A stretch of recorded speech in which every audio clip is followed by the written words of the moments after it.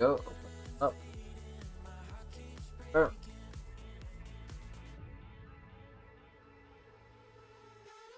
Already. Really all ready to start this. As honestly, is something that needs discussed. Fortunately. It's not a pleasant situation. It's not a fun situation, not a pleasant situation. It's one of them situations that escalated to the point of no return, really, unfortunately. So I hope everyone tonight will be sure in discussing this. I'll carry you down optimistic. Tonight is going to be a bit of a sombering topic, as I usually don't do political podcasts, even though my degree is in politics. But I have seen a lot of misinformation and a lot of fear-mongering to an extent. So I decided to do a podcast purely on YouTube, because Twitch is very sensitive. So I believe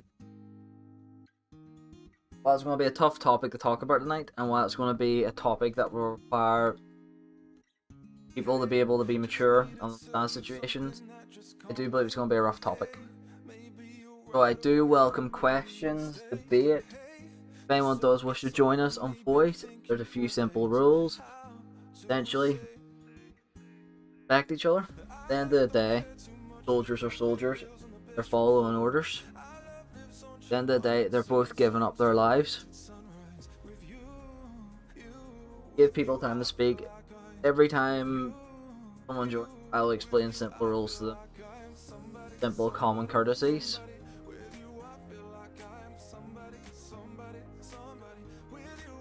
So that will be tonight. Quite sombering topic. It's gonna be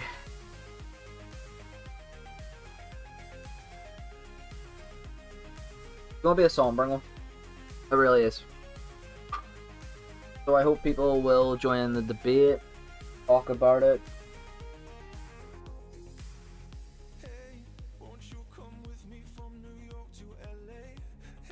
There we go. Just send a ping.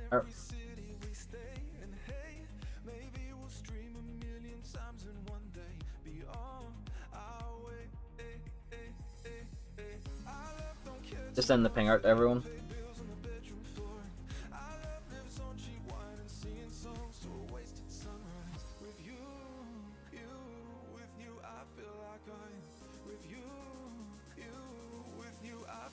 How many vehicles have been destroyed? Reports have been up to 6 jets, 1 aircraft on Russia's side, with 15 T-72s. There's also been reports of, I believe, I'm trying to think of the name. There was a K-52 shot down. It's been a very interesting one. There's been a T-80 BVM destroyed. Know that.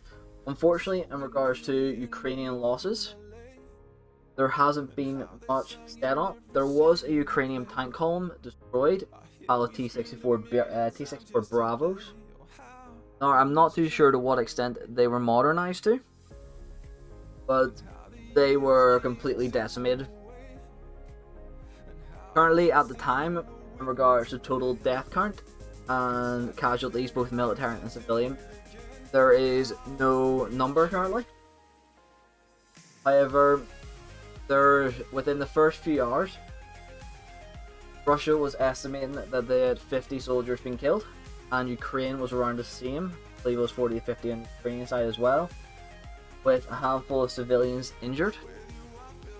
Now, with the current Russian strikes on civilian targets, as seen on Twitter and Reuters, there has been a massive escalation in regards to the civilian targets.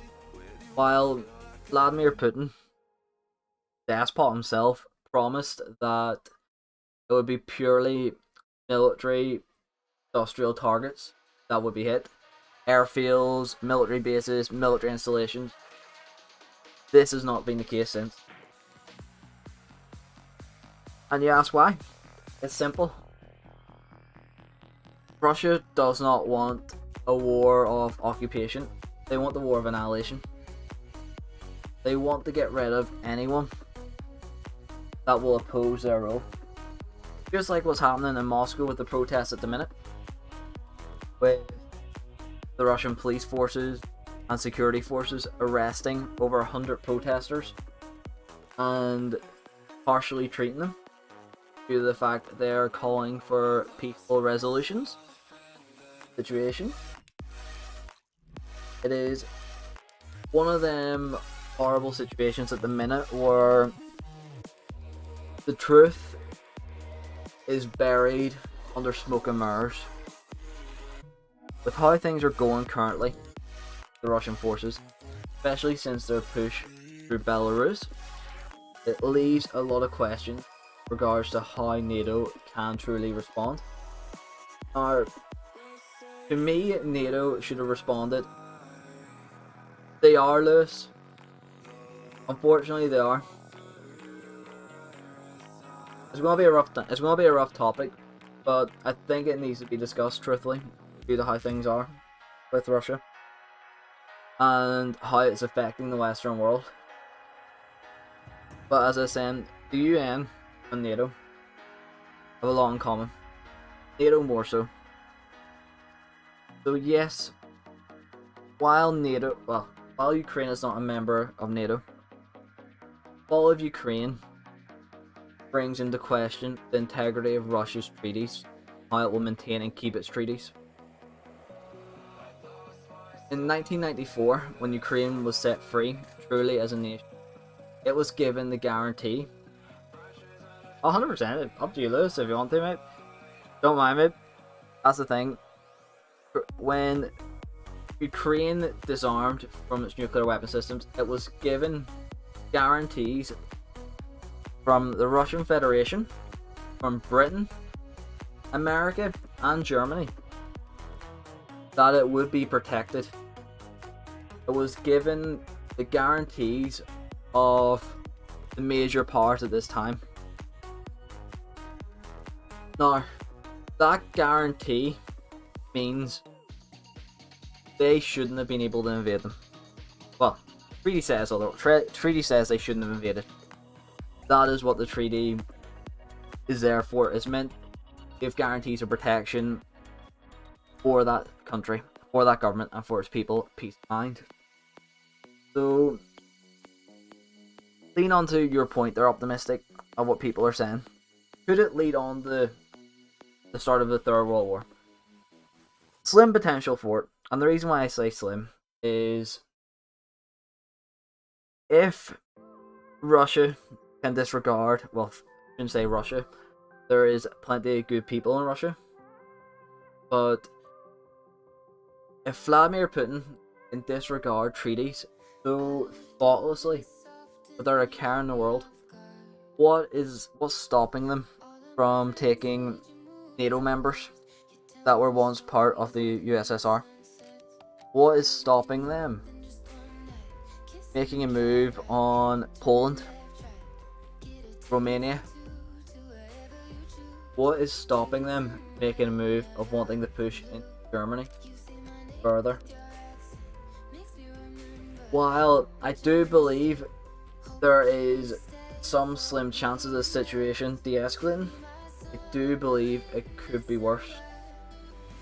This situation could have escalated far more quickly and far more viciously, depending on US reaction. While I don't agree with the passiveness of the United States, and I believe the West acted far too slowly, as Vladimir Putin pulled an Adolf Hitler stunt and pulled wool over his eye, over everyone's eyes, essentially he made Biden and Macron the Neville Chamberlain of Czechoslovakia when Czechoslovakia began getting annexed in the Stalingrad crisis. That is what's happened. History is repeating itself all over again. Yes, the cards are different, but they've repeated themselves.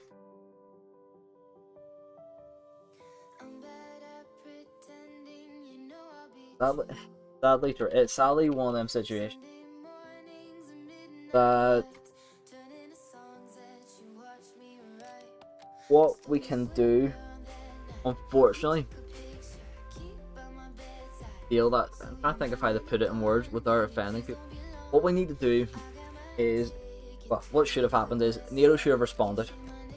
NATO should have built larger troop numbers up in Poland, and they should have reinforced the Baltics and put a show of force in front of Russia. Then when Russia went, we are putting peacekeepers in, NATO should have went, we are putting peacekeepers in.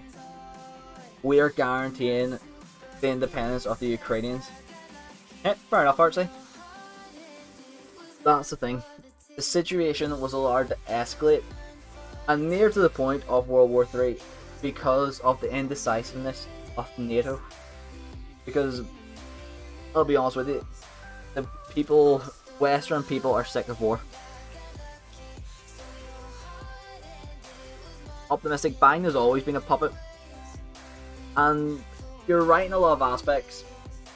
There's a lot of resources in Ukraine that Russia wants. There's a reason why they're not as targeting factories as viciously as they said they would.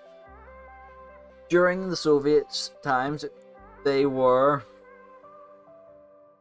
an industrial powerhouse of the Soviet Union.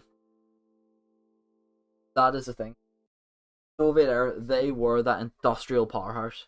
That situation, that base for production of tanks, munitions, that's what Ukraine was, and that's what was ripped out of Russia. That capacity, that skilled labour, which they want back, and which they won't get back. The Ukrainians will stand their ground and they will fight for every inch. And my heart goes out to the Ukrainian soldiers, to their wives, to their husbands, to their children that have to suffer through this. That is the situation we're in. There is innocence suffering because of the greed and delusions of grandeur of one person. And the only difference now between what happened in 1936 through to 39 is it's happening in the East instead of the West. Ukraine did design their own version of the T-72 and they can manufacture it. So Hartsey, that's what Russia wants back. When Russia pulled out of Ukraine and said it's a free nation, Ukraine was where the Russian military industry was. It's where a lot of the Russian tanks and all were built. That's why Russia wants it back so desperately. They lost all them factories. It's why Ukraine actually has a sizable tank force. Now, yes, their best capable round was the 3BM42 Mango, which will struggle to defeat T90s, T80s, the more modernized version. They will struggle. But at the same time, that is why the West armed them with javelins and laws to be able to balance the playing field. Now, as the javelins, as the armaments from the West balance the playing field, some would argue yes, some would argue no. Especially when you start taking the true comparisons of troop count, weapon count, arming. Essentially what the West was doing was arming an insurgency. They weren't arming a fully fledged military. The reason I say that is they're taking what they learnt from the Afghan crisis in the 80s and 90s when the Soviets attacked Afghanistan. They're arming them with systems that are mobile. They're pretty much arming them to be a mobile guerrilla force and strike fear from behind them. Now, here's the situation. What can that lead to? Will that lead to the situation of a radical Ukrainian state? Will it lead to radicalization of the youth? That is the question. What way will it swing? Now, whether or not other countries will get involved will depend purely on how Russia and China react.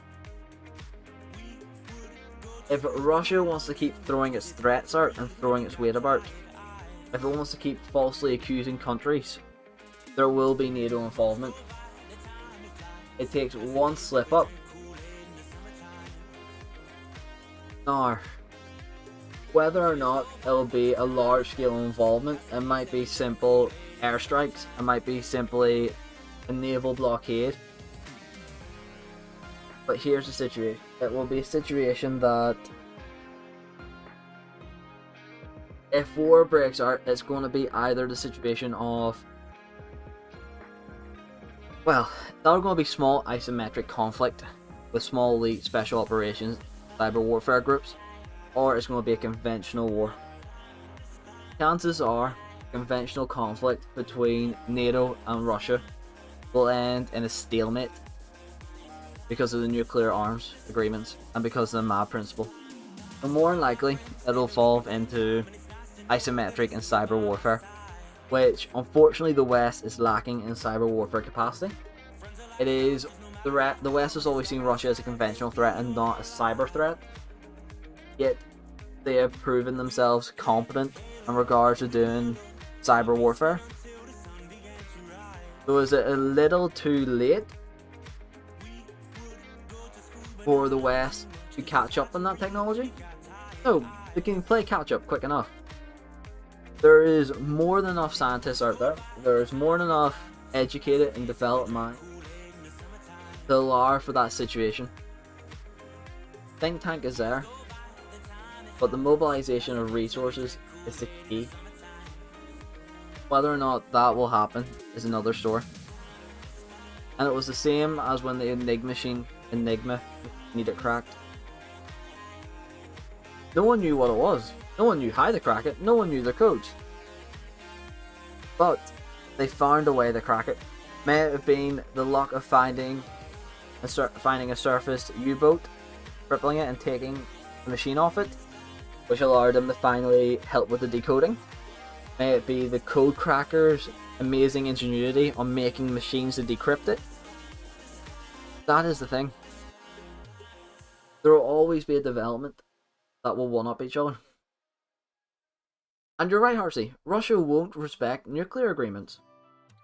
The fact they haven't respected the agreement they signed in 1994, I believe it was, which guaranteed the independence and protection of Ukraine, proves that they will not respect your agreements or any current agreement. If they believe they can break it and get away with it, just like they did when they annexed Ukraine, and they're going to annex Russia. Unfortunately, Russia's going to annex them all completely. And Russia will start annexing Azerbaijan, Turkmenistan. They will go around all the Soviet states and they will annex them slowly but surely. May it be doing it underhandedly by rebels, may it be installing a puppet regime, may it be going as far as what they did in Chechnya. But that's the thing. Russia, at the minute, is in such a state of disrepair and disjointed government under one person. While the people want peace, government want war. And I shouldn't even say the government want war. There's one person who wants war, and that's Vladimir. The military don't want war, but they're scared to speak up against him. Parliament doesn't want war. Well, I'm sure there's some legitly that do, but that's the thing. Everyone is scared to speak up against him. And that's because Russia is an oligarchy. Essentially, he is in power to 2036. Some democracy, that is. He essentially is the dictator of Russia. That's it. There's no justification of how it is.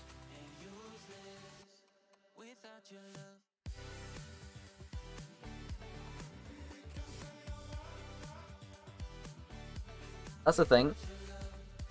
Russia is pushing the buttons and pushing the capacity of what it can do May it be doing things to test the waters? May it be going, right, can we get away with this if we do this situation? But yeah, 100%, it is an ego trip. I wouldn't say a midlife crisis because he's in his 60s. He's only 70, I believe. I think he's like 69 or 70. But I wouldn't say it's a midlife crisis. I'd say it'd be a more end-of-life crisis. He wanted to be remembered for throwing this whole fucking world, or as we call him, fucking adult Putin, the fucking shit show. But I don't think he thought it through. Because if this kicks off, it will be the situation of, it'll be a war like anything we've never seen before. It really will be. It'll be unfortunate. And you're right, Horsey. Like I said, they're scared to speak up to him. They're scared to speak to them. They're scared to deal with him. And the reason why is because of the fear that he instills in them. He takes Machiavelli's speeches and books to the extreme. Better to be feared than loved. And yes, Machiavelli is an excellent theorist, excellent politician. His books are excellent. Like The Prince was it was a masterpiece of art. It was a masterpiece in regards to political theory. But he's taken his Machiavellism to the whole point that he's essentially established a dictatorship in the guise of a monarchy. Yeah, 100%. You are right in that one. In Salisbury, they use radioactive Novichok to kill an old Russian spy. That's the thing. They have no regard to life, and that's what makes people fear them in the Russian government. You may flee the country, but they make it damn clear they will come and they will find you. If they deem you a threat, they will find you. And that's the issue within the Russian government. No one has the balls to stand up to Putin, and it's understandable. It truly is. You're living a life in fear. But what can you do to that situation? How can you remedy it? There's a few ways you can remedy it. Really. There's a few hopeful ways, thinking that eventually protesters will eventually start a revolution. Thinking this is going off. This is the chance of this happening is 1 in a million. Chances is doubtful it would get that aspect or happen that way. But there is the chance that the protests will spark a revolution. There's potentials the rats will spark a revolt, or the military will turn around and go, "What the fuck are you playing at?" and put them out. Just like what happened in the 80s with Mikhail, someone, can't remember his name. That is the thing. Situations will escalate. And with Putin beginning to lose the support of the populace, he's signing his own death warrant in regards to how long he'll last in power. Now, there is other ways it could be dealt with. His residency could be hit. Is one of them things. Special operations could do it. There's plenty of ways he could be dealt with, but whether or not stepping to them levels is worth it, or staying at the moral high ground is worth it, it's one of them predicaments of what you do.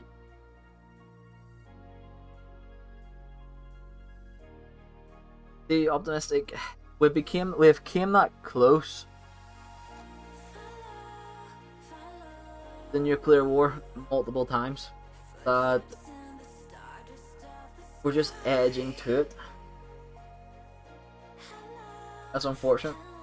And you're right, Horsey, there will be those that are fanatically loyal, but you will see a majority of the Russian armed forces standing down if things keep going. I can see generals, I can see admirals, I can see them thinking, what is the point of this? There's already been a Russian commander, 74th Guards Motor Rifle Infantry, surrendered for them reasons. as he said to the Ukrainian captors, we were told we were going to exercise. We weren't told that we are going to kill civilians. We were told this would be an exercise. That he wanted no part in it. That is the thing.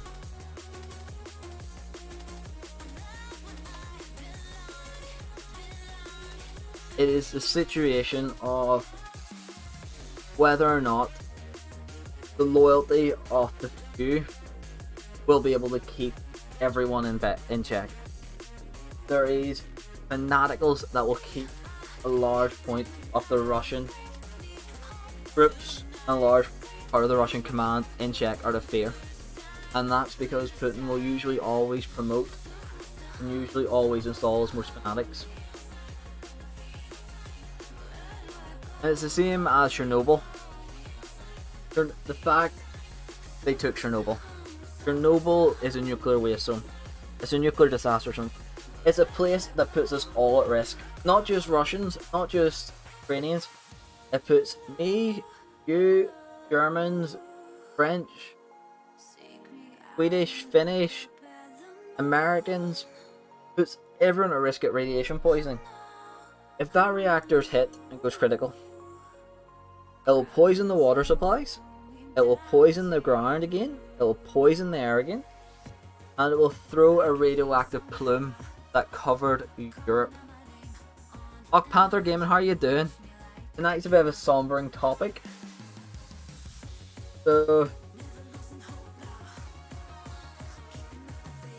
that's the thing. Or was it risk the firefight? That's the situation right we're in at the minute. Was it worth the risk of having a combat zone around Chernobyl? Was that risk seriously worth it?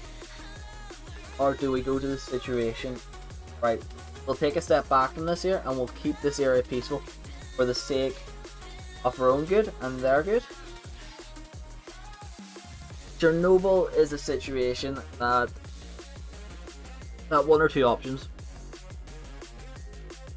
Fight them before they got their Chernobyl, or let them take Chernobyl. And I do think they made the right choice in letting Russia take Chernobyl, because if they had fought even 10 kilometers away from it, all it takes is one stray artillery shell, one stray missile, hit near that reactor or damage the protective casing, and we are in a situation like 50 years ago when the disaster happened. We're back to square one. And it won't be me and you that suffer. It'll be our children's children. It'll be our children, our children's children. It will be the people that will suffer for it. Just as the Ukrainians are suffering at the minute. The populace of Ukraine have went through too much for this freedom to be taken away. They fought for their independence. They fought against the Nazis. Fought against communism. And now they're making another stand. That is the situation there. They're a populace that has seen the worst of humanity. Only the worst of humanity. But yet, they still had hope. Still had the heart. So we will denuclearize. We will give up our nuclear arms. They had the hope of the situation that if they handed their nuclear armaments over, they would have a peaceful life. They had that much trust in the West and the Russians to keep their treaties, and neither of them have. And it pains me to say this, but NATO has betrayed Ukraine.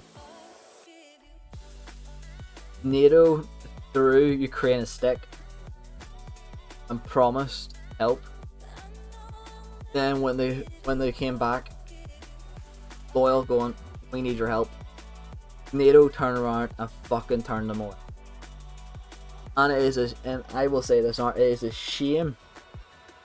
This is a shame to NATO and all the NATO leaders. May it be Boris, may it be Biden, should be a fucking into themselves for throwing Ukraine on there like this.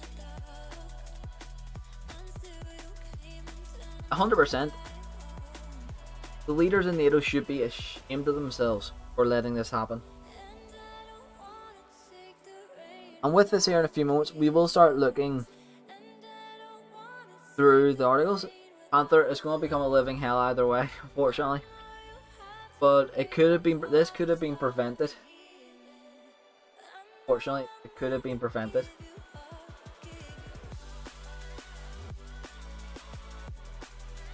If NATO was willing to back up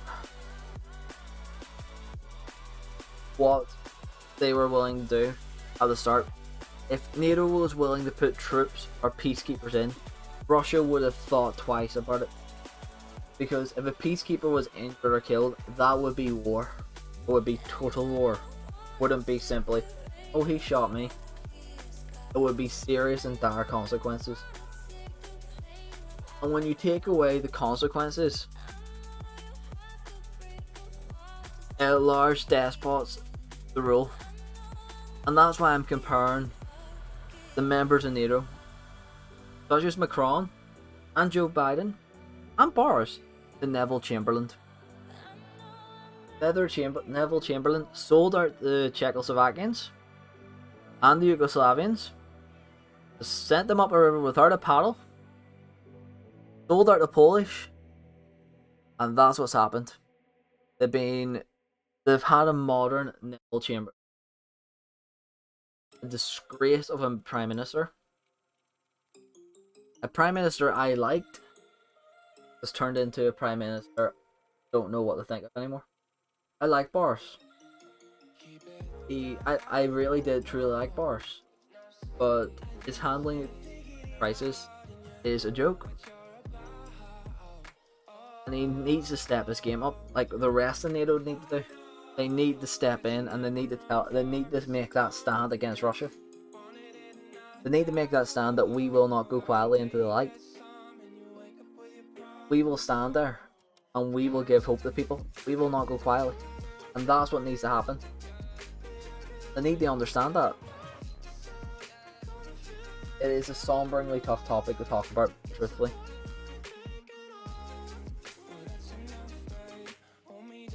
It really is a rough topic, you know that? And with that there, we'll start going through. Firstly, NATO very have abandoned Ukraine. It's unfortunate, but they have. NATO is completely stabbed Ukraine in the back. And it's a disgrace. NATO promised Ukraine help. NATO promised it would protect Ukraine. Couldn't even say NATO. America and Britain signed treaties they would come to the military protection of that country if war broke out in the 1990s. They signed treaties. Where is that protection? I'll tell you now where it is. They're pussying out of it. They're scared of Putin. People want to help. The British want to help. The Americans want to help. But the leaders in NATO need to grow a set and stand up for their beliefs. They need to stand up. They really do. They need to be able to go, this is what's happening. They need to be able to go, this is your situations. How do we deal with it? Instead of going, oh, we'll have a meeting about it tomorrow. It should be, right? Nope. This has happened now. This is what we're discussing. This will be dealt with quickly. But unfortunately, it doesn't happen.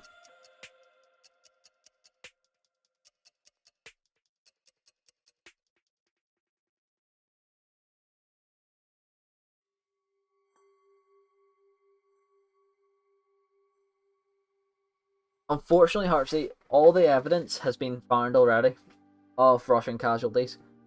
We have seen their destroyed tanks. We have seen live footage of their weapons being destroyed, may it be in drone footage.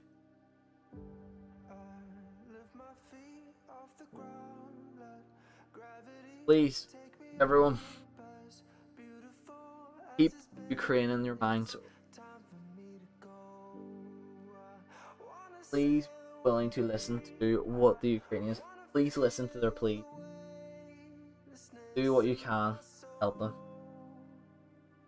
Ukrainians aren't innocent populace. So with that there, that's very true. There's so much they could be doing right now to help them, every aspect. So let's have a look. Let's have a look at some of the Twitter stuff. Let's have a look, see what's happening. So in Pushkin Square, 30 meters from Red Square, Kremlin, there's been a large protest gathering. So, as I was mentioning earlier in the protests, or nothing died on my side. As I was mentioned earlier in the protests, as you can see, protesters are coming up.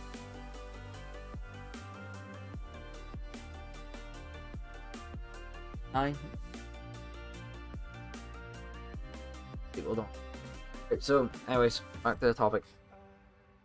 So, as you can see, Pushkin Square, where it's about a kilometer away from Red Square, the protests are continuing. The people of Russia don't want the war, or their government do. The people have been trying their best to do what they can. Now, will there be some Russians that will continue to support this conflict? Of course there will. Will there be people on both sides that will do horrible things? Of course. That is the unfortunate side of humanity. But as you can see, even with the arrest of hundreds of protesters, there's still more flooding out hope that the show of defiance will try and change the Kremlin's mind, try and make them backtrack on their act. Whether or not they will is a different story. To me, Putin has went far too far in regards to be able to backtrack. Just as I said before, NATO acted and reacted far too late and far too lenient with them. There should have been, as soon as Russia put peacekeepers into the independent areas that they declared, bear in mind, even though they are rebel areas, they are not independent. They are part of Ukraine, just the same as Crimea. I may offend some people saying that there, especially Russian supporters. Crimea is Ukrainian. If you want to go that far back, Britain conquered Crimea at one point, so Britain could lay claim to it if they really wanted to, for Christ's sake. But that's a thing.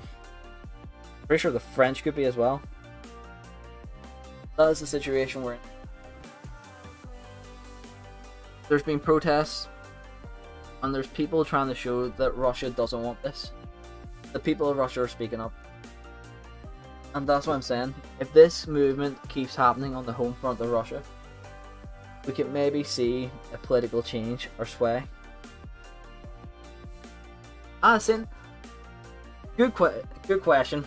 So what I like about Bars is he's an idiot, truthfully speaking. I like him because he says what he wants to say. And despite how he acts and betrays himself as a manner of being incompetent fool,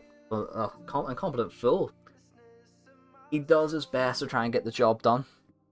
Now, in hindsight, yes, he could have done a lot better in a lot of aspects around the COVID-19 crisis. But that's with hindsight. That is looking back on it and learning lessons. Could Starmer have done better? I doubt it with how Starmer is. I have a lot of very choice words about him. Starmer is one of them situations that I don't like. Jeremy Corbyn. I've got very rough words about him as well. But the thing is, the last Labour leader I liked, pretty much saying he is like a court jester. That is why I like him. He's one of them things. He's always done his best with all he could have, as you said, Heartsy. Like, while the situation with COVID-19, for example, that's the best situation of what happened. He got a lot of backlash from Starmer. Bear in mind, the Labour Party and Starmer said at the start of the COVID-19 pandemic that they would back the government in every way. They lied and they didn't. My issue with Labour is they eat out of the hands of the unions. I do not agree with unions. And the reason I don't agree with unions is because unions can sway and control politics when they shouldn't have a say in politics. That is the situation, I feel. That is why I do not have a like for Labour. And how are you doing, Space? That's the thing. When you start bringing unionization into the political sphere, that is when you get very dangerous individuals influencing large political decisions, such as when Labour betrayed their own party and removed Clause 4 in 2000s, when New Labour and the Blairites formed. We could see the division between the unions itself, and we could even see it when Jeremy Corbyn took power. The unions were very divided on him. He ended up getting Labour leader. But that's the situation, and that's what politics is, and that's what cracks me up, Heartsy. People look on situations with hindsight. Do all they could have done this. It is easy saying what you could have done with 2020 hindsight vision.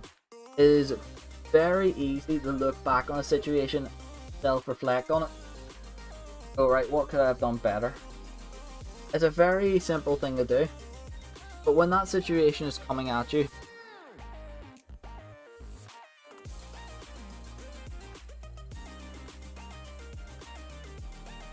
that like companies as well, 100% saying companies will run like that. So unions are what you call, oh fucking right, it wasn't. Oh, Corbyn was a bellend, but that's my own personal view on him. I'm not going to get in too much on the Corbyn because that was quite long ago. But in regards to unions, in regards to the Labour Party, so unions aren't an actual company itself. They are a group of employees, sector of work. So, say in the public sector, in railways and logistics, they all might have a railway union or an NHS union where they believe that they need higher pays. So they'll refuse to work until they get a pay rise. Bear in mind, when unions are forcing healthcare workers to strike, it is not just putting people at risk of a simple injury, it is putting people's lives on the line over a 1% pay rise. And it's all because the unions want extra cash. You think the unions don't get anything for this here? Unions get hundreds of thousands of pounds each for each head member for this here, in regards to fees for being part of that union. Causing disruption, causing fatalities because they're telling their nurses not to work, and if they do work, they get punished for it. I think they have to pay like a week's wages or into the pot if they do work. That is the thing. What do you do in that situation? How can you let people have so much power they can bring the healthcare system to its knees, where people's lives are on the line over a small financial gain that doesn't even fucking matter? Like a 1% pay rise. What's 1% pay rise? You get a 5% pay rise every year in April. What the fuck's 1% going to do? And you're right, that's the thing, Heartsy. Bar's hands were tied, but we're going to get back on topic here because this was COVID. That ended up in the COVID-19 pandemic. But back on topic. So my apologies, Arden. We did get slightly off track there, and we went down the route of the COVID-19 pandemic and unionizations and the union's abuse of the Labour Party and how unions. I have a lot of strong views on unions in the kingdom, but we will leave that for another time. Artsy, I agree. To me, unions shouldn't have the power to hold the government to a ransom. And to hold the government to the ransom by going, right, well, our healthcare workers aren't working. Right, okay. Well, we've got 6 people in ICU. Who's going to look after them? That's the thing. They should have no right in that situation. To me, if someone died, the leaders of that union should be held accountable, and they should be taken up on manslaughter. Oh no, can't touch them. It's a travesty to touch the union. And that's what I liked about Margaret Thatcher. She told the unions to go, pretty much, go, get out. They will deal with them. The unions were at Margaret Thatcher brought them to their knees. The strike, no worries, send in the police. Get them in the riot gear, get them in horses, scatter them and deal. Don't want to work? No worries, there's a door, goodbye. Hire more people. That's the thing. No idea what that 4.red is, so if I've got random people that say that, I don't know what that means. If anyone speaks Russian, Cyrillic, or can translate that, please do, because I have no fucking clue what that is. My apologies, I have no clue, I don't speak Cyrillic. I would actually love to learn it, especially about this situation now, so I could translate news articles from both sides. But I don't know that dialect personally. I have to use translate, so I'm pretty sure there is falsehoods in that there. Right, so on down. Strategy is qualified, calls for removes of assets including stop, investigate, source, find. Oh, for source trusting. 100% hard seat. That's why I liked about Margaret Thatcher, and it's why we need another Thatcher. It sort of annoyed me when we got Theresa May. I thought we were going to have. I genuinely thought we were going to have another. But nope. Heart was broken. Betrayed. What can you do though? So, let's have a wee look. Ukrainian troops have taken full control of Hostomel Airport. So, by the looks of it, Ukrainian forces have actually moved in and defeated the Russian airborne troops that have landed. Now, whether or not they took prisoners, I'm not too sure on that there one. So there's that on it. So that is one thing I do like. The Ukrainians capitalized on that situation where Russia overextended its lines and allowed it to defeat Russian airborne troops. Bear in mind, Russian airborne troops are usually feared for their viciousness. So that is a massive morale booster for the Ukrainian forces.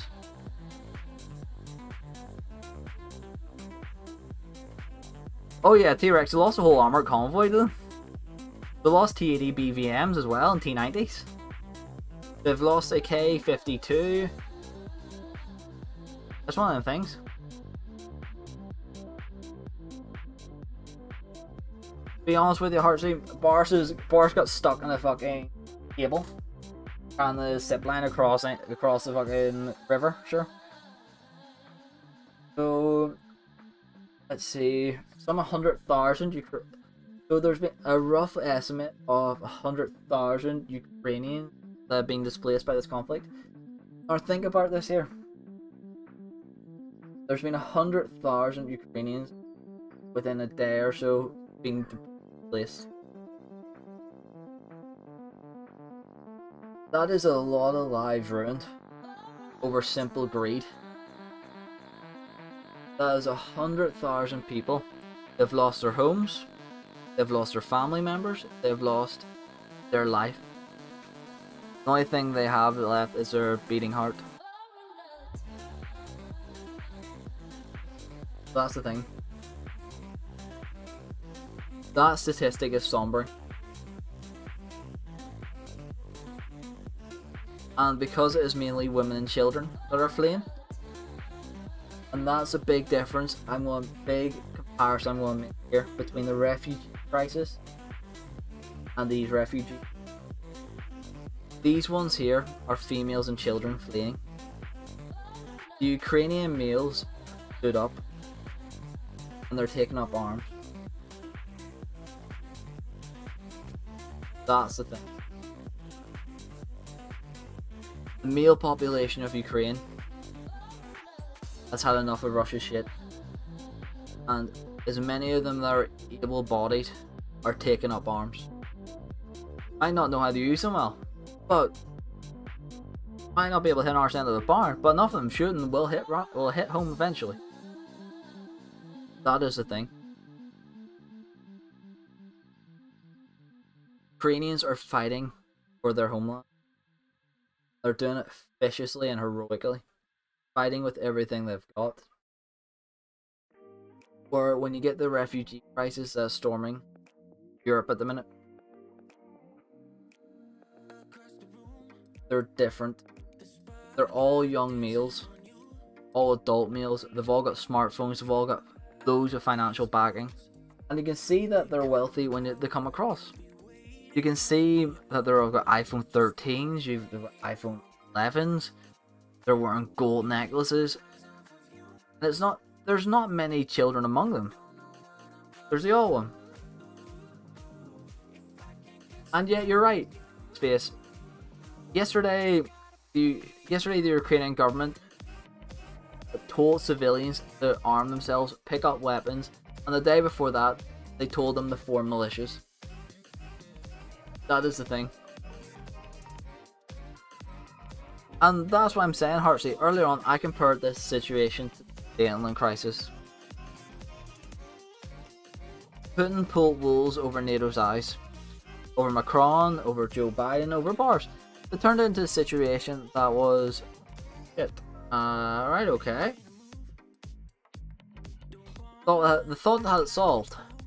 And bang. Oh shit, they've invaded. And now they're so stunned, don't know what to do, how to react.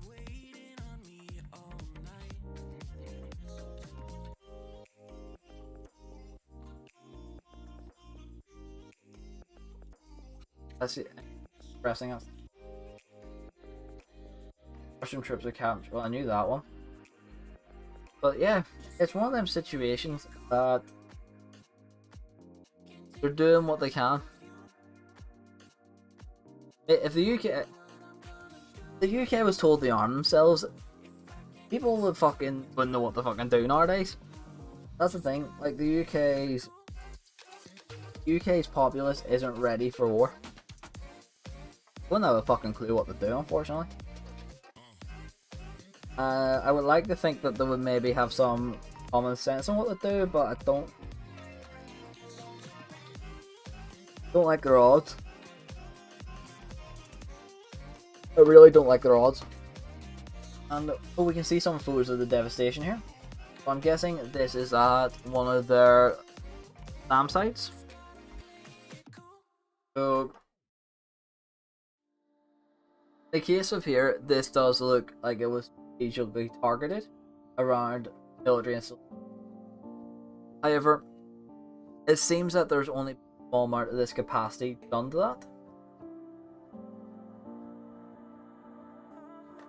Ukrainian crisis. It's a TikTok video of a live soul of facing it. There you go. One day people will read the stories and appreciate it. T-Rex, the UK has enjoyed peace for too many years, and true peace, that is the issue. I don't know if it's a good thing or a bad thing that we haven't been able to enjoy our peaceful times.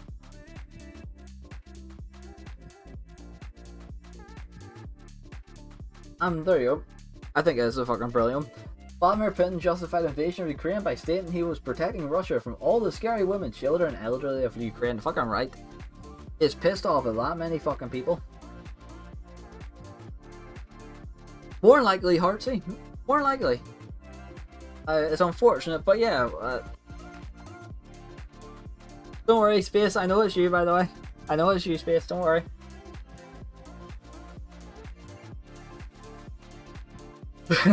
Alright, this is fucking brilliant.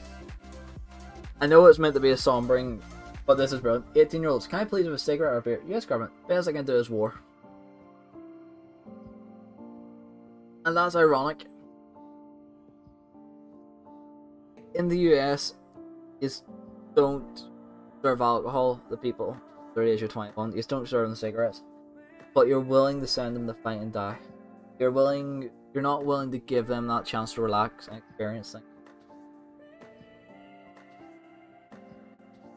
Here, Hartsey, they're handing our javelins and logs.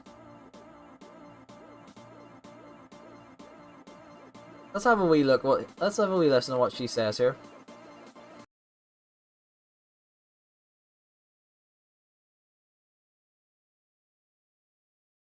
There is an outcry in the streets by Russian people, by more Russian people than I think many would expect. So despite Putin's crackdown at home, dissenting views remain, and I think that's important to note. To publicly protest against President Putin and his war is a deeply courageous act. Their actions show the world that despite the Kremlin's propaganda, there are Russian people who profoundly disagree with what he is doing in Ukraine. And there is an outcry. I actually agree with her. It does. I don't usually agree with the White House press secretary. Usually they're quite sketchy people. But, speaks the truth. It was brave of them to do so. And that's what they have been doing, Hartsey. They have been they've been blowing bridges and roads. That's the thing. Now, this is a brave woman. You've invaded a woman in the... Oh, God. That first comment, that comment earlier on must be right.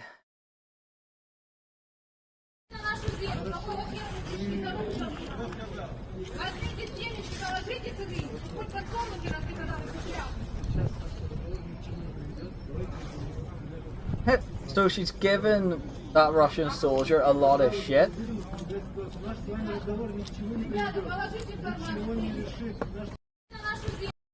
Fuck, that woman's got some fucking balls there. And fair play to her. I think she was arrested, Hartsey. I believe she was. I believe you're correct in that one. But fair to play to her. She walked up to that Russian soldier and she challenged him. Why are you invading our home? We want the reason. And it was a fair play. It was a fair question in every aspect. It really was. It's the same as, like, look at what they're doing to the Ukrainian cities. It's horrible. Like, cities that were so beautiful, so full of history, and they've been turned into war zones because of some despot. And even through that there, listen to that firing and street fighting. This is not a simple peacekeeping mission to protect Russia's engagements. This is an invasion. They're there to do damage. And that's the thing. And this is a situation I like seeing. Small wins make an actual impact. 100% they do. The fact they're beginning to properly capture Russian forces, they're taking their POWs, they're taking their vehicles. I think it is an amazing situation, the fact that they're able to do this. The Ukrainians are showing that they are capable and they are willing to stand. And that's the type of things we need. We need that heroism from them, their people. And they're showing it. And it's an impressive feat, what they're doing. It really is. One of them unfortunate ones that people will unfortunately perish. People will unfortunately be in a situation where they may lose their life. But they're doing what they can. They're Joe, 100%. What they're doing is cowardice. It is an attack on democracy. It's an attack on independence. It proves that the Russian government cannot be trusted to hold their treaties. And that's what the situation is. They cannot be trusted anymore. They've broken down the treaties that was formed in 1994 when Ukraine became independent for nuclear disarmament. They've broken treaties that was signed good faith for the hopes and freedoms of the region. And it's heartbreaking to see that people are suffering for trying to want peace, trying to survive. That's the thing. That may come sooner than later, unfortunately. With how Russia is, we can't trust them now. They've broken every peace treaty, every agreement we've made with this. We can't trust them to keep non-nuclear. We can't trust them to keep any territorial claims now, and it will more than likely come very viciously and very soon, where it will be World War III. It's unfortunate. And like this, for example, what the fuck? Right, okay. This, I don't understand how this is a big deal. Nothing. The Russian invasion crew I condemned by a sporting community. Yes, condemned by a sporting community. Big deal. Have a look. Fox News. Further says State of the Union address is worse than I mean, hardly Poland will not fuck about. The Polish will hit Russia hard. They will lash out, and Russia will suffer. 100%, Audie. Glory to Ukraine. Fair fucking play them. I don't know how they pronounce it in Russia in Slavic Ukrainian. I don't know how they pronounce it, but the Ukrainians have my full support. Personally speaking, as someone who's got potential to be called, let's have a wee. What he says. This is from the State of the Union address. Joining us now to discuss, former White House Chief of Staff for President Trump and retired Marine Corps General John Kelly. General Kelly, it's John Kelly. Now we've seen what the U.S.'s response to Russia is. What do you think? Is President Biden going far enough to punish Putin? 100%. We had General Clapper on earlier who told me that he thinks it's time for the West to impose it is every repeating possible itself. sanction and punishment possible. Well, how you doing, Jake? It's as always great to talk to you. Not being on the inside. Can you hear the videos, by the way, in this? But, okay. As I understand it, the sanctions already ordered are pretty considerable, affecting all aspects of the Russian economy and the oligarchs and the rest of the corrupt officials that run that country. And I guess my guess is they're holding back some of the sanctions as kind of a follow-on if Putin doesn't respond to the first ones, and if the Russian people, frankly, don't respond to the first set of sanctions. That's the only thing I can guess, Jake. When you see this invasion, the war that Russia's carried out so far, is this what you expected such an attack might look like? Or I personally will observe that I kind of thought he would just take the Donbass region, the southeast corner. I didn't know that he was going to try to actually take the whole country, which is what it appears is going on. I mean, from a military point of view, this is standard, attack procedure. The fact that they have attacked on three axes, major axes, from the south, from the east, and from the north.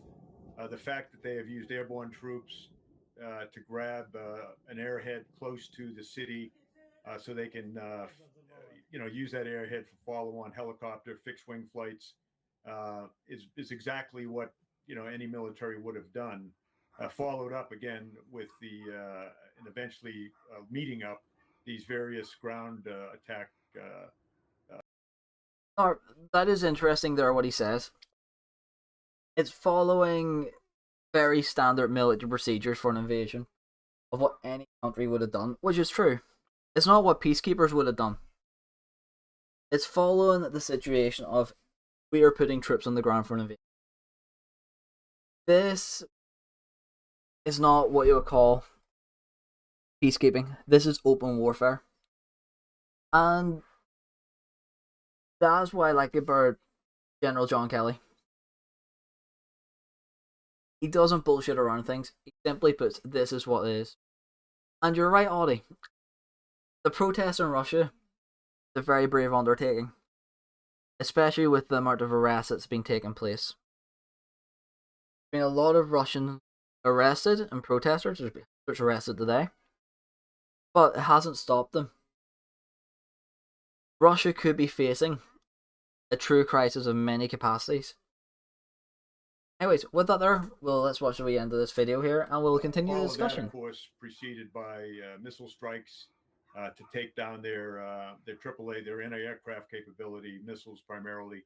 So this is all standard stuff. The one thing I would just emphasize, the Russians have never really paid too much attention to civilian casualties. We in the U.S. and in the West try to limit casualties. Sometimes things go terribly wrong, but generally speaking, that is another interesting thing to come up with, and a very true thing he said there. Russians the Russian military isn't interested in protecting civilians. That's the thing. Unlike the West, as he admitted, there's times in the West things have gone terribly wrong and there's been civilian casualties. But as he said, the Russians aren't interested in caring about that. If it meets their goal, they will have civilian casualties. They'll have high, low. That's the thing. Oh, Thomas, how you doing? And that's the thing, Harsey. This is why I like General Kelly. Well, John Kelly. He is what he does. He knows his stuff. Speaks what he thinks. And you're right, dear. And you're right, Space. A K-52 was dealt with by a Stinger. And you know what? Fair fucking play to the Ukrainians that took that down. That was a monster of a fucking helicopter. When it works. But fair play to them. They took it down and they dealt with it. Anyways, let's watch the next wee bit of this. Of Russian military operations tend to be a complete who cares about the number of civilian casualties, the amount of civilian destruction. It's interesting thus far, as I can read it on the TV reporting, that they haven't gotten into that yet. But I would just caution everybody to understand that once they decide to go at it, they don't really pay too much attention to civilian casualties, to precise military operations, that kind of thing. We've heard a lot of prominent Republicans, both in politics and in conservative media, praising Vladimir Putin, even calling him a genius. What's your response when you hear that? Disbelief. He's a tyrant. He's a murderer. He has attacked an innocent country whose only crime is that they want to be free and democratic, and they're working in that direction and have been working in that direction. They've been a cooperative country. They gave up on our word. They gave up the nuclear weapons that the old Soviet Union left behind. They participated with other U.S. NATO allies. They participated in operations, peacekeeping operations in Africa, in Afghanistan, places like that. They were part of the Partnership for Peace, where they were, although not members of NATO, they worked alongside NATO in these various, good operations. So, as you can see here, and as you can hear from that there's a few things he said there that piqued my interest. At the start of it, we seen very limited civilian casualties. But as it went on, we see Russia giving less of a damn. As he said, when Russia goes full at it, they don't care anymore. They want that task complete. They want to push on for that one purpose. May that purpose be engaging civilians. May it be winning a war. As he said, at the start, they took caution. And as the time ticked by slowly but surely, seen that seep away to bring the situation into the light that they want to engage with and they want to conquer. Saw the habits break through what that facade of we are peace. Saw that shatter away very quickly when you started seeing the videos of MiG-29 strafing civilian buildings with rockets. That is the thing. That facade of that peace force slowly degenerated, then it shattered. And that is the biggest concern here. That's what people do not understand. Once Russia goes all out, like it has started now, they are destroying everything. Even the Ukrainians are taking scorched earth. And I see Heavy Bells in Summit, a city in the northeast. As we can see here, seems to be quite heavy fighting. It looks like it's been quite a bit of artillery fire and shelling.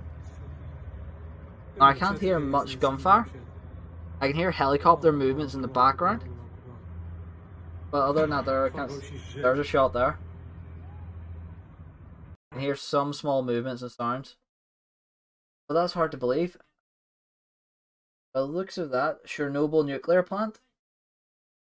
There's a situation there you were talking about earlier on. This is a very dangerous situation.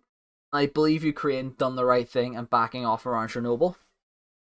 I do believe it was strategically important that nothing happened to this area. I do think the Ukrainian military made a very smart decision on this one, as it could have really messed things up. And is this more from the city of Soma? Oh fuck! Did everyone see that there? That artillery shot? Watch. See the tracer of it? Everyone see that there? The artillery shot in this wee area here? I wonder who was in the receiving end of that. But as you can hear, there seems definitely to be heavy street-to-street fighting in Soma. You can hear it from the SMG, well, the heavy machine gun fire, really. That was... yeah, no, that's 25 mils and 30 mil. So as you can see, and here, there's more stray ammunitions and stray rounds kicking off there. So if you watch carefully here, there's stray rounds up in this far corner where my mouse is. You just see them spark off. See them spark out randomly. A couple of them spark out randomly. That poses a massive risk to civilians when fire isn't controlled like that there. And now, I don't know if that was Ukrainian troops doing that, or if that was Russian troops that spread out from. But it is a very dangerous situation for civilians when street-to-street fighting has got to the point that they're getting that vicious with each other. So, with that there, I do feel for the people of Summit, and I hope the civilians get out safely, and I hope and pray for victory for Ukraine. My thoughts go out to them, and I hope they do. Hope they do. Hundreds are really smart. So this is in Tel Aviv, I believe. Yes, it's Tel Aviv. So Tel Aviv protesters are showing their support. So I just didn't really say it's protest. They seem to be out in a drove showing the support that Ukraine, well, that they back Ukraine, and that they stand with the Ukrainians, which is lovely to see people from around the world standing against tyranny. And exactly, Hartley, you can get, well, depends on where it hits you, but radiation, if you get hit by it, you will die. It's unfortunate. Audi, I feel like they're going to get the Chechnya experience, unfortunately, and I believe it'll be a lot more violent than Chechnya because of how it is. This, I think it is. UK ambassador says Russian forces aren't the inferior exclusion. He has to say this. Did this come as a bit of a surprise, maybe even for you, the scale of it? Some Ukrainians believe that we would be much better prepared if we did not allow our nuclear weapons to be transferred to Russia in 1994 in exchange of guarantees, which are obviously not working. So that's the deal I was talking about in 1994. It was the guarantees for the disarmament of Ukraine that the West and Russia would protect them and defend them. But as he said, this wasn't kept. This is a situation of, oh shit, we actually have to keep this deal. And it's a disgrace that they are not coming to their aid. Yes, it was a deal 26 years ago. Well, it's more than that, 28 years ago. Yes, it was an agreement made nearly 30 years ago. But you still made that agreement. It is still a valid treaty. The fact you made it, and this is going to Boris, this is going to Joe, the German government. I don't know who the hell is in the German government or not. The fact you made this deal proves to me that you should be stepping in. I hope people agree with me. To divert this attack which is happening right now. The rest of Ukrainians believe that we will live in a marriage within the Soviet Union, if you want me to put this way, for so many years that they wouldn't come to kill their brothers and sisters. We have so many family contacts, so many business contacts, cultural contacts. That's why Ukrainians could not even, wrap their head around this, how it can actually happen. Zelensky, the president himself, he lived in Moscow. He was mentioned for a couple of times for 10 years, working there. So for many Ukrainians, it's unthinkable.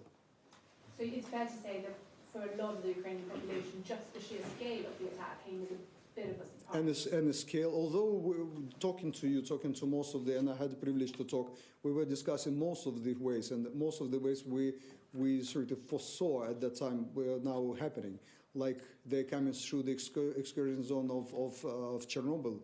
This zone is not protected because there is radiation, nobody lives there. They now came through this particular unprotected part of our borders through Belarusian territory. So everything is happening as we saw it before. So there's one situation there that's actually quite heartbreaking. As he said, this has torn families apart. There's always been close ties between the Russian and Ukrainian peoples. A lot of mixed marriages, a lot of businesses working still closely together, and they've been torn apart to the point that the civilians can't wrap their head around the situation. Which is true. A lot of people can't wrap their head around what happened in Northern Ireland because they're outside looking in. And that's the thing with this situation. It's family turning on family because of what one despot is telling you. That's disgraceful. It really is. Ukrainian father says goodbye to his daughter. And this is the type of thing I was talking about there. This gentleman, unscripted more likely, leaving a young daughter and a wife behind because of a vile decision by a despot for money, by a ruler that doesn't understand the value of life. And that's coming from me looking at this situation as, if this escalates, I will more likely be called up. There's no dodging that question. There's no jumping the gun saying, oh no, it happened. It will be total war if it escalates any further. That's the thing. I cannot tell or feel his experience. I can see it in his face. His emotions there. See that the child doesn't truly understand what's happening. But it's breaking his heart. The child can see the emotion. That's a horrendous thing. We've let this despot take control of our lives for long enough. We've let him rule. We've let him away with too much to the point we need to step in. It's now or never. We need to step in and deal with him. And it's as simple as that. We need to step in. Or how many young lives will be ruined? How many futures will be taken away? How many hopes, families will be torn apart? And this, the one Prime Minister, I believe, speech happened. Funny enough, I shouldn't say funny enough, but that is actually a military undershirt he's in. For all those who don't know, he's actually part of the Ukrainian reserves. So that is a combat shirt he is in. He is in part combat fatigues. Let's see. Державі, яка допомагає Україні конкретно, але конкретно, а не просто словами. Fortunately, I thought there was I was going to have transcripts. Unfortunately, it doesn't.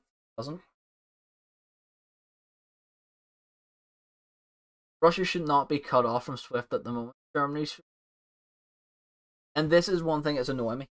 Germany is showing weakness. Germany is being one of the weakest linchpins in NATO's response, and Germany should be held accountable for it. I know what Russia done to Germany was harsh. I'm not going to defend the actions of what Germany done either. But they need to learn from their past and they need to stand up. Their government need to pull their head out of their backsides and then go, here's what's happening. We will stand by you. We will stand by what NATO says. We're not going to make ourselves look like idiots. We're not going to make ourselves look awkward. We will go along with what NATO. So French.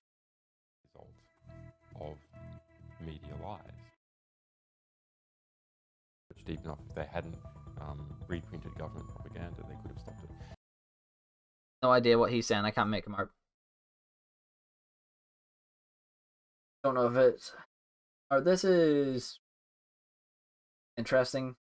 See the situation, as you can see, of the shelling areas marked with the explosion. But yeah, the invasion through Belarus. Why would they invade through Belarus? Because of the push through Belarus, they cut off their retreat. They cut off the escape route for refugees.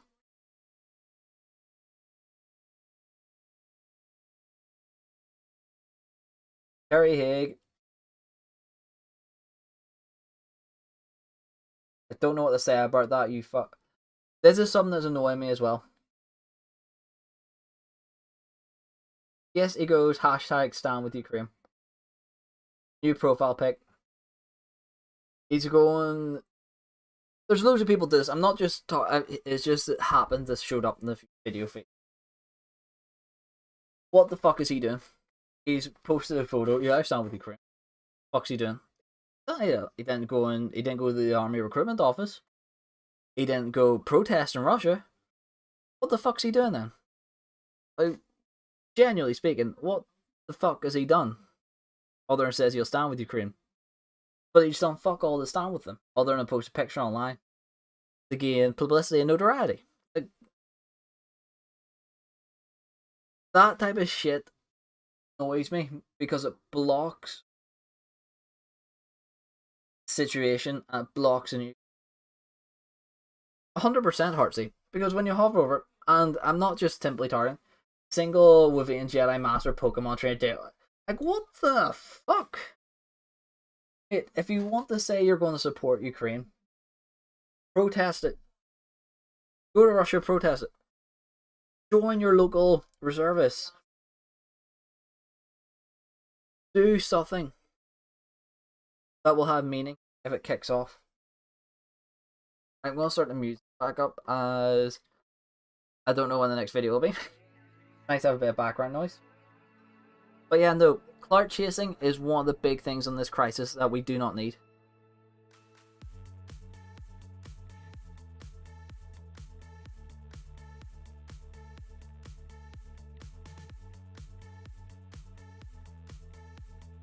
Yeah, furious as EU waivers on banning Russia. Of course Ukraine would be furious. And I can't blame Ukraine being furious at the weakness that the European Union has shown. And it's because the European Union bends to the will of Germany. And I can truly understand why they would be pissed off. That is the precise situation why Russia gets away with this shit. This might be an important video to watch. So this is a video showing. Seems to be what's happening in Russia at the minute. Approximately 1,705 detained throughout the rally. So 1,700 people have been detained for protesting. Think about that number. 1,700 people were protesting in Russia. They're trying to stop this war has been detained by this government. Vladimir.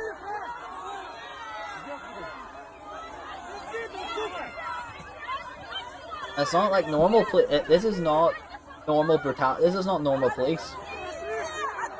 This is GRU. Look at that brutality.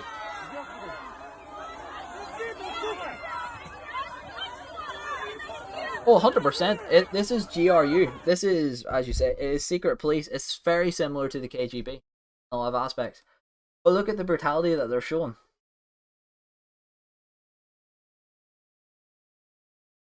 Look. Look at that there. Saw that one earlier.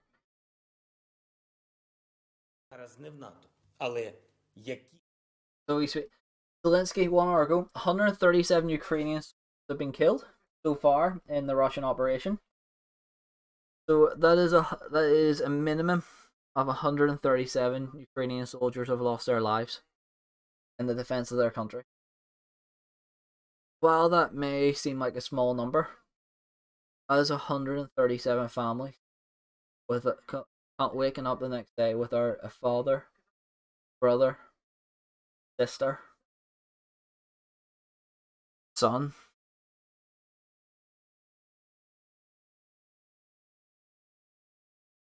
That is heartbreaking. They lost their lives in need because the West too weak under. It is heartbreaking to see that. Pope Francis today said threat of war in Ukraine caused great pain in his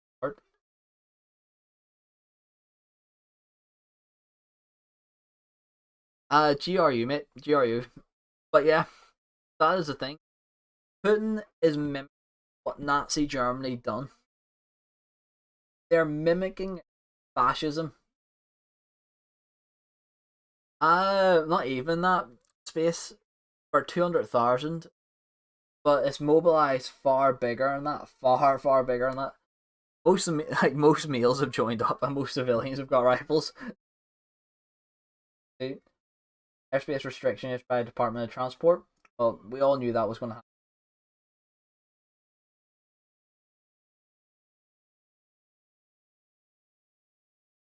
China rejects calling Russians' moves invasion. Or that's not fucking surprising. It isn't surprising. But it's funny how quiet China's been. And we should be keeping an eye on this. Because if Putin gets away with this, I can guarantee you China will attempt to annex fucking Taiwan. Guarantee it.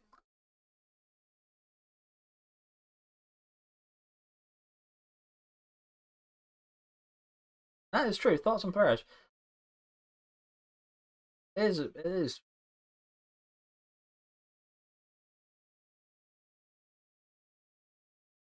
See, Banksy. Now, Banksy is an excellent artist. Banksy is an excellent. I don't know if much of you know much about Banksy. His thought and his design behind his artwork is always very provocative. Banksy isn't. No one knows who Banksy is. But this thought, this image of the dove carrying, can't remember what it's called. Essentially a peace dove having to wear a flag vest being targeted. That's a very powerful image. That shows that no matter what we do to protect peace, we're at a threat and we're at the beck and call of the warmonger thoughts. That is a very powerful.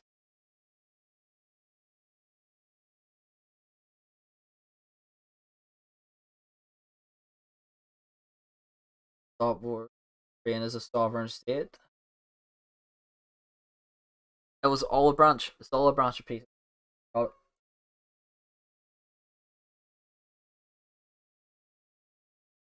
As you can see, after when I said about combat fatigues, that's him back. There's an actual photo of him back out with the troops. That is the thing. Situation. Right.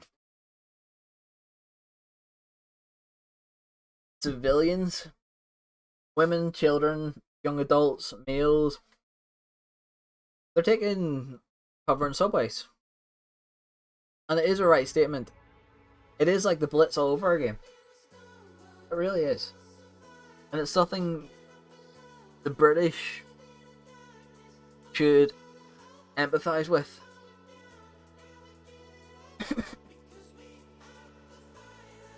Oh, this looks interesting. I knew as soon as I would start the music, something interesting would come. As soon as I started the music, I knew something interesting would pop up. But this is the war protests are growing. This is in St. Petersburg.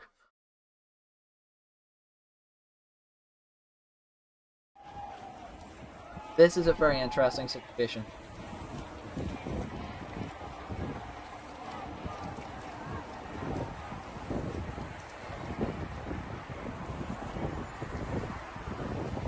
Because as you can see, it definitely seems there is more people joining, flooding in. And it's nice to see that people are are actually standing up willingly this time. Also, if anyone does wish to join me on comms for discussions, debates, everyone is more than welcome. Just follow the simple rules. Oh no, that's fucking brilliant. Ew, of course it's from someone from Belfast, Northern Ireland, boy. Of course it's from one of our Northern Irons. Okay, of course it is. The new Hitler, Adolf Putin. Fucking course it's from Northern Ireland. People in Kiev. By the looks of it, that is interesting. It'll be an interesting list.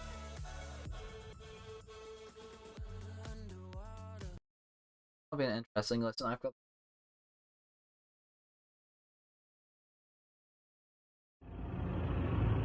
So Reuters is usually a very good news source.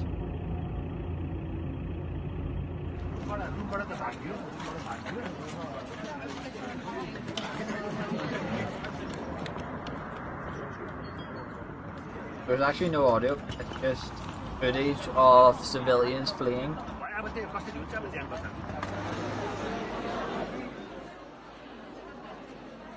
But look at the situation they're fleeing into to try and protect themselves. They're packed in there like sardines to try and escape the shelling. When Russia promised there would be no civilian targets.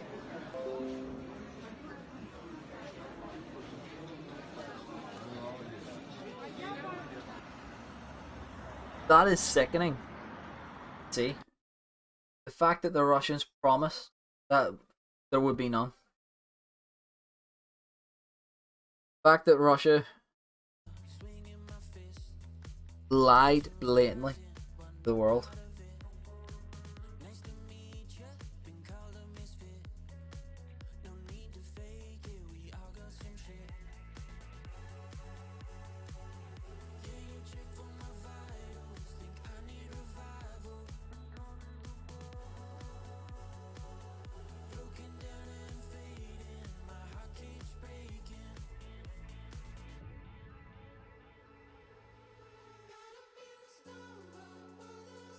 This is this person.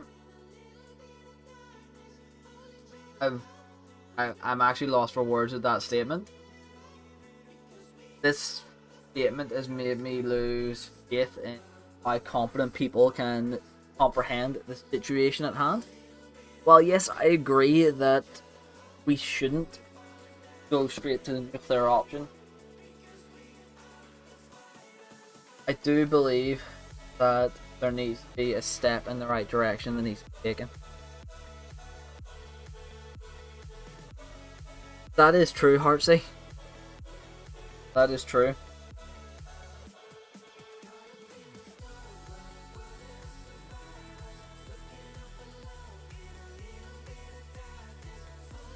One hour ago, Chief of the Armed Forces, tanks more than 30, let's see, information on loss of Russian equipment. I would like to be able to translate that. Actually, I think my phone has a translating app.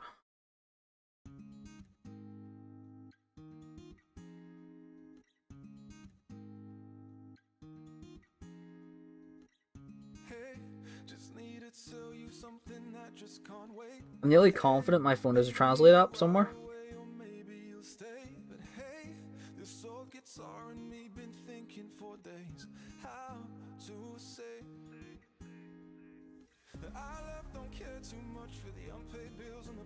Oh, I wanted. I could have swore that this had.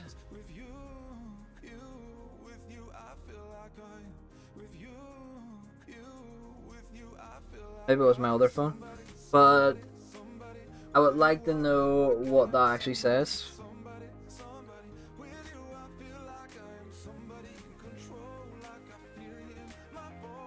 I'm curious, and is anyone able to translate that there? 130 units, 5 aircraft, 6 helicopters. What is the tank casualties? Is anyone able to translate. Trying to find Play Store.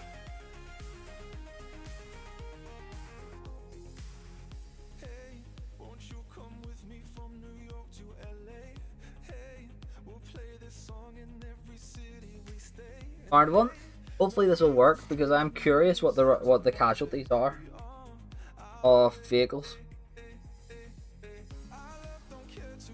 So there's potentially been quite heavy tank losses by the looks of this.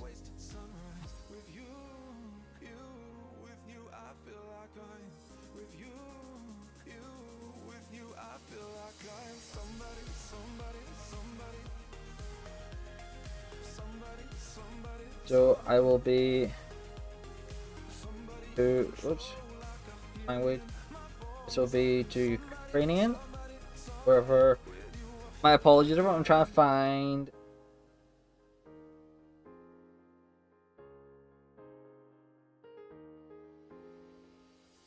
Yep. Right. Okay. So that doesn't work.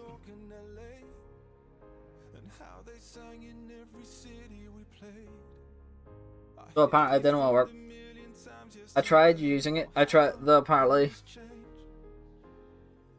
I'm nearly confident the tank losses were going to be a big compliment of this statement. I can't see why it wouldn't.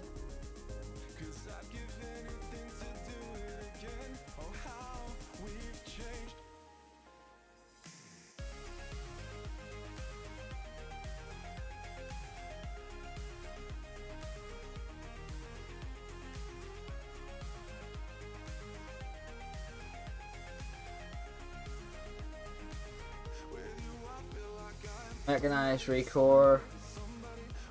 Yeah, it's. How are you doing, Jack? I'm having a bit of a serious. It's one of these ones that I thought I would give a bit more clearance to people on, as unfortunately it's a really dodgy situation and people have been getting a lot of misinformation. Unfortunately, due to the people stirring shit and posting comments and plot that they had no idea what the fuck they're talking about. But I thought I would maybe clear a few things up for people, talk through it. And truthfully, it helps keep my mind off things as well to an extent, especially if things do really fucking hit the fan. Or the last thing I need. Wait, what? Russian police arresting an elderly protester against the war in Ukraine? The fact they're targeting the fucking elderly? This is what I'm talking. This is the type of thing I'm talking about. These are not standard police. This is GRU operatives. The fact they're targeting the elderly and disabled, that is fucking vile.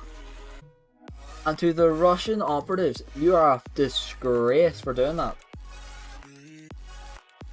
Like, she is going to be thrown in some jail. She's probably not even going to make it out of jail. She's probably going to die in that jail, unfortunately. But that is a fucking disgrace. I think many of you will agree with me. The treatment of this poor woman is disgraceful. And this is the type of people and government we are dealing with. It is a fucking disgrace. And excuse my language, I was wanting to keep this a civilian conversation.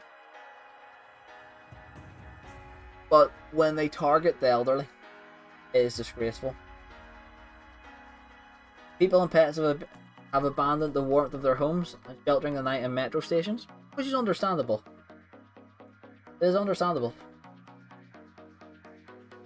Like, this is imagery that hasn't been seen since the Battle of Britain, since the Blitz. And to think this is happening in a modern day situation that could have been stopped.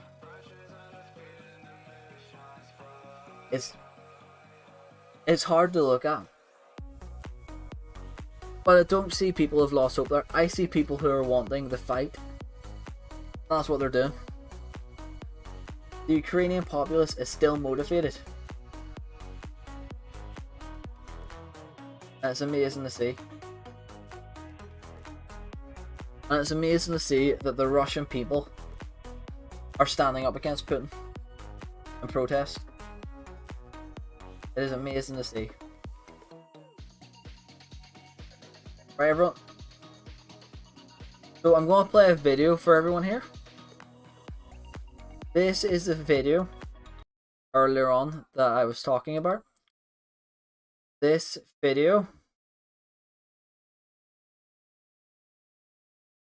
is very heart-wrenching.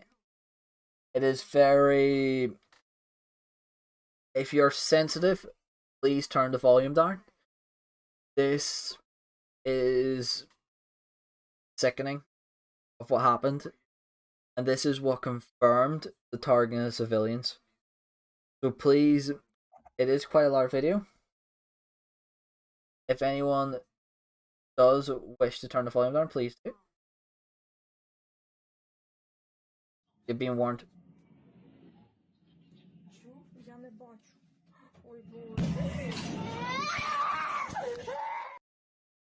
As you can see there, that was a Russian MiG-29 coming in.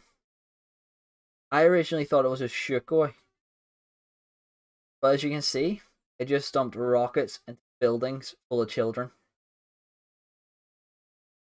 This is not peacekeeping.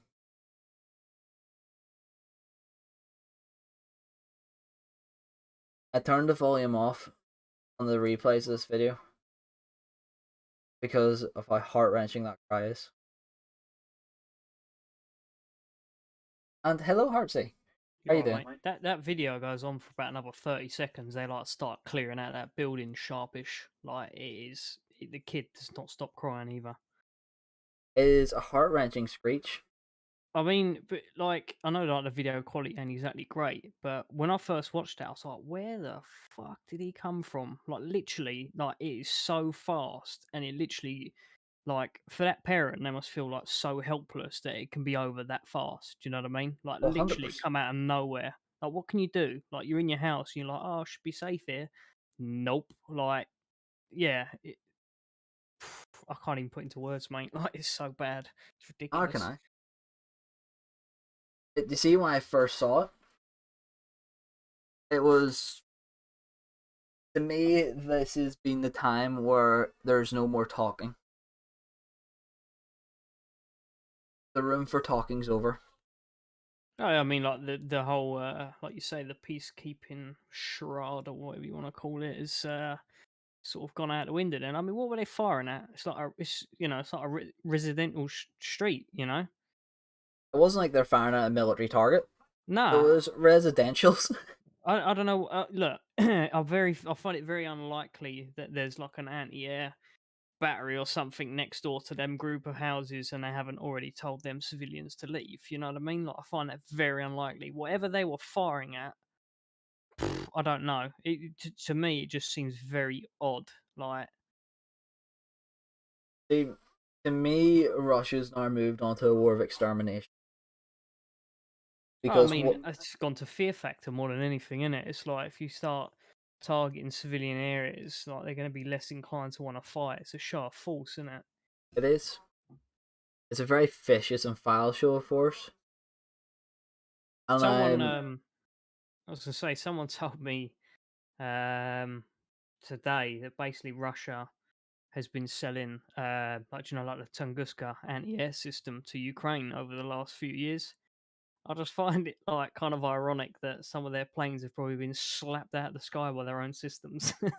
ironically speaking, it's been the man-pads that have been slapping them. Well, you can't even detect them, can you? You know, it's just can come out of anywhere. Well, the Stingers you can, but Britain has given them javelins, which they can't detect. Good. The lad javelin is a radar guided one, and by the time it's locked and fired, that missile is in your face. I can't. I'm just like again, you're looking at a video. I can't work out what he could possibly be firing at in that area, you know. But he came in so low. Look, he's literally at treetops. Like if you see him, like he's almost struggling to keep it like airborne to an extent. Do you know what I mean? Because he's so low. It's like any mistake will cost him. Oh yeah, you can see the vapor trails and all behind him. That's what makes that so devastating. And it's, as Stephen Blank said, this is not an incursion. It is an invasion. I've been telling people this for a while on it. I've been talking about this situation in a lot of ways. And unfortunately, people have called me insane. They've told me I don't fucking know what I'm talking about. I've told people about what Russia will do. I told them how they would invade. Oh, no, you don't know what you're talking about. I was like, mate, I'm telling you now. You don't move amphibious assault ships. Don't move a task force that big without fucking... But you don't move 150,000 soldiers to the border and have no intention on using them. Exactly. It's like going to a fucking casino and putting 150 grand on the table and going, you know what? Yeah, no, I'm not going to bet this today. It's like, mate, the money's there. Like, you want to spin that wheel. It's 100%. There for a reason. Yeah, I honestly, I thought it was one of those, at first, like, let's just say last week, if you said to me, like, oh, I think Russia's going to invade, I would have been like, nah. I think they're just, you know, swinging a dick about a bit, you know, like, look how many men we've got, you know. Blah blah blah blah blah, and then yeah, woke up, it was this morning or yesterday, and I was like, oh fuck, they've actually pulled the trigger. Yep. This is a mess now. Jack, you are correct in that one. The Ukrainian government is giving weapons to anyone who is capable of using them and of age. Yeah, so, they are. If you're of age to join the defense and you want to join it, you will be given a rifle. Oh no, they're being drafted. They've well, there's mixed communications at the minute from what I've heard. If you're between the age of 18 and 60, like 60, so like, I don't think if you've got like any sort of medical condition or anything, you're getting out of it. They're drafting 60-year-olds, like you're going. Yeah. Yeah, if you can hold a gun, you're gonna fight. I think they're even turning like fit young men around at the border and going, you can't leave, basically. Pretty much. Which is not a good situation at all for anyone involved. This is why I'm accepting of Ukrainian refugees and understand their plea. Their men are standing their ground. Yeah, they're not just. They're not like the refugees coming from Libya and Syria, where they're pussyfooting about and coming with thousands of pounds, iPhone 13, gold chains and necklaces. These are legitimate refugees, purely female, women, children, vulnerable. They're there. They are fleeing while the men stay and fight for what they believe in. And yeah, Jack, any kind of weapons they can get, AK-74s, 47s, AR-15s, anything. Fucking handguns, I don't care. Yeah, goodness, there's an even old man had a fucking box of grenades. What a lad. Literally, he was like 70, and he was saying on the, my granddad told me about it, he was like 70, and he goes, yeah, no, the Russians aren't getting my house. And he literally pulled out a box of grenades and a fucking AK-47. You know that, like, they've had, like, generations of war and all that's, you know, the USSR and everything. You can probably guarantee some of them are probably ex-USSR, so, like, some of these old boys that are sticking around are probably know how to fight and are probably pretty well armed. You know, how long they'll last, I don't know. You know, like, at the end of the day, they're probably just calling an airstrike on the house. But regardless, like, that guy ain't leaving. Oh, 100%. Any weapon system they can get their hand on, Audie. Even older ones. There's no discrimination on what weapon system you're getting. You will get a gun of some sort. If it kills someone, you're getting it. Pretty much. Even... This is why I have a lot of respect for the Ukrainian president in this crisis with Russia. He's a reserve soldier. He's been bouncing between the front lines and the media. I mean, like, his I've got to commend him as well. Like, his reaction time on this as well has been pretty fucking fast. He's like, you know, handing out guns, getting people ready, telling like women and children to evacuate. He's got all, like, you know, anti-air systems in place. Like, I don't know if you see. There was a post that was going around earlier on. It was like air traffic around Ukraine. It was literally just a fucking ring where nothing was going in or out. So, well, nothing civilian. Oh yeah, of course. But yeah, I think few, like, Indian or Pakistan aircraft that have flown over. Yeah, I'm not. yeah, I'm not sure if Russia are even wanting to fly at the moment because they've lost quite a few aircraft right now. And they won't admit to it, but even though there's footage of it. Aircraft are lost. Tanks, they're losing things like a punch. Show that Oh, yeah. KA-52 video you sent me. Yeah, there's 3 of them down there. That's, I'll tell you what though, like that video you sent me, like fair play to that pilot because that thing was fucked. Like they got hit hard. I don't know if it was like a shrapnel round from like a 20mm or something. I know it was a Stinger missile hit it. Yeah, if it was a Stinger, then like you know he got hit doubly hard. I'm surprised it was still airborne, but he didn't eject. He decided to land it. Like, I've got to commend him on that. Like, You fair can't play. eject from them. There's no You ejection can. stick. You can. Nope. I googled it earlier today. I'm sure you can. Don't think, to my knowledge, you can't eject from them. The only way you can eject from them is opening the cockpit and jumping out. I thought the rotors fucking flew off and it you can eject. They're meant to, but no. Oh, is it like one of? Yes. Probably not. Is it like one of those ones where it's like in the design documents but doesn't actually get Work. installed? Yeah. We're never going to lose a cockpit, do you? Oh yeah, 100%. On Audi, yeah, 100%. There's someone definitely out there with a fucking Marser and the Ukrainian front. 100% there is. Sure, there's someone that's got a fucking samurai sword going about fucking clapping Russians. I'm being serious. He's all over the British Defense Network at the minute. He's dressed as a fucking samurai soldier, a samurai with a fucking katana. I'm pretty sure he's got like 2 or 3 Russians with it. Yeah, I'd like to see. Do you know that footage of that one that got knocked out above the? It does have an ejector seat, which just depends if they're actually installed, I guess. That one that got shot down over the lake. I'm wondering if that was what is it like the? That was an MI-8, Yeah, I believe. Yeah. I saw a photo of it with the pilot parachute. Yeah, all the Russian shitbox equipment never does well. It works, but it breaks more or something. And Jack, to answer your question, yeah, the Russian forces have moved in from Belarus, but they're facing heavy reprisals from Ukrainian forces at the minute. And that they've also left the snowball area, so that's itself a hole in the That was a smart decision by them to do that. It is, but they now have a place that can kind of sploosh radiation. It wouldn't have been a good idea to fight around it, anyways.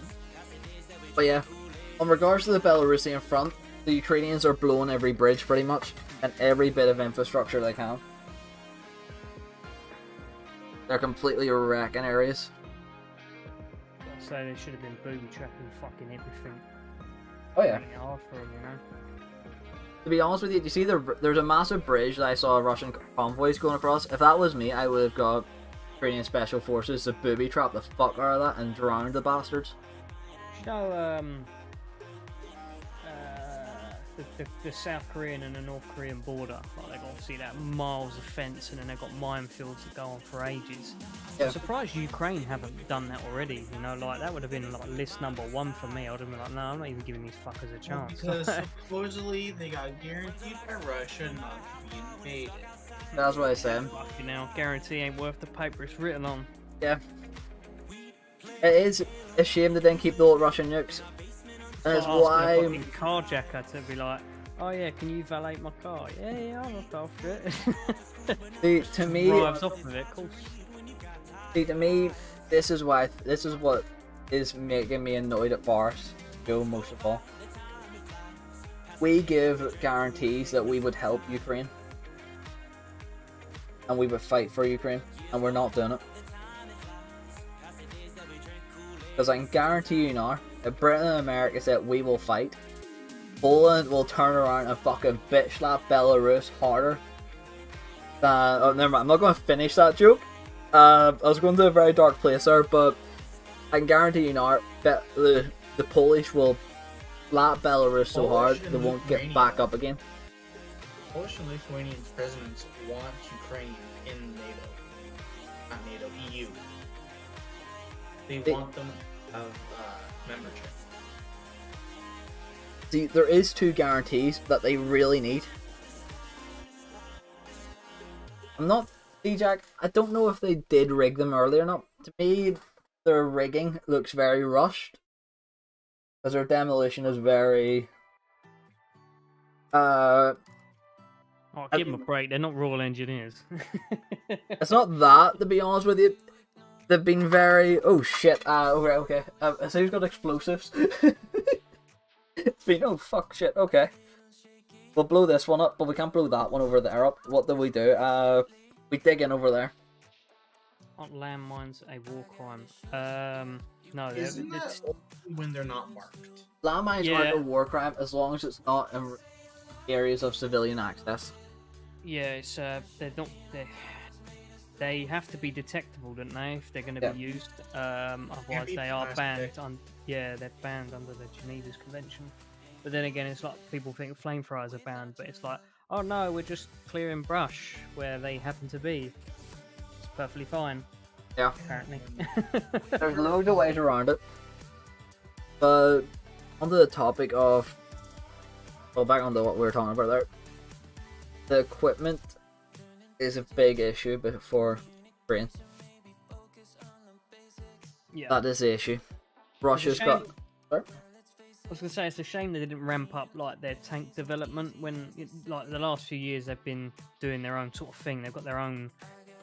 They did, like you said, that their own version of that T-72, but then they also did, like, it was a prototype tank, and they were going to go ahead with, you know, developing it for themselves, but they actually only built one and sold it, and was developing a second one, like a better version, and obviously didn't go any further. They should have really just pursued, like, their own good tank, you know, and just mass-produced it.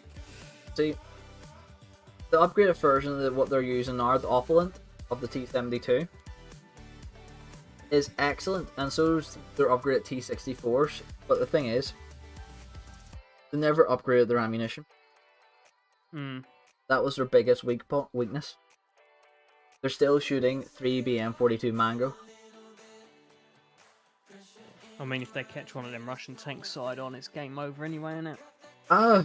Admittingly, it's been the Javelins and N-Laws that have been blowing the BVMs apart.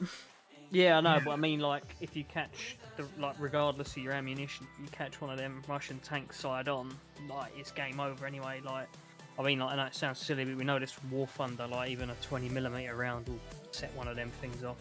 You know, their ammo storage is so, yeah. That depends on what model it is, because when fairly soon more modern. In real life, they up armor that's charisma.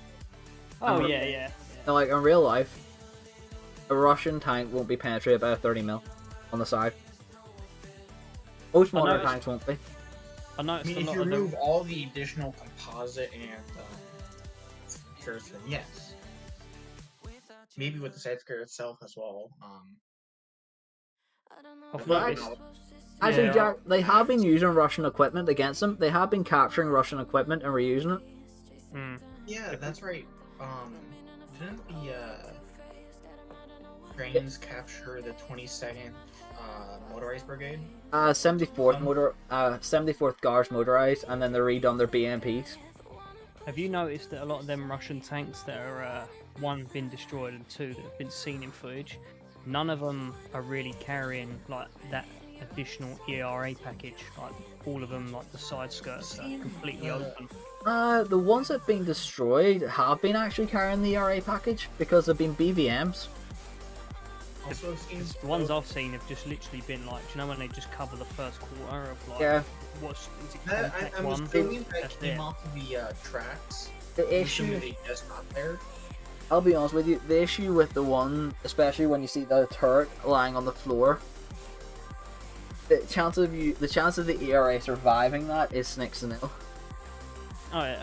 The ERA and that hull would have been blown apart simply because of the ammo detonation itself. Like that T-80 BVM's turret is lying 30-40 feet away from its hull. That was one flew. That was one hell of a fucking ammo rack by a Javelin. That didn't just cook off like for a couple of minutes. That just went bang. That was gone. Yeah. If I recall, I've seen a photo. That was a very vicious fucking bang, and it's one of the biggest design flaws. Oh yeah. by miles. I Oh, mean, yeah. like the Russians always struggled with reload speed. Like they never got that cracked down, and that was their answer. Like, oh, we'll just install an autoloader. But they made a good autoloader for the time, and then never improved on it. They never made it safer. They never like found a way to make the ammunition less likely to be hit. Like they never changed anything. They never improved on it. It's like the same design from like the 80s. Now, good design, but still Outdated. the same design. Yeah, like don't get me wrong. When that come out, like a lot of NATO tanks and that, they're still hand loading and were behind in its reload speed. Were like, holy fuck! Like they've got something like they can really churn out some ammo here. Like so, obviously that ended up causing a lot of countries to decide whether to go down the autoloader route or just improve like their how would you say reloading system. Where the ammo is stored and what's the best of the situation? Like, do we go with an autoloader that could potentially fail and can be like these Russian tanks where they're easily blown up, or do we go with a hand loader where we can sort of distribute the ammunition more safely? That was obviously their choice, but Russia just was, again, it's what I was saying to you earlier. I was like, I'm just really shocked that Russia's still rocking such old equipment. I was generally thinking if Putin was going to do what he's going to do, he was going to rock up with something that no one had seen before. Nope, same old tanks, same old thing, same old situation. It's like, wow, like he's really swinging his dick around with some old stuff here. 100% he is. And also, just the Russian tanks are designed for flat. This is an image here. I'm going to put up here on the stream. This is a BVM from the 6th Tank Brigade. Photo of it. The fucking ball's going up to take a photo, like. And fair play to the guys. They went up to take a photo of it. I chance like truthfully, it's defensible choke point, but the Black Sea is a pawn for Russia, and they invaded through the Black Sea using amphibious assault ships. So it would have been. Jesus. So this was a T-80 BVM that got hit by a javelin. Was a T-80 BVM in that sentence. So as you can see, God. you can actually see the ERA panels lying on the floor. They look where they're still on the front of the tank. They ain't even gone off. Some of them have. If you look where my mouse is, see on the beside the track, that is contact 5 ERA. Yeah. It's just lying there. It's like, yeah, fuck it didn't work. You know that that crew didn't know they got hit. Oh, the crew's dead, obliterated. Yeah, they didn't know what happened. Like 1 minute they were driving along. Speaking of devil, if you look where my mouse is, you can see a very big dash of red. Look where my mouse is moving. Yeah. Around the autoloader. That is not rust. That is red. You see where they got that typical Russian car in the background? The ladder. Like, oh dear. Can't park there, mate. You see? Do you see the splatter I'm talking about, by the way? Yeah. Yeah, I mean, Not hard to see, but you can kind of see it. It's hard to see it, but this is the type of thing with Russian vehicles. But crude. That's the word. They're old. It's crude, it's old, but it's still. It's certainly effective. I would say it's effective against a nation that isn't as well equipped. However, a nation that knows how to deal with them, they're essentially cannon fodder. That's the way I would describe them. Like, yes, they have like masses of them and they can outnumber you, but how many of these tank crews are going to sign up to be blown up one by one? You know, like, I don't think. Because that's going to hurt the tank crew's morale. Yeah, so it's much. the just human the element. Yeah. They're just being destroyed. It's like, we're not fighting. Fuck that. Yeah, exactly. But it's the human element behind it. People forget, like, oh yeah, you know, you could come in en masse. But how many of these fuckers are signing up to be blown up like one by one? Like, it's not like, you know, with an Abrams or a Challenger. It's like, all right, well, we might be able to take a few hits here and there, but these guys are like, no, we can't be hit. We can't even be flanked. We get flanked, we're done. Like, no one wants to sign up for that. 100%. So the thing is, not even that there. A modern Western MBT can take them out cleanly from the front, despite what people say. I mean, if these were drones, like let's just say, for instance, these tanks were automated, like there was no crew, then it would be a problem. Because then you would have so many mass numbers, it wouldn't matter how many blew up, like you would be overrun eventually. Don't give Russia ideas. The human element Well, would I be mean, removed. they already They've got rid of tried the that before and it autoloader. didn't work. They tried that before and it didn't work, so don't worry. They also strapped a jet engine to a tank at one point, if you remember. Oh yeah, to put out fires yeah. on it. No, to make it go faster. Oh, you're kidding? No, Yeah, if I recall, wasn't the engine so loud you could hear it from miles away? yeah. So not only did they want to fill it with ammo, they also wanted you to kill it faster. No, you would literally kill your crew's ears before anything else. It was fucking scary, but funny to watch. When you should see how fast it went, it was fucking terrifying. But yeah, so the Contact 5 relic didn't actually detonate in a lot of them aspects. And this is what I was saying to people. I was going to say, I thought we would see the fucking T-14 rock up at this point. Yeah, you know, where's the Moderna? I thought they would rock up. Like I didn't think they would invade with these personally. I thought they would come out like all guns blazing like these. This is what Russia can do so now. I'm The Armata is that... too much of a failure for them to do so. That's a money pit for them at the minute, isn't it? Yeah. They've got these tanks that they can use, and they've got them in such vast numbers. It doesn't fucking matter if there's been a fight. What's that Russian? Sorry to interrupt again. What's the Russian tank that's essentially like a T-80, but it's their improved variant?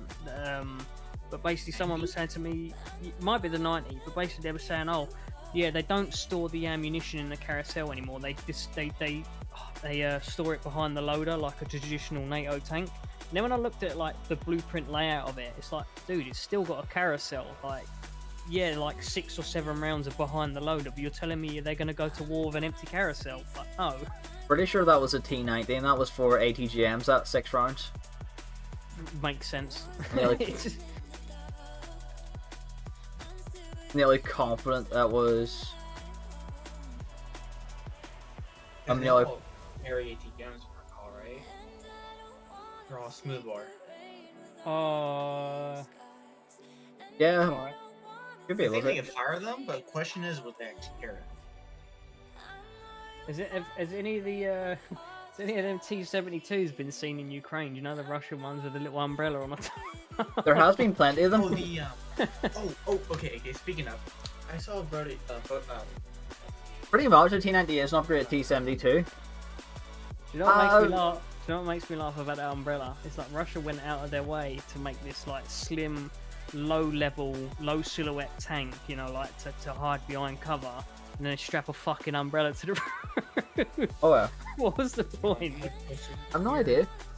But Jack, to answer your question about why I think that ERA didn't detonate, so the first reason why I think it didn't detonate was it was on the side of the tank, them ERA panels, so it was out of the actual explosion area. So that's why them panels are scattered on the floor. It could also be the fact that there is a lot of propaganda and a lot of claims made by Russia that are yet to be proven about the protective capacity of Relic ERA. So Russians have claimed it defeats up to 50% of the penetration of kinetic munitions. There's been no factual evidence to back this up.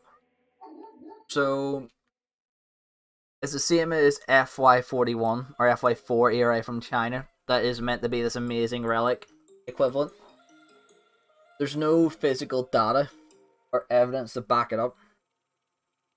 So it's overconfidence in equipment that has never been tested and proven to be as effective as what it says on paper.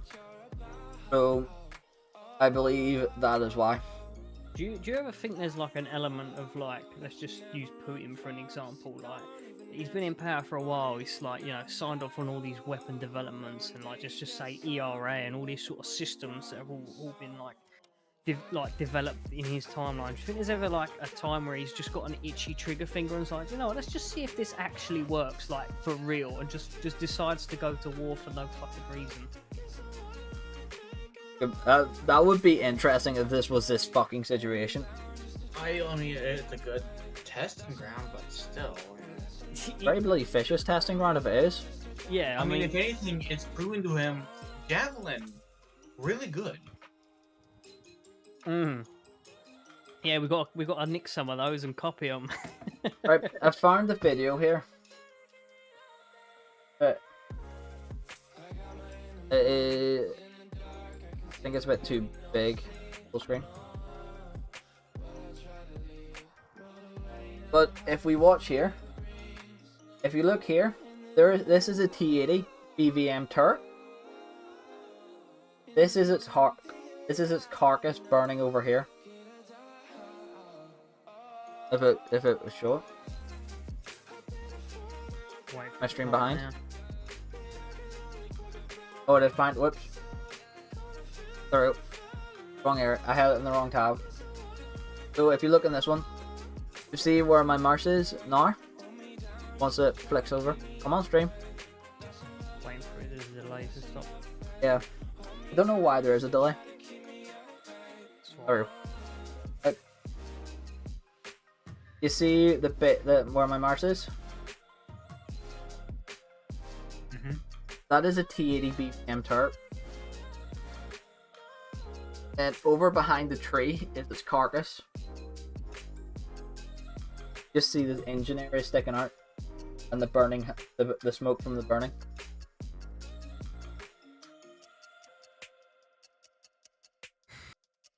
Look at the fucking distance that cleared.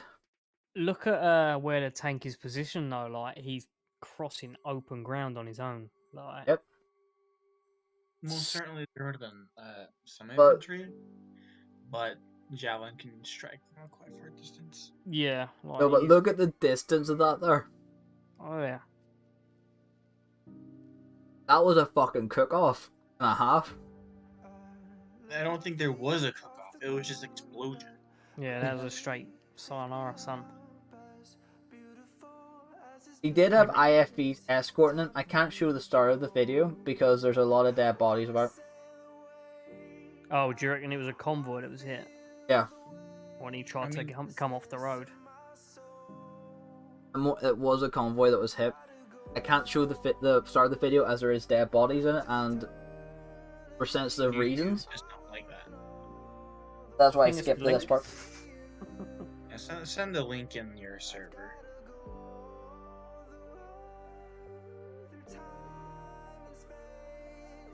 Yeah, they Firstly, if you look at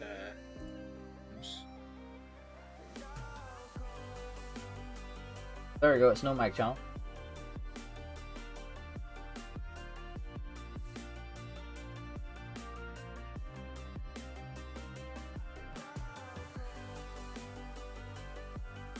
first this was supposed to look in tank porn. But yeah, that meme is great.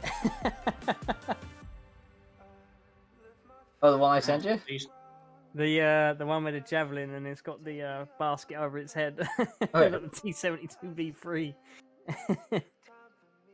So I sent you that there. It's a no mic channel. If you are curious about wanting to watch that video.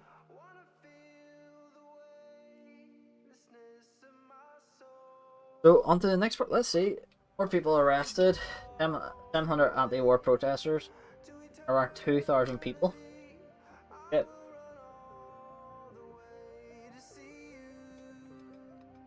Things are really beginning to escalate with the secret police. Yeah, that convoy got hit hard. Oh my god.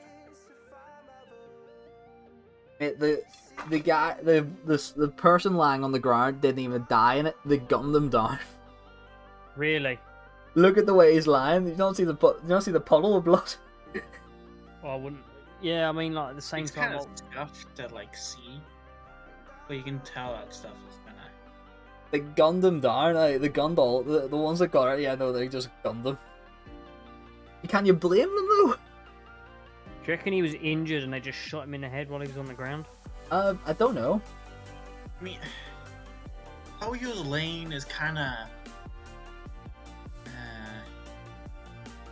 Can't really tell. They're showing him no quarter, so I'm not too sure what's happened in the situation. I mean, his helmet's off. That's the only reason I say.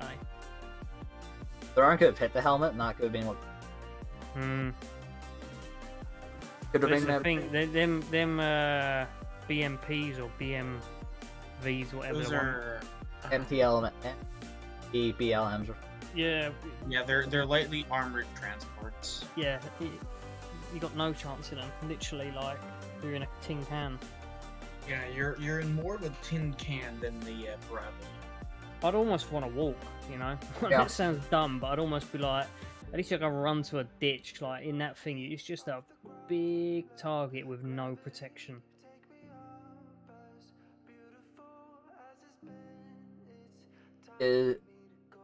Yeah, they've got more than 30 tanks, including the newest T-72. Well, my favourite one was this morning when Russia was like, oh no, sorry, Ukraine was like, oh, we've downed 5 jets and 1 helicopter, and Russia was like, no, you haven't. It's like, guys, come on, like, please, this is just not lie here. And then like all the footage started coming out, and it was like, well, it certainly wasn't 1 helicopter. It's more. I think Ukraine's been kind of reserved in what they've said. Yeah, Ukraine's been very reserved.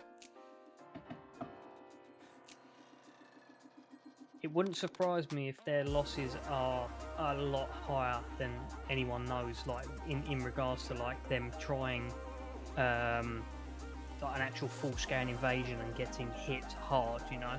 There has been reports that there has been reports that Russia is trying to get there. Are people? But that's what I was saying to you. I don't know if I said it in Discord with you. Essentially, apparently like take this with a pinch of salt, but apparently a mobile crematorium has been following Russian ground forces to help clean up, you know, bodies that are on the ground. However, one, we don't know if it's true, and two, we don't know what they're up to either, especially when there's civilians involved. True. Video in the background. Oops. Yeah, Tito, I think the one you're watching right now. Сегодня я инициировал телефонный разговор с президентом Российской Федерации. Retaliation, Результат – тишина. Хотя тишина должна быть на Донбассе. The video now I'm Я watching. хочу обратиться ко всем Not the other one гражданам with the России. flash. Не как президент. Flashes. Я обращаюсь Yeah. к российским гражданам, I think как that was a гражданин Украины. С вами нас разделяет более 2000 километров общей границы. Yeah, no, that was. Вдоль нее сегодня стоят It's scary to ваши think of how this почти came 200 come тысяч about. солдат, тысячи боевых Who's машин. the sorry, just go off Ваше slightly off topic руководство here. одобрило Do их you know шаг Palestine вперед are always trying to на kill территорию другой страны. what's that nation that этот шаг- UK gave Этот to all the шаг Jews может after World стать War II? началом What's it большой called? войны Israel. Fucking на Israel, that's европейском the one. континенте. Is Oh, yeah, Israel Israel part is of, О том, что может is произойти со Israel дня part на день, of сегодня NATO? говорит весь мир. Причина может возникнуть в любой момент. Любая провокация, Well, they- Protectorate of любая America. вспышка, They're just under которая the может protection of America. сжечь все. Under America and говорят, Britain. Что это The only пламя reason I принесет say is because I'm just освобождение wondering why, народу Украины. like Britain Украинский and народ America свободен. hasn't offered Он Ukraine помнит like о an своем Iron прошлом Dome и system, сам like строит свое будущее. for this shelling, Because etc. the Они Iron разрушают. Dome Как is рассказывают Israeli. вам каждый день Oh, по is it? телевизору. Okay. Украина It is Israeli. в ваших We are новостях funding и the Iron Dome. Украина в Oh, it's реальной basically ours жизни then. это две совершенно Yeah. разные страны. Without the главное- U.S. funding, They there wouldn't would have be it. no Iron Dome. Okay. So Jack, I thought it- I what thought it video was, are you talking about? America. Are you talking about the current video playing now? Oh, the video, no mic channel, Jack. So if you look for, you see voice channels, then you'll see no mic channel, and it'll just be in there, mate. So Yeah, if, so- I thought it was America's like American technology. no, I think Probably a maybe joint venture, some- but yeah. I'll some be American technology, but mainly Israeli. I'll be I mean, truthful with you. even like the phalanx system or something like that, that would have, you know, been something. The Iron Dome isn't as good as people make it out to be. Oh, it's not perfect, but it stops. I mean, you it know, shot down most of the missiles that were coming over civilian and military targets. That's It's not- RPGs Isn't it like 75% effective? Like, against RPG 7s. right. It's not a modern. Isn't it? Does what it's designed to do. It'd stop If they're artillery though, spending wouldn't it? money. Artillery shells would be far too fast for its reaction. Oh, really? Okay, Yeah. never mind. The phalanx system can deal with artillery, though, can't it? Can. Phalanx can. Yeah, like I say, I don't know why they haven't offered that, you know. But then again, probably you don't want that falling in Russian hands, I guess. There's two types of there's two issues with the Phalanx. It really depends on what version of it you buy. So if you buy the US version, it's manually operated. There's human error for them in. Or if you buy the British model, which is fully autonomous, but at the same time it's a lot more higher maintenance. That's the trade-off. Yeah, it was just literally like, you know, just a thought. It's like, you know, you're claiming to help them. Let's just give them something to stop these civilians getting hit, or even if you deploy them yourself, just, you know, with special forces in, you know, Ukrainian uniform. Yeah, no, we're not out there. I don't know what you're talking about, mate.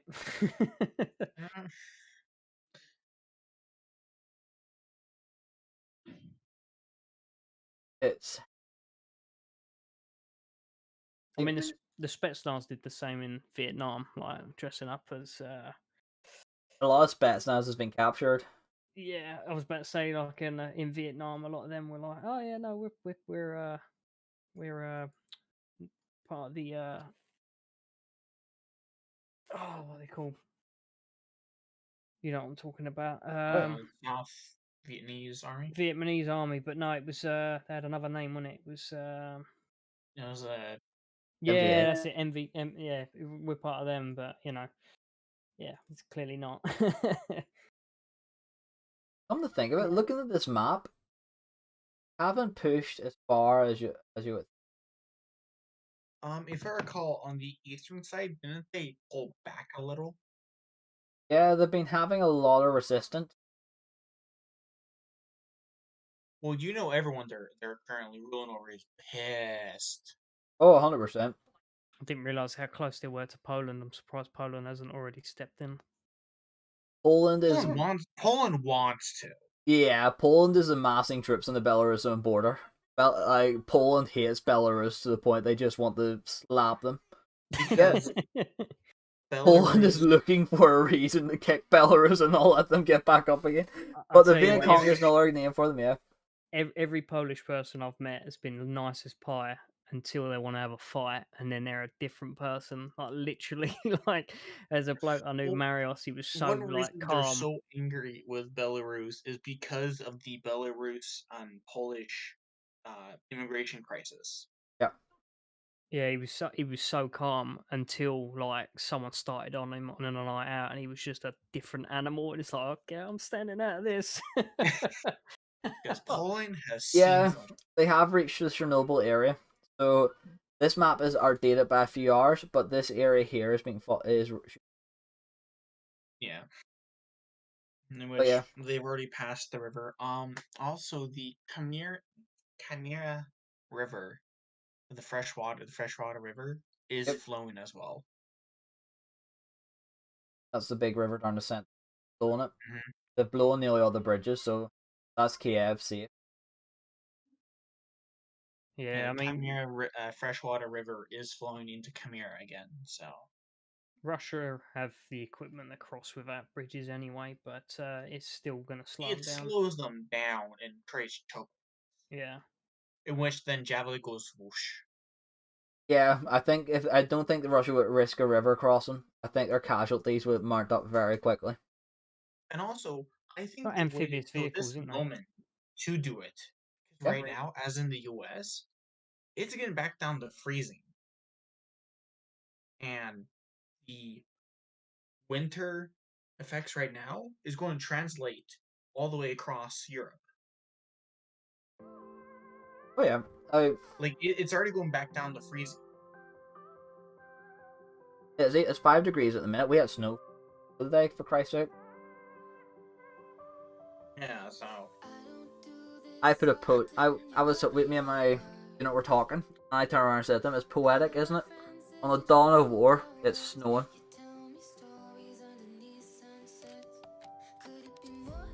Snow is meant to represent new beginnings. and purity.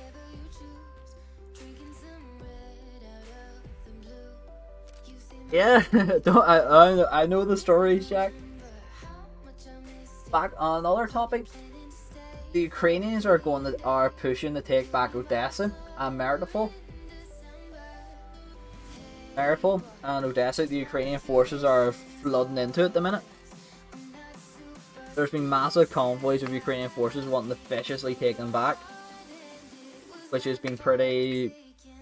Oh yeah, weren't the VDV liquidized when they dropped at one of the airports? I don't know. Yeah, they dropped airborne at the Kiev airport, and the Ukrainians have circled them and wiped them out. Oh, Saltman, how you doing? Yeah, a bit of a sombering stream tonight. I think both sides have the common sense not to fight around Chernobyl, but it just takes one artillery. Yeah. Yeah, it takes one dickhead to make a mistake. So I said it's 50-50 to be honest with you, Jack. Well, the original sarcophagus is made out of concrete. I wouldn't rely on the original one. It's so deteriorated. That's why they put a dome over the whole fucking thing. Yeah. I know. But it's more. I think it's more concerning if the dome gets damaged, or if any of the reactors nearby get hit. Like those are the ones that are most concerning. Isn't it only over reactor 4? It's only over the damaged reactor, the one that blew up. It's only over that one. The others are still like. Don't get me wrong, they're well protected, but they're not. You know, they weren't designed to take an artillery round. Oh my god, this is I'm sorry, but this is fucking brilliant. If you look at the photo on the stream, oh my god, it's fucking class. Thank you very much. Thank you very much. It's Hitler with fucking Putin caressing his face like what happened. This is the Italian crisis. Oh, that's fucking brilliant, that photo of him. I'm sorry, but that was fucking brilliant, that photo. I mean, we already seen a Putin Hitler. Yeah. Fucking Adolf Putin. But yeah, thank you very much, Assaultman. At the minute, we don't have any orders other than stand by and wait. Whether or not there disappears, you know something's going on. Yeah.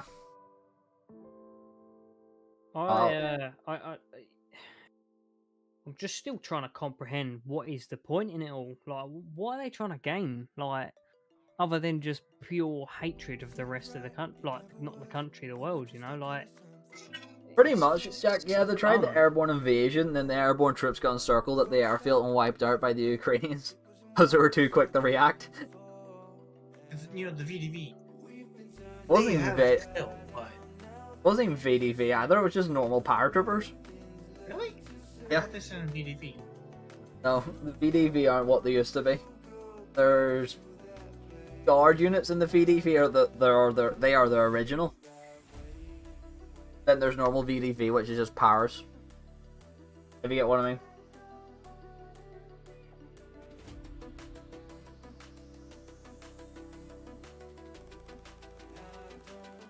That's a shit ton of protesters in Moscow. Fuck. Oh, apparently. In Moscow? Yeah, they're protesting all over. Oh yeah, they're going ham in Moscow. Like people just don't want to. In the reserves, mate. I'm in the reserves. If I recall, the current ruble to $1 is like 11 cents per ruble. Oh, someone was saying the other day, not the other day, sorry. No, it's not even 11 cents. It's 1.1 cents. Yeah, on another Discord channel that it's apparently worth less than Roblox currency right now. Holy fuck! Here, there's a few Russian encirclements.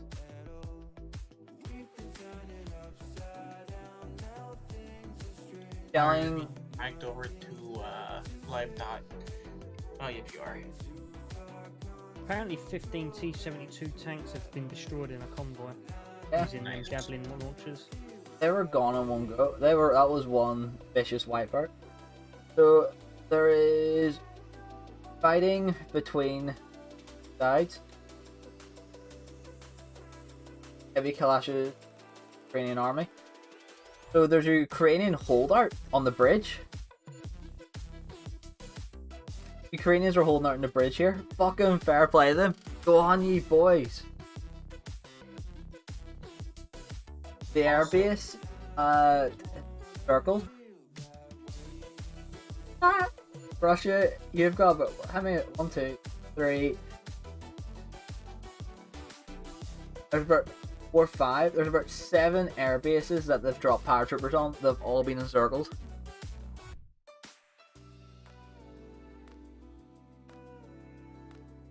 Bridge blown up. Okay, so 5 hours ago, it seems like the Russians were trying to do a push. Joint Staff, Kalashnikov, Kherson, Russian troops intended to advance to Mykolaiv. Kalashnikov near fucking. Yeah. The Russians are trying to move the city. The Ukrainians are fighting back viciously. This is gonna get fucking messy fast, man.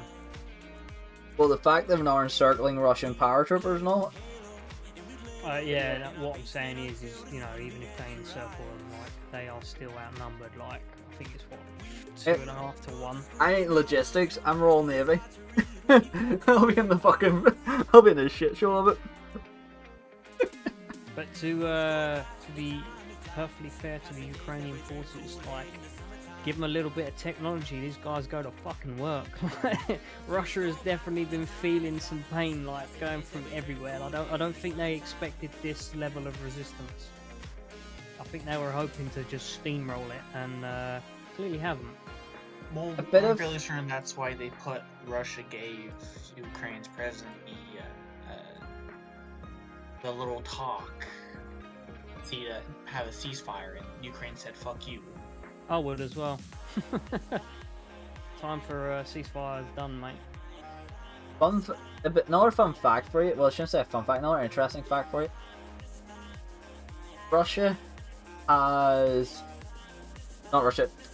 Britain is actually been entrenching Ukrainian troops. British A lot. always good at. Yep. If anyone's wanting the live map, this is the live map here. Be aware it does crash sometimes. I wonder who's trying to crash it. Probably Russians. But yeah, no, there's 74th Motorized Brigade, 74th Guards.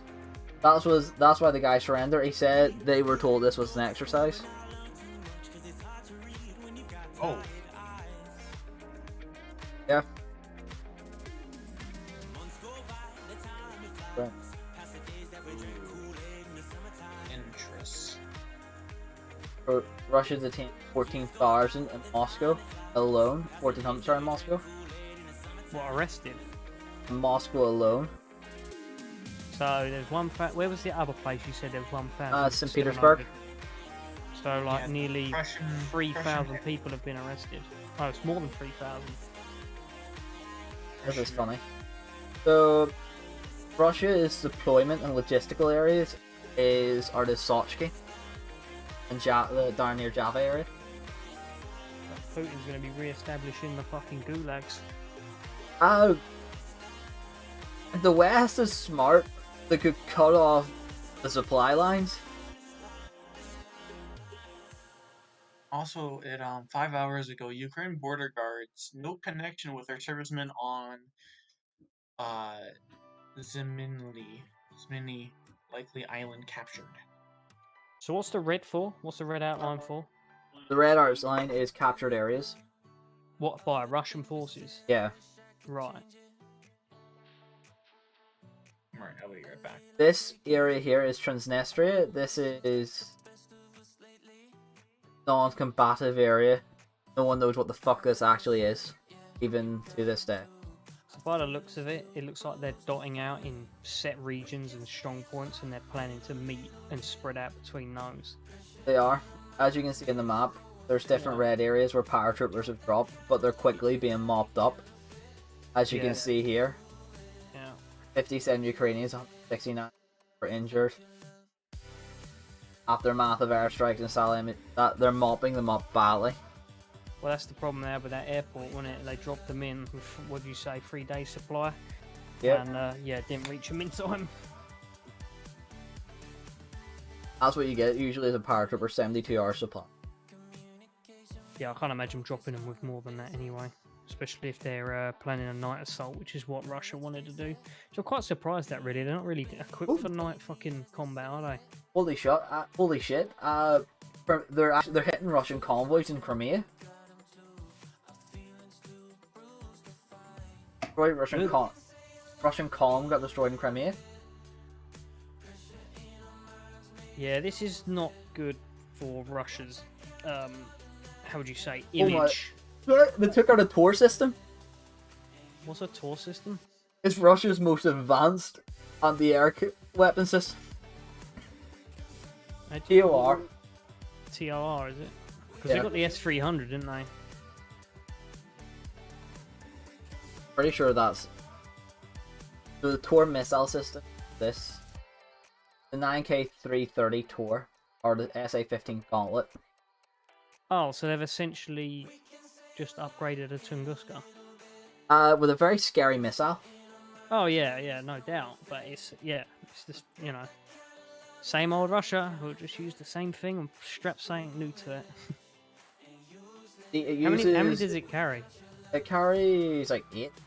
It uses the 3R95 radar system apparently, which is the same on warships that the Russians use. 8 missiles. So they destroyed it or captured it? Destroyed it. They blew the convoy apart, apparently, by going with this report. Oh, but they wished they had a Tunguska then with them fucking cannons. The support vehicles as well seem to be destroyed. I'm not shocked though. I mean, like, they're so lightly armoured, you know, it's 50 cal could take them out, like just a general machine gun. Holy shit. If you are watching there on my stream, you'll see the video of the burning carcasses and them trying to salvage what they can from it. What's that, the Tor system? Yeah. They're trying to salvage stuff out of the BMP that's destroyed there. That's a local gun, yeah, what the fuck. Yeah, there's definitely been more casualties than they care to admit. Oh, yeah, I mean, like, this is, as much as they don't want to admit it, this is basically Soviet Russia again. It's like, you know, lies on top of lies on top of lies. It's the same with Chernobyl. It was like, oh, yeah, no, it's fine, guys.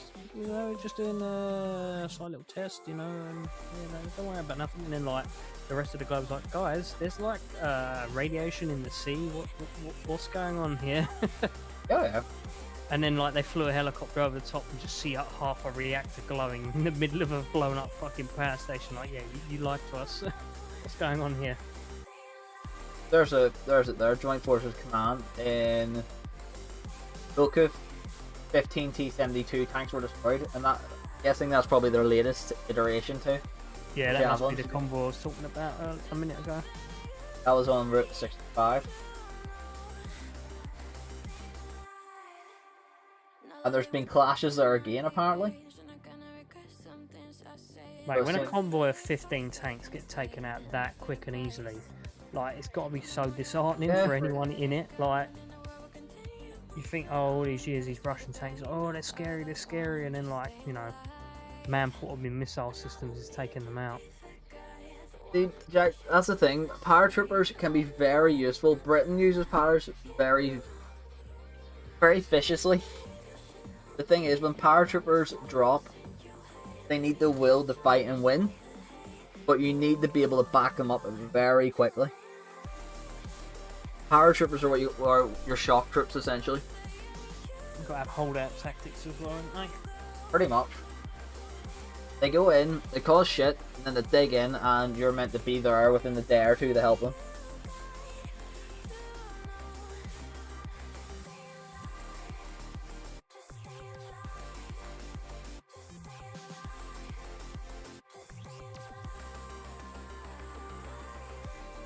The Ukrainian police has caught a Russian operative. Nicely done. White Russian armored vehicles. Holy. The Ukrainians are destroying their their armored vehicles at nighttime and all.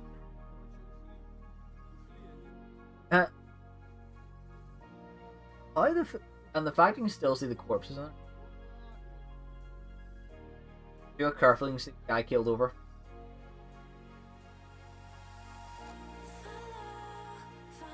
I'm curious what the fuck hit that. Because that clean went through the front of it and blew the back of that.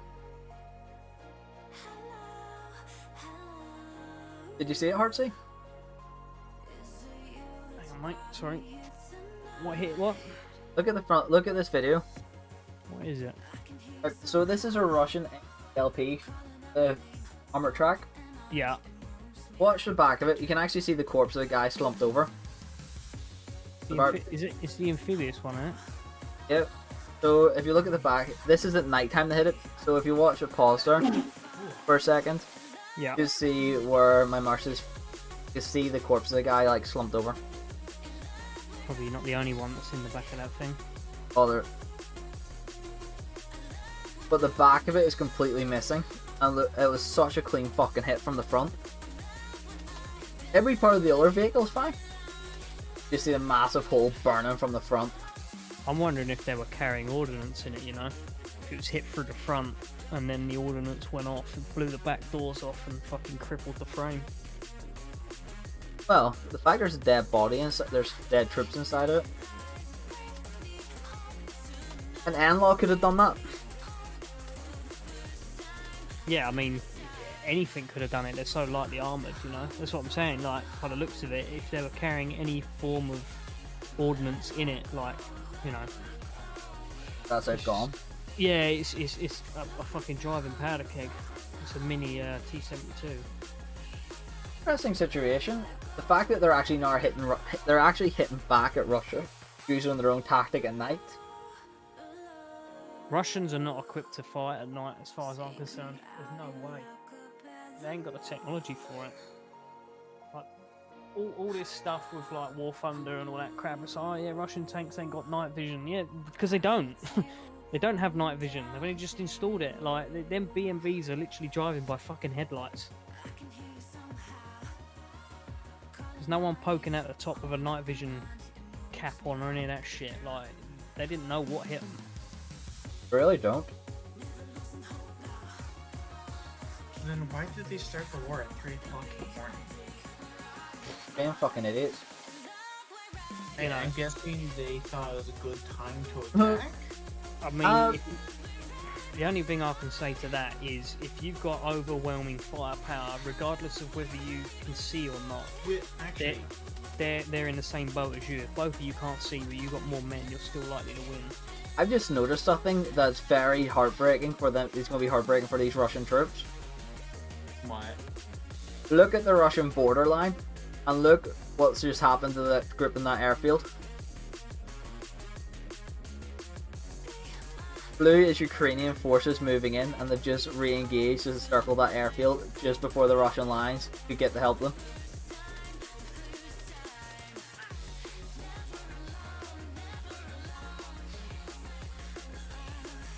That is...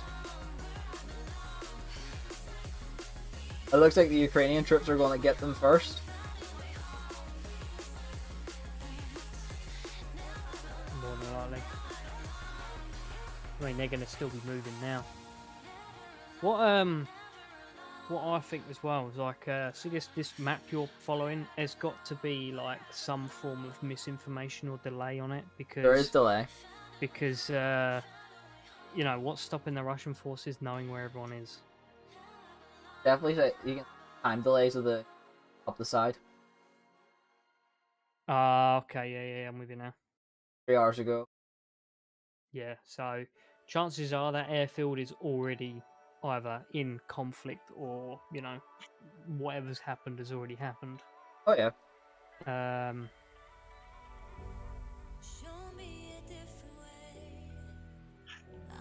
That is... Ukraine police detained a man they allegedly is a Russian operative. Yep. Wait until they start finding the ones in the White House. Fuck, that'll be a new one. That'll be a funny one.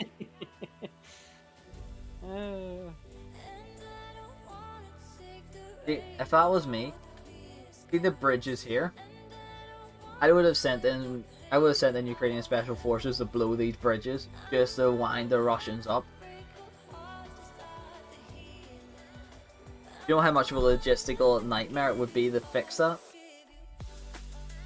I think they're already having a logistical nightmare at the moment. Every convoy they seem to be sending in to reinforce people is being blown to pieces.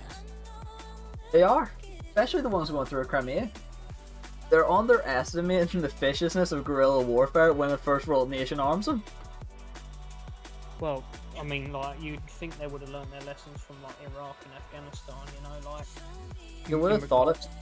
In regard, like, I know everyone just goes, like, with Britain and America, like, oh yeah, you know, you went in Afghanistan and didn't achieve fuck all, and blah blah blah blah blah, and you ended up leaving and didn't change nothing. Alright, that's fine. But I generally think, like, when it comes to military tactics, at least the UK and America learned from it. Like, we changed the way we armoured our, like, vehicles, we changed the way we patrolled. Like, there was a lot of things we learned from it. It seems like Russia was like, we're still going to try brute force because that's all we know. And none of their vehicles have changed. They haven't redesigned any of their armour, and they're still doing this same, like, 1960s doctrine. Oh, 100% they are. Clearly isn't fucking working. They're purely using overwhelming numbers, unfortunately. That's what I'm saying. At least we adapted to it, you know. If I recall, hasn't Switzerland joined in as well? Cannot confirm that. Switzerland is stay neutral, I believe. Apparently they're turning away refugees at the border. Oh yeah, more than likely there'd be probably. Shit. This wasn't mentioned on the news. AN-26 aircraft of the Russian Air Forces crashed, killing everyone on board. Yeah, 6 hours ago? Yeah, this was not mentioned on the news. Oh, why would it? The AN-26. Is that a troop carrier? It is. Oh, fucking hell. This wasn't mentioned. It was reported by TACC on, what is this, Twitter? Telegram. 14 people were on board and apparently 5 were killed. Allegedly. This is what this site says. I wouldn't believe. I would say there'd be more than that if it crashed. How many does it normally carry? Oh, actually, question. Yeah, Don't actually know. Only S was at the only. I forgot what the nation is. It was in the middle of. I think it was the Chimera's airfield. Passenger. 40 people it can carry. On Wikipedia it's saying on here it's saying all lost crew. So yeah, it's So currently I'm still in training, Jack. I will be commissioning as a midshipman into warfare. So if I get what I want, if they let me specialise in the reserves that I want to, I'll hopefully into digital and electronic warfare.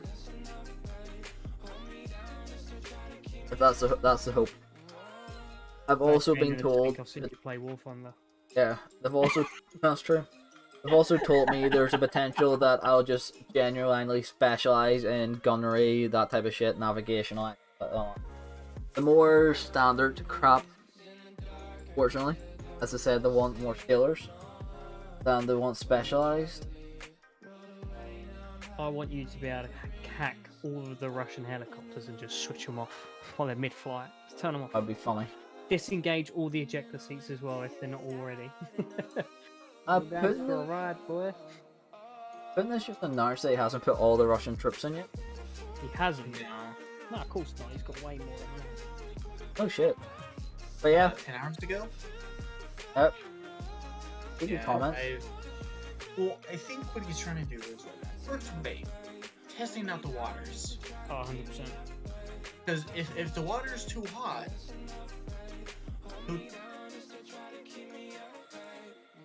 He's definitely had his nose blooded, that's for sure. That's an understatement. Yeah, yeah.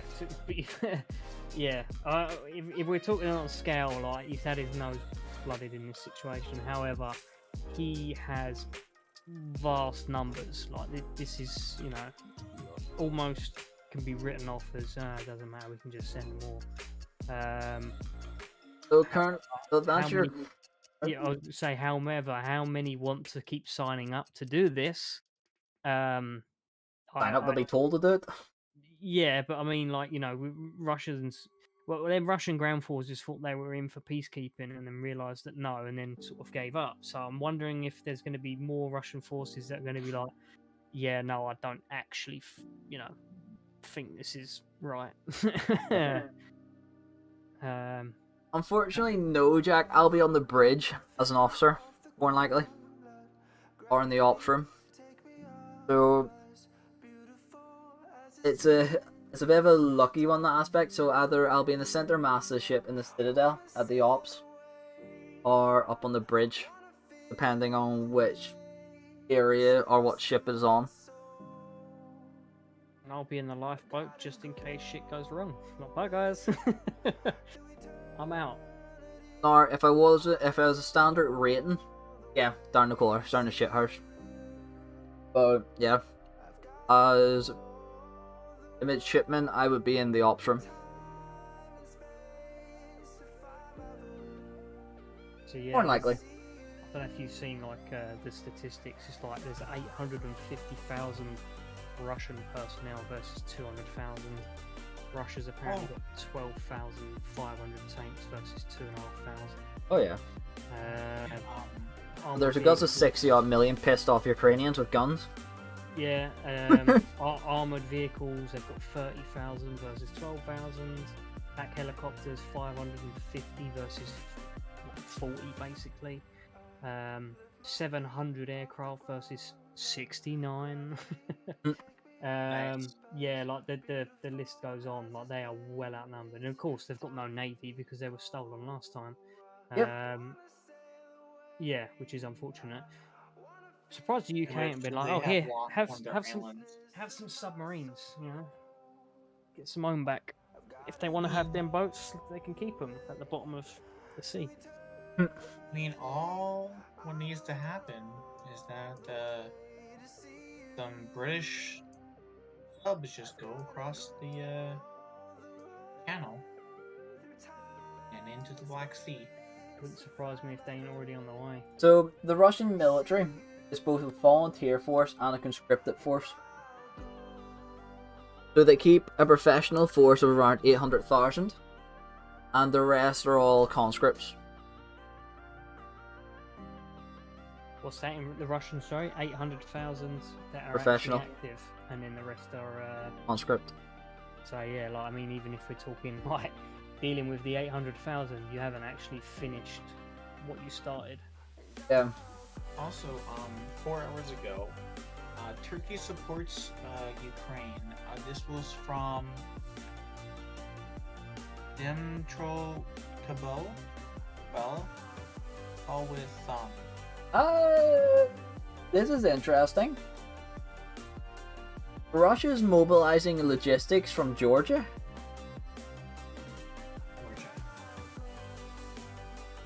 There's Georgia.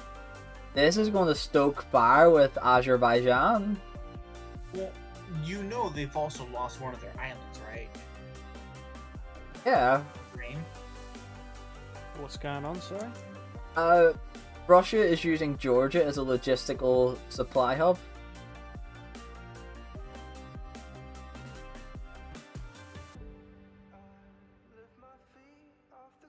Georgia and Armenia hate Azerbaijan, and Azerbaijan hate Georgia and Armenia. And the Turkish hate both the Georgians and the Armenians.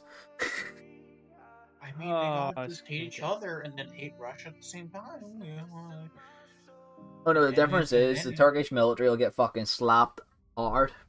They already have already. They don't even know how to use their fucking Leopard 2s. Yeah. Well, I've seen that there.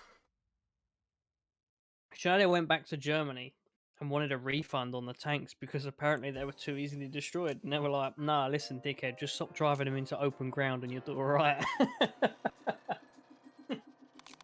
Fucking moron. 3 hours ago, on German TV, German Energy Minister What's up? Heinz Gapson. 4 hours ago, Putin and Macron discussed war in Ukraine. Would you stop, Macron? Shut the fuck up, wasteless bastard. I hate that guy. He's an actual dick. Oh yes. Gazprom has worked towards the current moment by systematically holding back gas deliveries to Europe and emptying its reserves in Germany at the start of the winter. Apparently, the Russian Foreign Ministry just is threatening to carry out provocations in the Black Sea. What? We don't have any task force in the Black Sea. That we know of. Yeah. 17 minutes ago, British Defense, we can confirm the following developments in Ukraine. Where is this? Where's the source? There's a source. Did you say British Defense? Yeah, look over UK. Let me open up my defense gateway here. Gateway Connect. It was from Ministry of Defense on Twitter. I find it so weird that fucking things like the Ministry of Defense use stuff like Twitter and Boris Johnson sending out announcements. It's just like almost seems childish, but yeah, you it's think literally the only that's way of bad? connecting people. We've got our own Facebook that is quite literally is a clone of Facebook for MOD personnel that we don't have access to. So yeah, I bet this that's just full of says some how- fucking memes right now.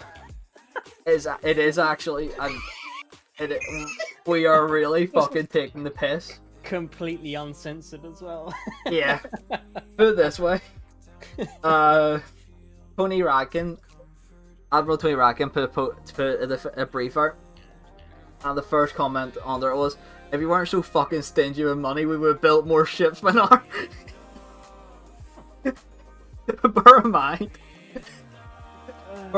Bear in mind, this guy is a chief of defense, and they're fucking slapping him.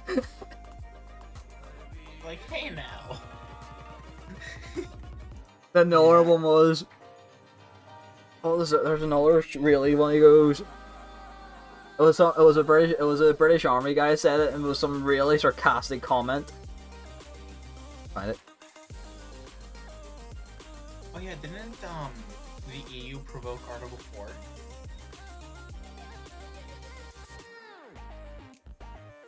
Earlier today. Did.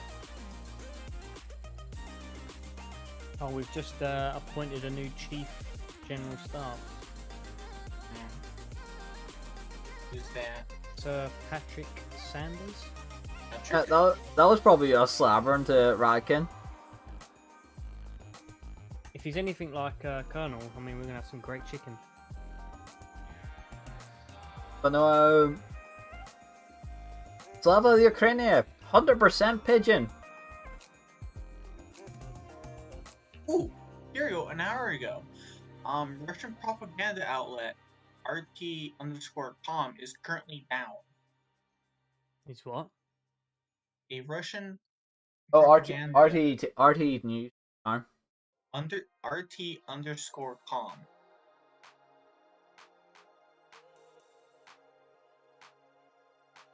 UK That was risk from an spending. hour ago. UK risk spending more on defense equipment than it can afford, warns Watchdog. Like, shut the fuck up, Watchdog. Can you see what's going on here? Fuck the debt, man. We've done enough wars to know what we can spend. Shut the fuck up. I like how if you look at the RT on their Twitter, their banner says freedom over censorship, truth over narrative.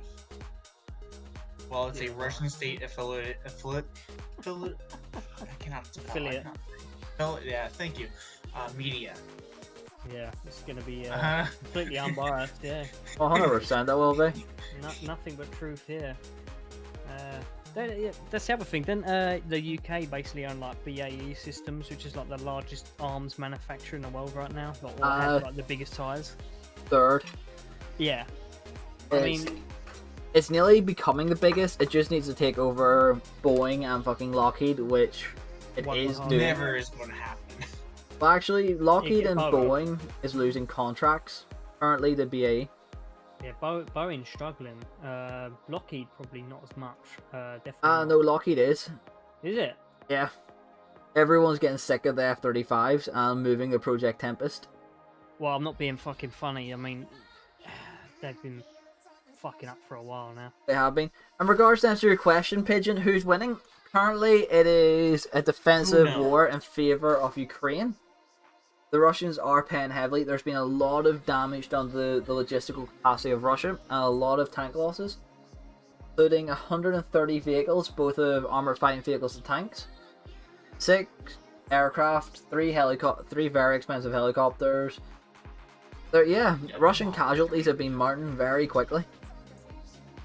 In regards to who's winning, I mean, it's hard to say, but at the moment, Russia are not doing as well as they should be in regards to their numbers and forces, put it that way. Which I'm fairly certain that's why Russia earlier gave Ukraine a second chance. It's like, not doing too well, so it's kind of like, hey, you agree to these terms and we'll back off, I'm fairly certain they were hoping to get a lot farther.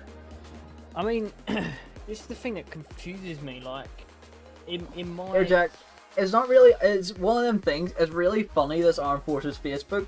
It's genuinely a clone of Facebook, but it's more fucking shittier than Facebook. It's really well encrypted and works brilliantly, but just thank God there's certain people that are not on this here that are for the media. I wish I was on there. It'd be a good place to actually let off steam, you know. I can't actually tell you what's on it, to be honest with you. Oh no, I don't expect you to.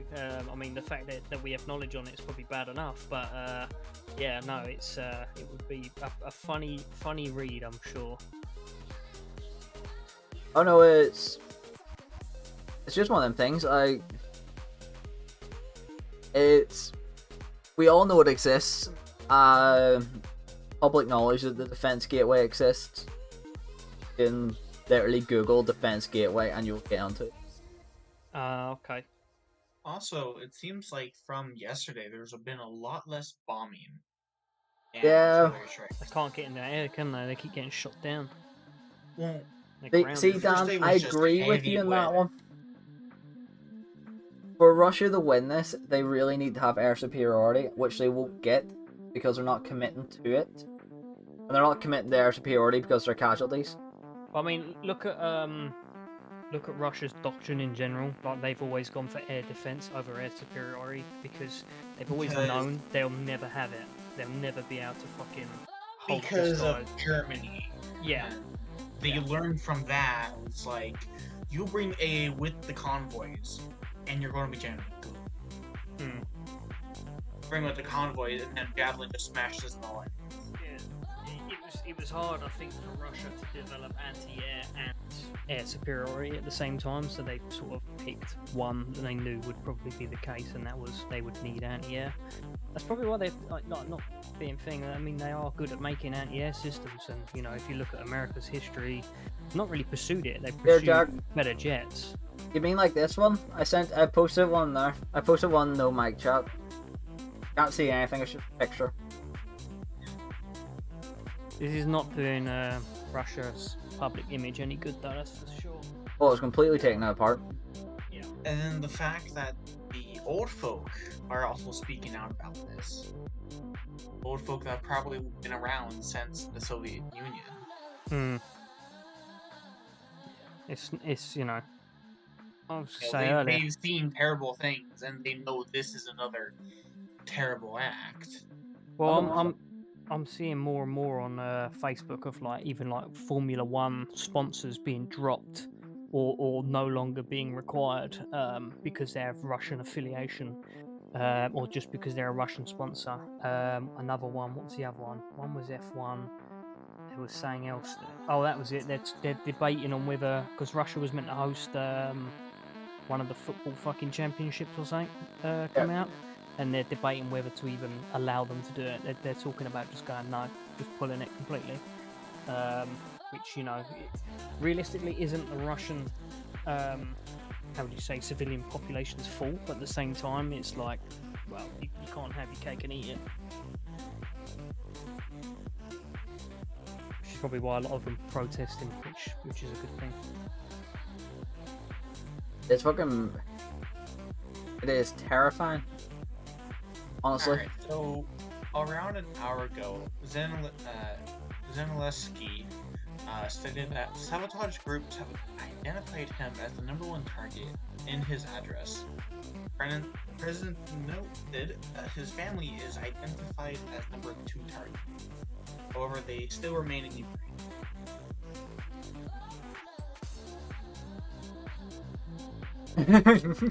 In which this is still getting better. Yeah, look, it's... Did you like that one I sent you, Jack?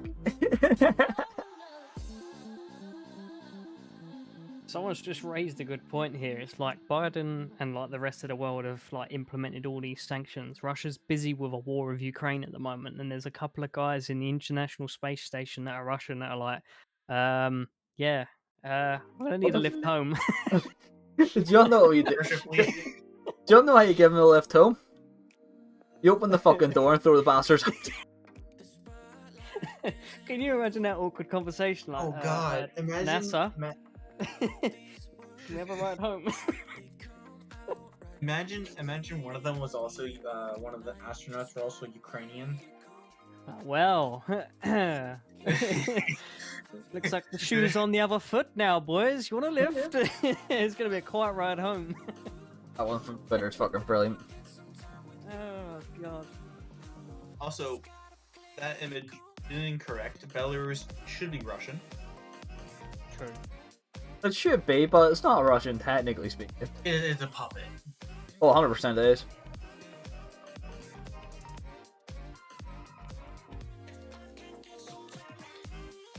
Yeah. Also, I think the only reason the Russians kept the Russian area, you know, in between Poland and the Baltics, was just for the long con. Yeah, check in Nom and no Mike. There are some of the photos I sent you. There's another one that I find fucking hilarious. Road signs. Oh, that one, Putin. Yeah, I'll see that one. Russia, not Russia. Where's that one off the motorway? Is that in America or is that in Ukraine? I'm assuming that would be, I don't know. Can't tell anything. Yeah, they're all the same. Every motorway you go on, it's the same. Except when you're in like key nations, like the British. 100%. It's one of them. It's one of them unfortunate situations. Like, we are the second month into this goddamn year. Can we not? You thought 2019 and 2020 was going to be bad. You ain't seen what 2022's got in hold for you. You thought it was going to get good. I haven't seen that, Jack. But yeah. Here, Jack, I sent a few more in there. Have a wee look-see. United Nations. You know these people that like had the new year of like 2021 to 2022. It's Yeah. like, thank God COVID's on its way out. You know, we can get back to normal. And then Putin was COVID like, is going mate. to the door. Putin's coming right in.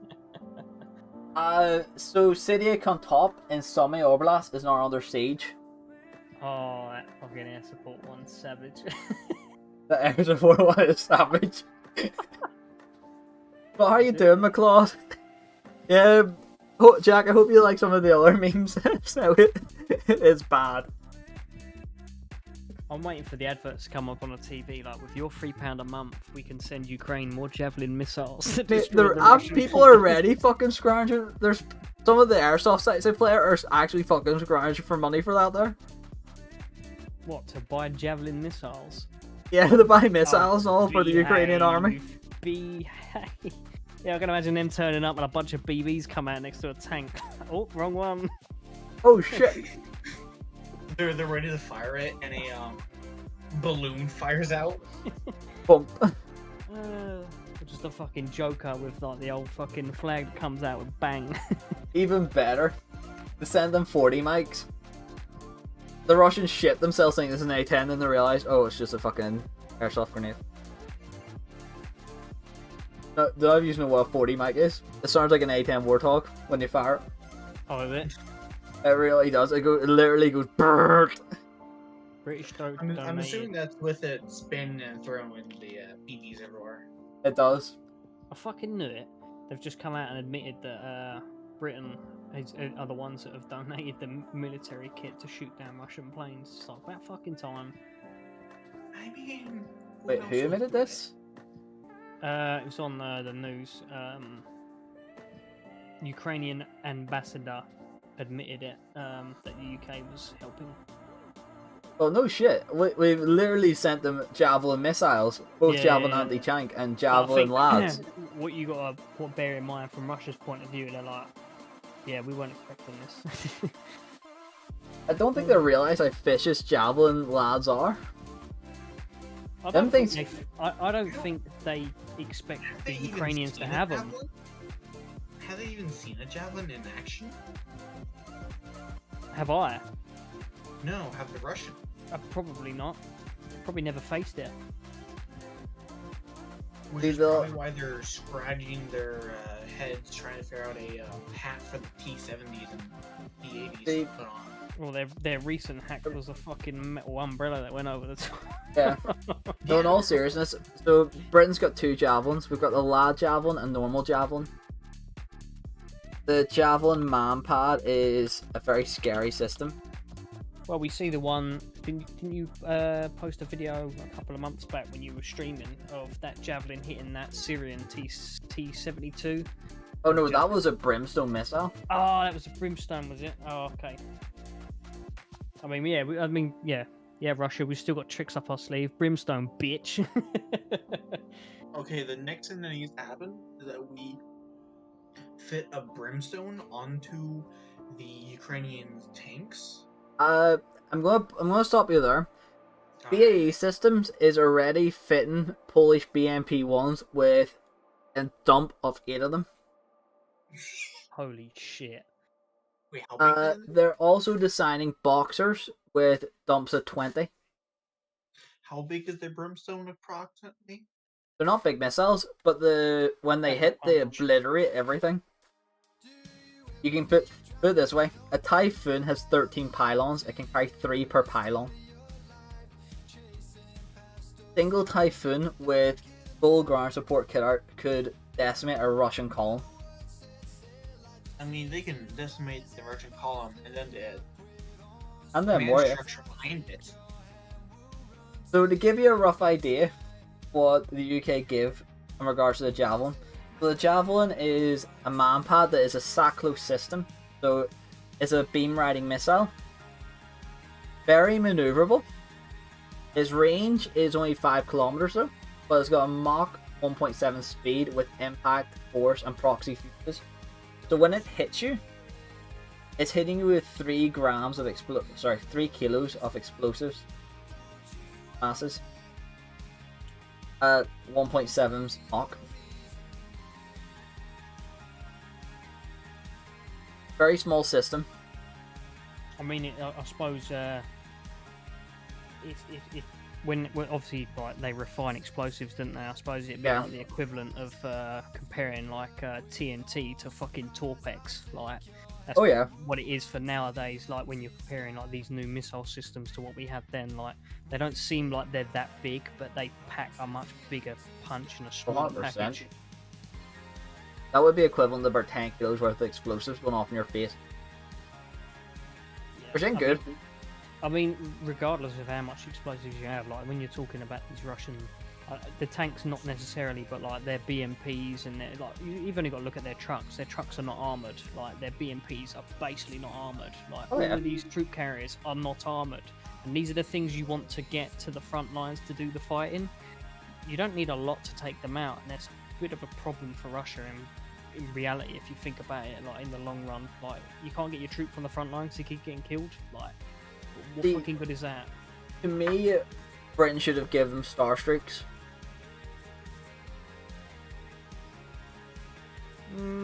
Yeah, I mean, possibly. Star Streaks, the helicopter deaths would have racked up something shocking. I mean, I wouldn't give them the vehicle mounted version because you can actually they've got the portable system, isn't they? Yeah. That wouldn't be a bad shout actually. Thinking about it. Yeah, give them mount pad Star Streaks. Cheaper, aren't they? Stingers are cheaper and still working. Yeah, no, javelins are cheaper. Oh, okay. Javelins are the old stuff. Stingers as well. There's what they're using, aren't they? But So, I assume the US are giving them. Yeah, US and Lithuania. So Star Streaks replace the javelin.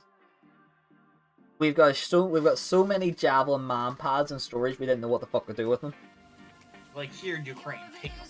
Pretty much, yeah. We're like how?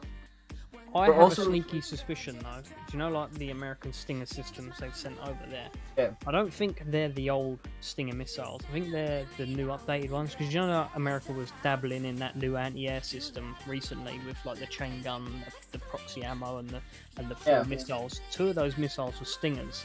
So I'm just wondering if like they've just updated them slightly. Yeah, Pigeon, I have. Yeah, there's been 3 K-52s down. Not K-52s, the bigger, more cancerous brothers. Are they even rocking Ka-50s anymore? I thought they scrapped them and just. I think it did. I thought they were like a test bed, like a prototype. So I've finally found what I was trying to think I of know. earlier. No, they've got 32 of them. Most have been upgraded to K-52. It was the AN-225. There was only like one AN-225 that was built, and it was at Oh no, the one you're talking about, yeah. Yeah. Question is it's still intact? Oh, I'm literally looking at a port here, and it says AN-255 reports world's largest plane destroyed at the airport. No. Yeah, 255. Yeah, it's deep. Is it Ukrainian? Yeah. Oh, that's a shame. So RT.com is being taken down completely. What? RT? Oh yeah, RT. Yeah. What's RT? Is that Russian news? Yeah, Russian news is being taken down by an attack. Is that the one with the little RT, but it's in green? Is that the one I'm thinking of? Yeah. Well, I wonder why they weren't reporting. Yeah, no, not like they were attacked by like Anonymous and like completely fucked their system. Are they like biased then, or what? Pretty much, just dox the fuck out of them. Well, DDoS the fuck out of them. Fair enough. But yeah, one of many. There is, McCloud, a lot of confliction on the AM. Take it with a grain of salt, and if it's been destroyed, Anonymous took it down. So the Anonymous hacking clan took the system down. Something they actually did good for once. I mean, if the plane's destroyed, it's destroyed. I mean, it's a plane at the end of the day. I know it's got a history, but it can be rebuilt. You know, like let's not worry about a plane here. There's people fucking dying. So Anonymous is is a clan of hackers that try and do what's right. If you get what I mean. They're wannabe goodies. They know their way around. Yeah. Well, they've been known to do dodgy shit. Yeah, but they've done attacks in the past as well. Yeah, but 100%. A lot of old British equipment that was going to get completely scrapped has now went to Ukraine, and it's proving viciously effective against Russian vehicles. Like old Britain give javelins, NLAWs, javelin anti-tank missiles. They give them a shit ton of stuff actually. We pretty much emptied our old stores.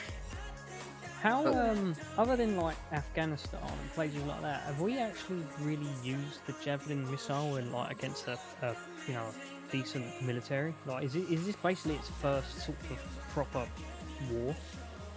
Iraq, I think. Yeah, but I mean, like, we're talking rebel forces there, like, not, you know, a fully backed Russian military, you know what I'm saying? This is its true first combat test. Yeah, I'm just saying, like, when we're talking, like, proper war against, like, a funded military rather than, like, let's just say, like, I know they're ragtag rebels that were well organised and well armed, but we're not talking like a country-backed system. Yeah, you know what I'm saying? This is its proper outing, isn't it? And it's fucking stuff up. Javelin OP. Just a bit. It's doing well. I've just got that mental image of like Call of Duty 4, you know, you just start taking out T-72s on the fucking bridge with the Javelin. It's like, mate, it's literally come to fruition. Oh, 100% Pigeon. Like, UK at the minute is I'm actually debating what the UK is going to give them next test. Do you know what I say we do? Do you know, to scare the shit out of the Russian fleet, we send them Marlets. What's the Marlet? Is that fucking... That we copter drone? Yeah. that the Royal Navy uses.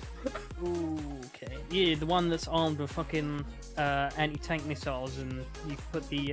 is that the one you saying the Starstreaks was on? Is that the one? No, the Starstreak is on the ships. The Marlet is that wee missile. The anti-ship missile that's miniaturized. What was that? Was it a Lynx helicopter you posted a little while back? It had like 24 Starstreaks on it? Yeah. Is that the one? I thought the drone had it as well. No, this drone has got a Marlet, which is a miniature anti-ship missile. Jesus. Yeah, if I recall, aren't the US flying drones over the Black Sea and... They are. More than likely, yeah. They're flying surveillance drones over. They Wouldn't shock me, Jack. Wouldn't shock me. What? The drones are also publicly viewable. Yep. So if they get shot down, everyone can see when they got shot down. That's why, though. Because if Russia shoots that drone down, that is war. Fortress 11 and 12, if I recall. Oh, is it just a surveillance drone? Yeah. It's not actually armed? Yeah. Yeah, it's just surveillance drone to see what's going on. Ah, okay. So literally just monitoring. The I was going to ask, do you know the Javelin missile system? Am I right in thinking it's got 2 attack systems, like as in it can hit directly or over the top? Yeah. Or am I thinking of something else? No, it is. So the Javelin can do direct fire or topped attack. Fuck it now. It's usually you want top attack for it. Oh yeah, 100%, especially when you're dealing with them T-72s. But do you know the specs of its penetration, like from top down? Because I know, I know that Javelin is like what I can't tell you. Yeah, yeah. It's simple as that. That I can't tell you. Okay, no, literally the only reason I ask is the Bill 2. Do you know the Swedish system that can penetrate? I think 520 millimeters of rolled steel. Like, it does not fuck around. When they test fired it blew up above like a T-72, and it literally went through the top and out the bottom. Give you a rough idea, a Javelin could penetrate a T-72 from the... Give you a rough idea. Enough said. So it's equivalent to a Bill easily then. It's a Bill on steroids. Jesus Christ. The Bill's not exactly new either, you know. No. It's quite fairly old tech, but still fucking deadly. That's me giving a rough idea without saying shit. Yeah. Oh, if you're looking for the live map, this is the live map of the current situations going on. Be aware it will crash sometimes. I wonder who's trying to take it down. Yeah. So this is all the current battles, situations, circlements, what's happened. Russia is actually losing a lot of fights into paratroopers. Also, I don't want to say rude, but Scottish Koala should not be starting fucking shit on this. He knows fuck all on this topic. What? Scottish Koala started and popularized that Migius in a day rumor.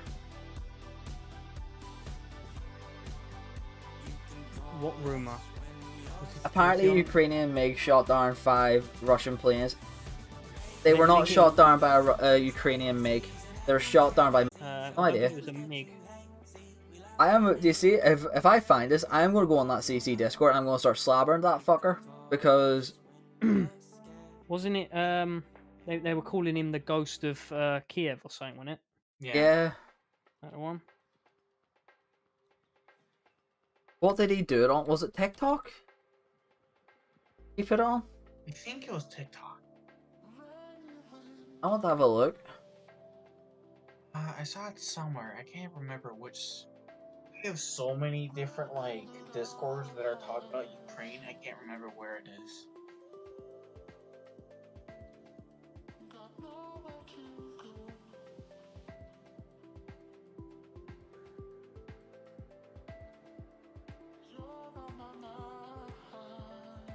No, hold on. I'm just gonna save this image and then just post it.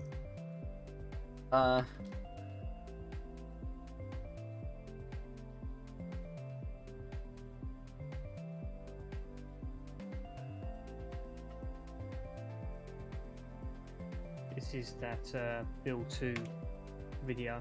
Oh, I've seen that before. But in case anyone hasn't seen it, that's what that can do. Basically, yeah, you'd think you'd be safe behind 510mm of steel, but clearly not. Clearly not. Oh, so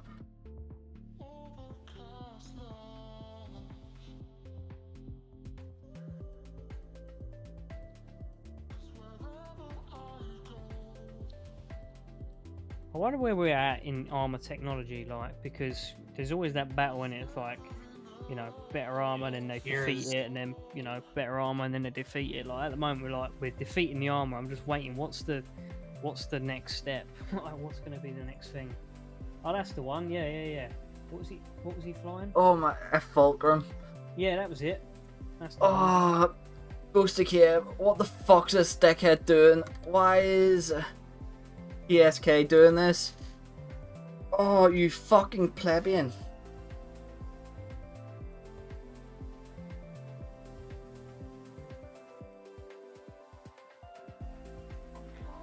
Oh, it is a MiG. Okay. Is that right? No, yesterday, yeah, it is a MiG-29 Fulcrum. Okay. If I recall, yesterday, Ukraine got their first air-to-air kill, supposedly. A couple of hours in, like, I think 3 hours in. When they were doing the massive airstrikes and rocket barrages. Yeah, no, they were shot down. Oh, what the fuck? Mate, PSK.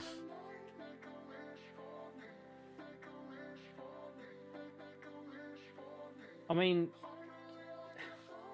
that photo in itself, to me, is just like, okay, right, where's the proof? You literally just photographed the plane in the air. Like, until like it comes out officially that it was done, like, I just take it with a pinch of salt. That to me means fuck all. He in his own post says he's not a news source. He has been gathering this from different news outlets. Yeah, but again, news outlets are not official sources. Like, until the Ukrainian government says, like, yes, this happened, and we have proof that it happened. Like, as far as I'm concerned, it didn't happen. It's like, what was the one with it earlier on? It was like Russian news outlets were claiming that no aircrafts were lost, and it's like, oh no, actually they was. They lied. Yeah. Like, I don't trust no news outlets until I see the footage myself, or I just don't. I just take it with a pinch of salt.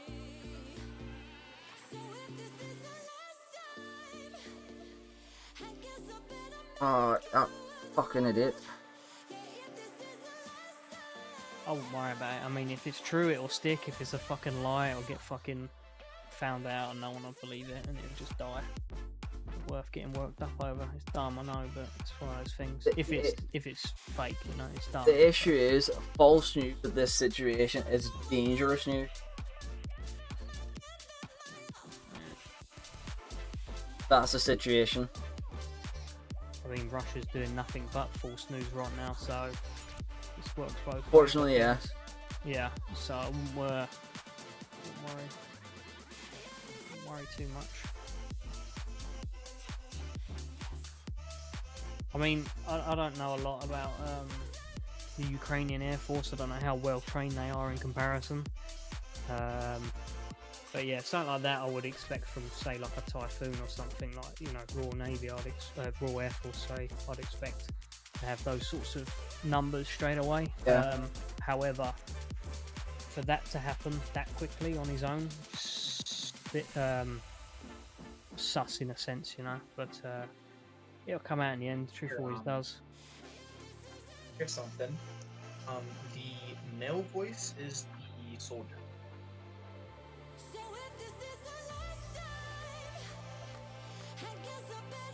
I'm debating if I want to start on. I'm really debating.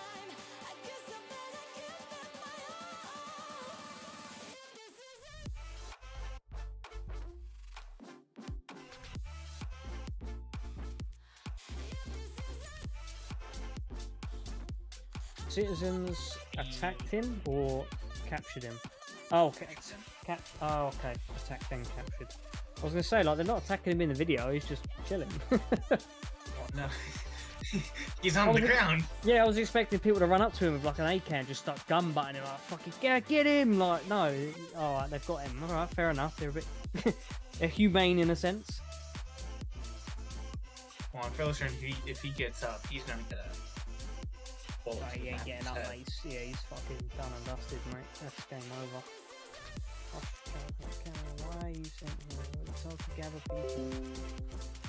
Oh, nope, he's putting the never mind, he put an apology. I'll be honest, I probably jumped on this too quickly. So you or him? Oh, that's what he put. What, Koala? Yeah. Oh, okay. Yeah, probably sort of say, like, it's one of those things. It come out. I don't know, you're told to gather people. See, like, these soldiers are also, like, saying conflicting information. Like, the ones that were at the airport were like, oh, we've come to gather information, and then this one in this video is like, oh, we've come to gather people. Like, I personally think that's a translation error. I reckon that was to gather information as well, not people, but I could also be wrong.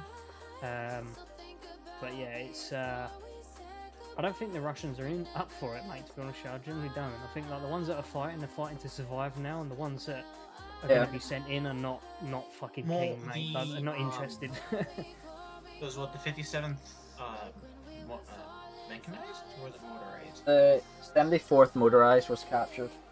Yeah, they said it was what, training? Yeah.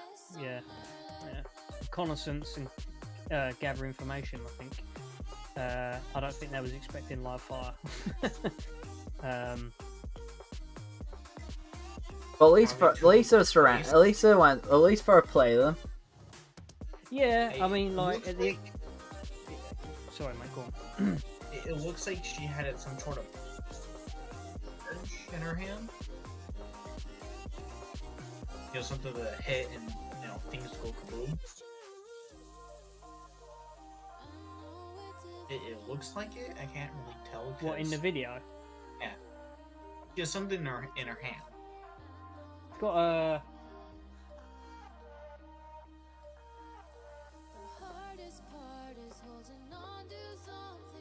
What hand are you talking about? The one that's on his back? The one on his back. Yeah, that ain't a woman's hand, no fucking way. Yeah. That's a woman. I got the wrong structure. She's off to the right, I think. I don't know what he's got in his hand. You're correct on that one. To be honest with you, Pigeon, the Ukrainians will be going on the counter-offensive, I think, soon. I can see the Ukrainians pushing them back out of territory. Personally, I would say that woman's trying to mediate the situation so they don't just fucking blow his brains out. Don't know it'd be even fucking better. Sorry, what, mate? Don't know it'd be even better if Russia. You see when Ukraine pushes them out of pushes Russia back to the borders, if they start pushing into Russia? I hope they don't. I hope literally they just push them to the line and go, right, we've had enough here, please. Right, just fuck off.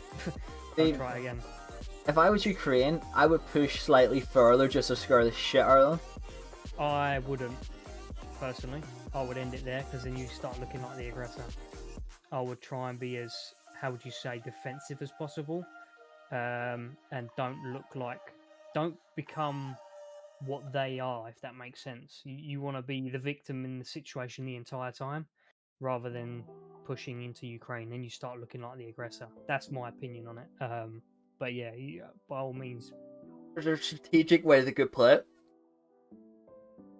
Right. You could simply say they're pushing them back to the river for defensive purposes. Oh, okay. That's not a bad Because yeah. there is a major river within 10 kilometers of the border. Yeah, I mean, yeah, you put a body of water between you and anyone that's attacking in future. Yeah, you've given yourself a defensive advantage already, ain't you? Yep. So if they push them back to that major river, Russia will then think, oh shit, they are on a serious winning streak. For now. Yeah. But it's just that fear. I am just concerned of how Russia will ramp up things. I mean, like, I know it's disheartening for these Russian soldiers to be losing friends and they don't sort of want to be there, but I'm just waiting. There's going to be like that critical point where they start going, alright, this is personal now. Like, I know we didn't want to be here, but you've killed so many of our guys, we just want to fucking kill you now, and that's when it will ramp up. Oh, 100%. I don't want it to reach that point. I'm hoping it gets snubbed out fucking early, you know? So it seems like if I scroll down a little and look at the first I believe there's heavy fighting on the outskirts of Kiev, on the road to it, I believe. Look at that granny with an AK. Go on, girl. Oh, 100%. So the first translation was the top is under heavy engagement at the minute. And I believe Kiev is just shelled now. Apparently they're fucking bombing Ukrainian hospitals now. Yeah, they hit hospitals, schools, anything that was...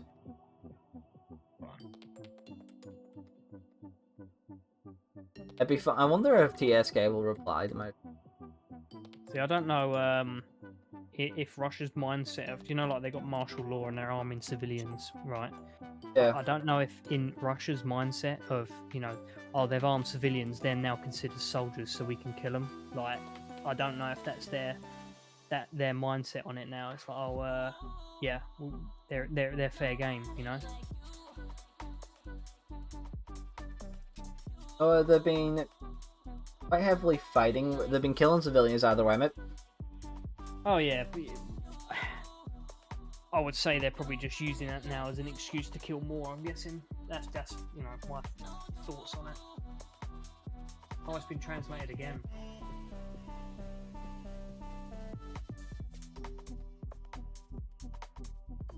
I do like that it was very quick to correct themselves. Koala. Yeah. Yeah, so apparently the first translation was not completely correct.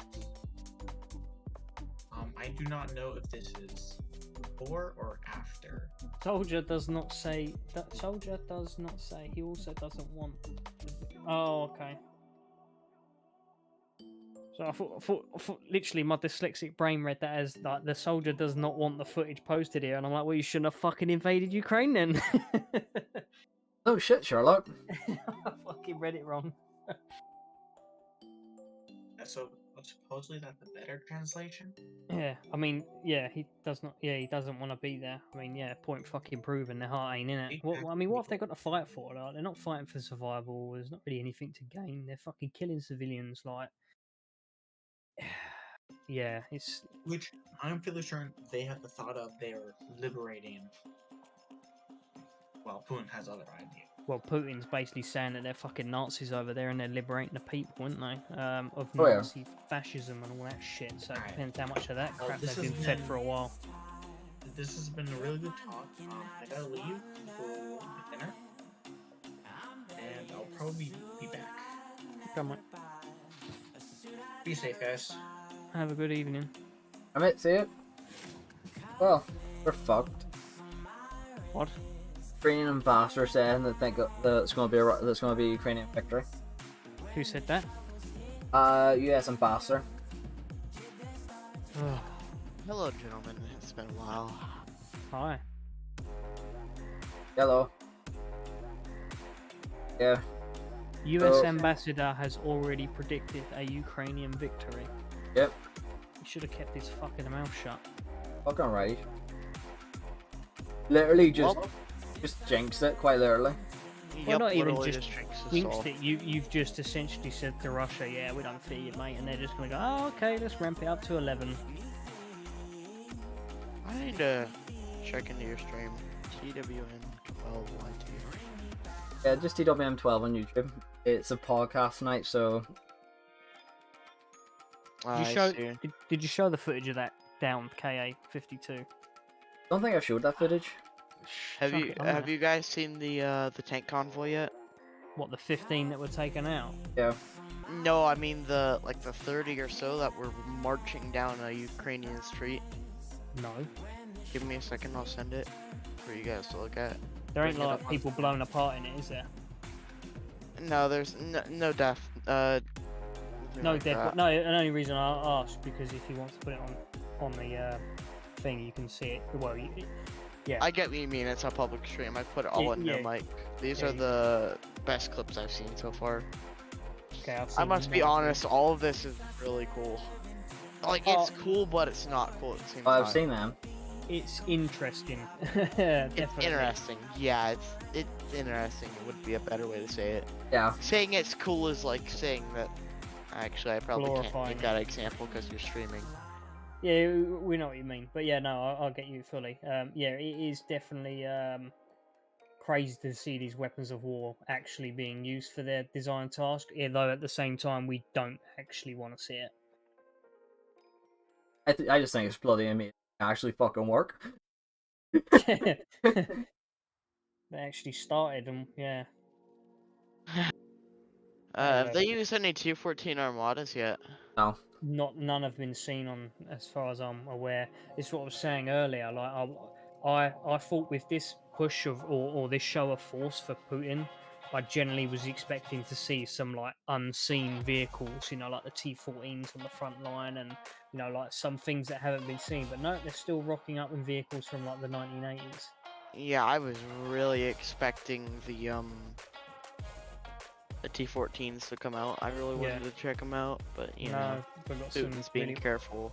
Really old school gear on the front lines at the minute. Really speaking, the way was that people. B90s, T80 BVMs, all that crap. Yeah. But here, the BVMs are getting fucking massacred. Do you think Warfinder's going to change its stats after this? Yeah, they're going to buff it. I've actually took a jab at War Thunder over it. I actually made I'm it. going to strap a javelin to my fucking channel too now. I actually took a fucking. I was actually slabbering in the CC Discord. I was like, "Here, are you going to buff this?" So Gaiju's in Russia, correct? Yeah. If Ukraine actually pushes into Russian soil instead of just back to their own borders, how do you think development on War Thunder is gonna go from there?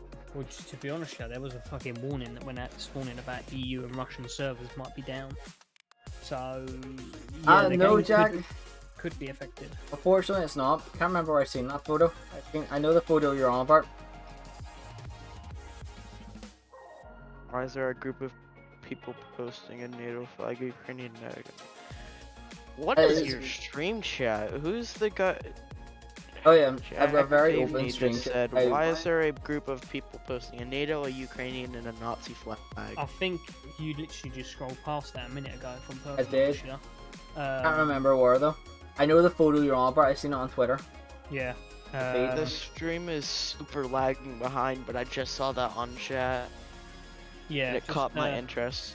Yeah. I just realized I could be watching this on my computer instead of watching this on my phone. I know there is a delay for purposes.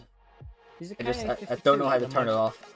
The most KA-52s look so cool, and then they're just absolute trash. Well, I wouldn't go as far as saying they're trash. I mean, they're just I don't think they was expecting the level of force they were getting. I don't think they were prepared for the violence. I don't think they were prepared for the resistance. Oh, 100% they weren't. But that's a good question. So it's the most. That's what I was literally about to say. It's not their most advanced fucking vehicle out there in a minute. Isn't it? Looks a fast helicopter, yeah. Yeah. So to answer your question, Jack. Go on, mate. Mr. Pudding. Never mind, McLeod answered it. That is the exact situation why the Russians are calling Ukrainians Nazis. So it's sort of a dig at Russia. A very inappropriate dig at Russia, but... Yeah, they've almost played into Russia's hand by doing it. Yeah. Oh, look, see, I told you they were fucking Nazis. Oh, shit. People don't have the brightest ideas like this. No, I mean, to be honest, they're probably shell-shocked from shelling and probably isn't thinking quite clearly right now. But, they probably think they're fine. Ooh, they've got a CNN stream up. So this is the one here. So I'm going to clear these images up for people. Right, so this is them trying to be funny as fuck. Where are them typhoons? Romania. They're German Luftwaffe typhoons. This, however, is the Ukrainian Nationalist Front. So this is a right-wing fascist movement. This is what its flag is like. It is essentially the Wehrmacht flag. This over here is them, the Ukrainian soldiers just being dickheads. What are they doing? Taking the piss out of it or what? Yeah, taking the piss out of everything. NATO, Ukrainian, National Guard flag, and a fucking Austrian Nazi flag. I fucking hate that flag, dude. Literally, like looking at it actually fucking pisses me off. Can you not see the commander in the corner with his fucking face palm? Yeah, I don't mind it in games and stuff like that when they're like historically accurate. It doesn't bother me because also it's a fucking game and it's fake. But when I see people flying shit like that in real life, it actually fucking pisses me off. It's so irritating. Oh shit! Are you seeing the logos they're using on their arms? I'll see what they're doing with their arms, yeah. You know what that logo is? The stream is so behind that I can't tell what we're talking about. Yeah, I'm just waiting for it to come up now. The logo on their arms. What, the one next to Granny with the old AK? Oh, yeah, that's the SS fucking logo, isn't it? Yep. Oh yeah, that's SS, but I don't know which SS division that is. It's just SS. Oh no, that's Azov. That's that's their socialist movement. That's their Nazi party, essentially. Well, the Nazis were socialists, weren't they? Yeah. Yeah. People National Socialists. Yeah.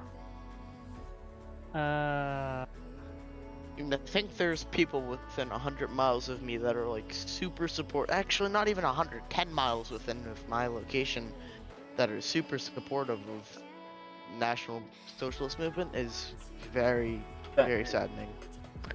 Oh my god. Randy, I thought you were cool, and then you fucking do that. It was fucking brilliant.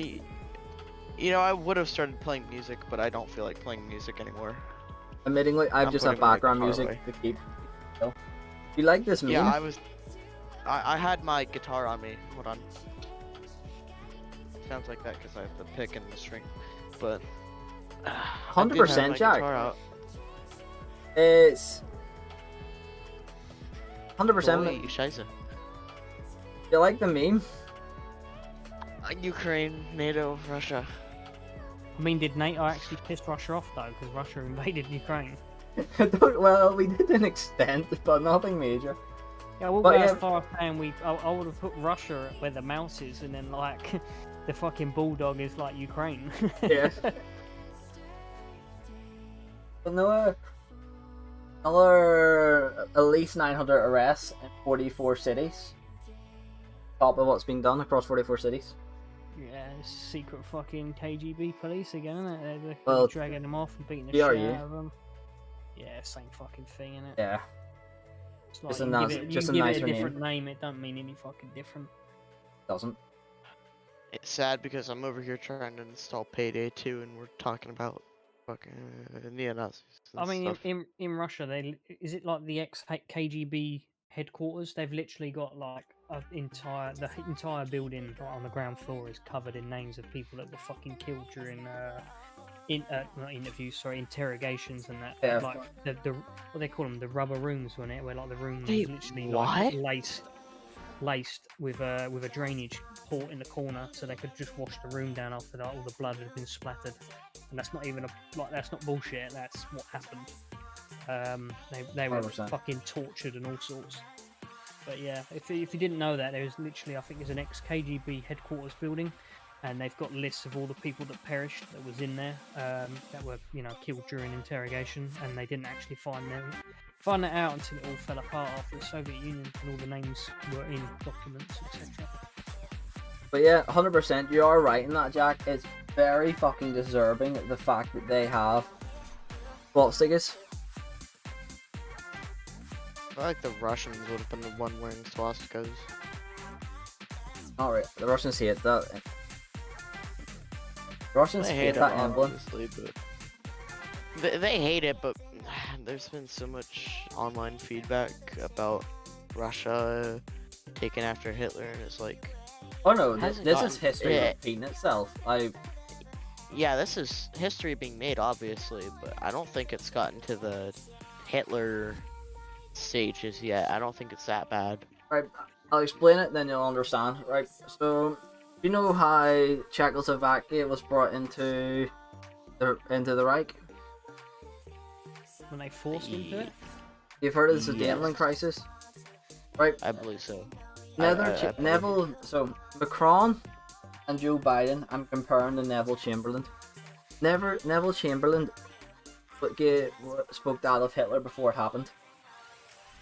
And Hitler gave Chamberlain guarantees that Czechoslovakia would not be invaded or harmed. He came home bragging. The next day, Czechoslovakia was annexed by the German Reich. This is on. This is just what's happening now. Macron had guarantees from Russia, and so did Biden. Then whenever they turned their back, bang. It's the same with fucking Pearl Harbor, innit, with the Japanese. It's like, oh yeah, we're in peace talks and that, we're not getting involved in the war, and then wham! Fucking have that. Yep.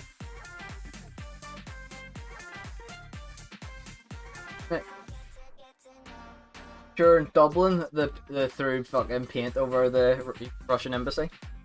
Yeah, I see that.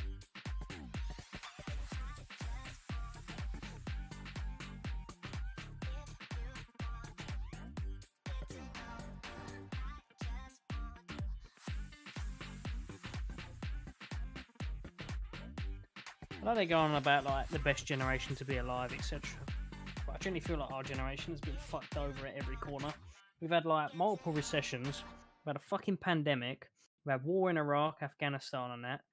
We've had it's like sky high insurance, sky high fucking fuel prices, house prices are through the roof. Now we're looking at fucking World War III. It's like, oh my god, man, give us a fucking break. I just want to buy a house. Settle down. What the fuck do you think? I feel I could be sent out of this shit any moment. Yeah, but you know, I'd rather be on the front. I'd rather be alongside you with a weapon than at home. Like, yeah, if they do anything, I can't do anything. Oh no, I was making a joke. I turned around and said, I will charge the Russian lines with an LGBT flag and a fucking bad dragon with lube.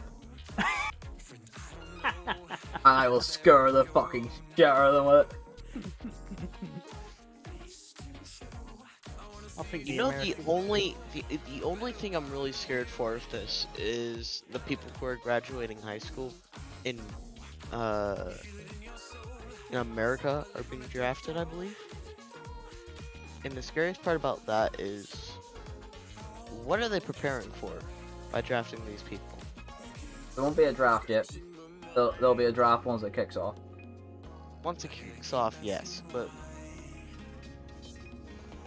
I just hope it doesn't get to that part. And I'm making myself seem like such an idiot this time. Truthfully speaking, It's right. Biden does it every day. genuinely speaking, Trump would have been far better deal with this. Oh, fuck me, they wouldn't even be there if fucking Trump was in power. And I know people are like, fucking Trump, he's a fucking idiot. Like, look, mate, the geezer was in power 4 years and they were quite fucking quiet that entire period. Fucking even Rocket Man, shut the fuck up. Yeah, even North Korea were like, yeah, nah, we're not that fucking crazy. But yeah, I'm adamant that if Trump was generally in power, this wouldn't have happened. But, you know, fucking done is done, isn't it?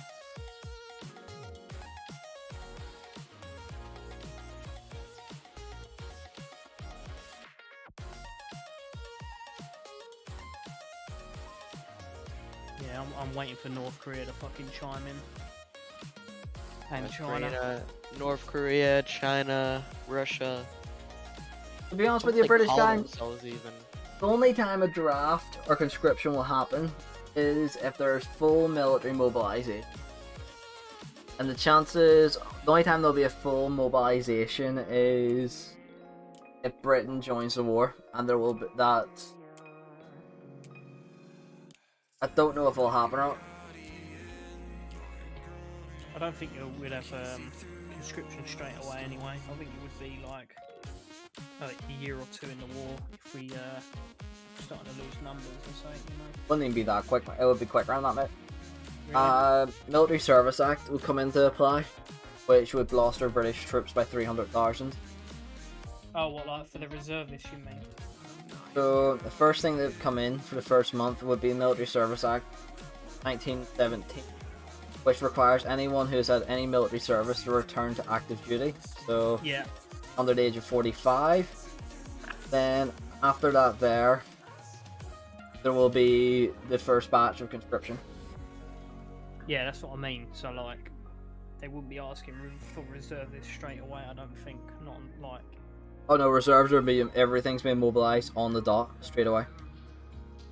As soon as we as soon as we go to like declare war is what I'm saying. Yeah, as soon as we declare war, everything's being mobilized at the start. We don't have the numbers otherwise. Yeah, what I'm saying is, I think with this thing in Ukraine and Russia, I think it would be a while before UK goes, okay, let's declare war. British guy, just so you know, military service age in the UK is 16, mate. It's not 18, it's 16. 16 for military service in the UK? Yeah. I wish they went that low in America. Well, it kind of seems like... Yeah, I make myself seem like a fool every minute I speak. What I meant by that was I wish they could allow us to enlist at 16. But, well, 17. there was people younger than they should have been during the Second World War, so yeah. I'm sure... Yeah, but with how much they've improved their, you know, quote, standards in America. Yeah, when push comes to shove, mate, they want another pair of boots on the ground, they won't give a fuck. Oh, 100%. Yeah, British guy, the military service age of the United Kingdom is 16. And you can be conscripted and entered in the military service from the age of 15.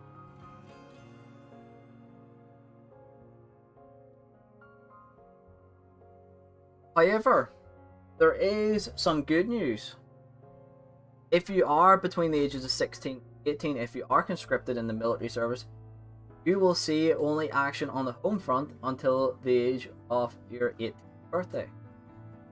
Unless desperate, unless fucking shit hits the fan. And the other good news is you won't be the only one dying, so don't feel like you're alone in the situation. Don't worry. There'll be plenty of that for everyone.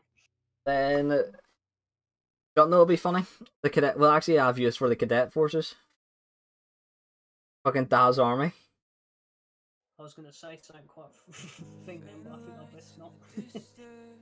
Yeah, fun fact, Enterprise, in the United Kingdom with cadet forces that you can join at like 12. Yeah, that's like fucking toy soldier playing now, isn't it?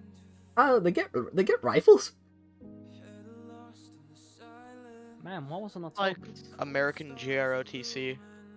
Essentially like that there, but you do more shit than they, like, you actually go out properly and exercise and all. Oh, dang. I wish GROTC did that. It's great crack. I wish GROTC actually existed near me.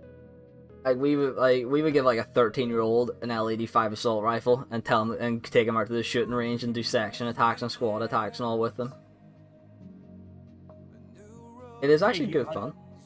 Jack's got an actual real good point there. Yeah. We were doing it earlier, 100%. To be very fair, British guy, cadets and forces like that would be home guard, and you would be asked to do shit like that, really. That'd be the most you'd be asked, a cadet would be asked to do for helping out with local services, that type of shit. You just call him British guy and nothing else. That's what his name is, random British guy. I see. Be serious. I've seen him in other stream chats as well. Yeah, that is a stream chat name, random British guy. Yeah, I've seen him in. He's a good lad. Other streamers, yeah. I'm sure I've played a couple of matches of War Thunder with him. Pretty sure. Yeah, I think so. But yeah, that's the thing. In the UK, when we go to war, we go to war. I mean, we've had plenty of experience in it, let's be honest. Yeah. One of the few countries in the world that I think, who have we not been at war with? Is it not Sweden? That's it. No, we've been to war with Sweden. Oh yeah, that's true. We have actually. There's only it's like countries we've never even heard of that only recently existed. Yeah, I mean, like someone was saying, "Oh, we've never been at war with it was like Uganda or something." And Yeah. like, yeah, but we absorbed Uganda when we beat fucking, I think it was like Africa. Uganda wasn't a thing. When yeah, we... it was something along that lines. It was like, yeah, we never beat them in the war because we basically took over the entire country anyway. Yeah, there's a long fucking list. Put it that way, you know. I'm gonna break your heart, Jack, but if you're overweight, there is intensive training courses they send you on. Yeah, they just be like liposuction. They get on a treadmill. We'll get you fit again, boy. Get out there. Oh no! In World War II, they actually sent you on like a 6-week course, and it was purely all healthy eating and high intensity workouts. Fuck yeah, now. They also do it in America. America's got we call it what? There's a fancy name we have for it, but America's. I'm not going to say America's name for it because it's quite offensive. What's that for? America just call it Fat Camp. Oh, I thought they called it Fat Busters, but. I know they call it Fat Camp in America. Over here we call it medical rehabilitation.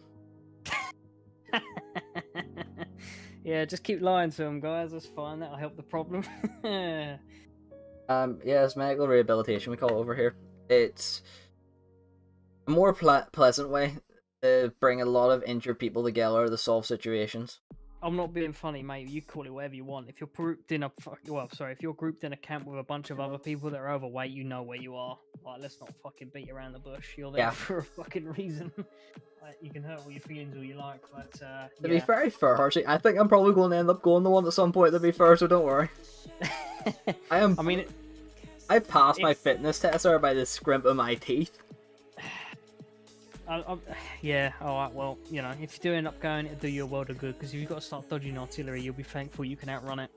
That's very true.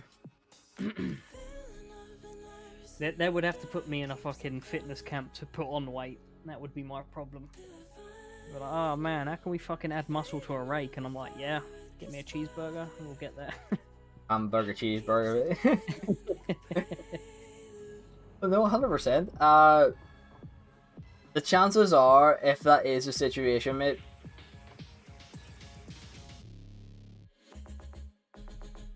there's several ways you could get out of conscription. Become a scientist or specialist in a specialist area, so nuclear fission, biochemistry, medical science, pharmaceuticals. I'd probably end up getting put in the Royal Engineers, considering my background. More likely. That's the thing. There is ways out of conscription, but it's very heavily frowned upon. Yeah, I mean, like, even if I ended up in the Royal Engineers just for, like, you know, being builder / carpenter, etc., doesn't mean I'm not going to be getting away from dodging bullets. just not on the front lines completely. I've got to dodge bullets while building. No, Royal Engineers are infantry first. Yeah, that's what I'm saying. Like, yeah, you're going to be in a situation where you're sort of, you know, building while dodging bullets at the same time. Pretty much. But yeah, I wouldn't worry too much. I'm still working under pressure anyway. My old boss might as well have had a gun anyway. But yeah, no, I wouldn't worry too much. The chances of it getting to that state of level is slim.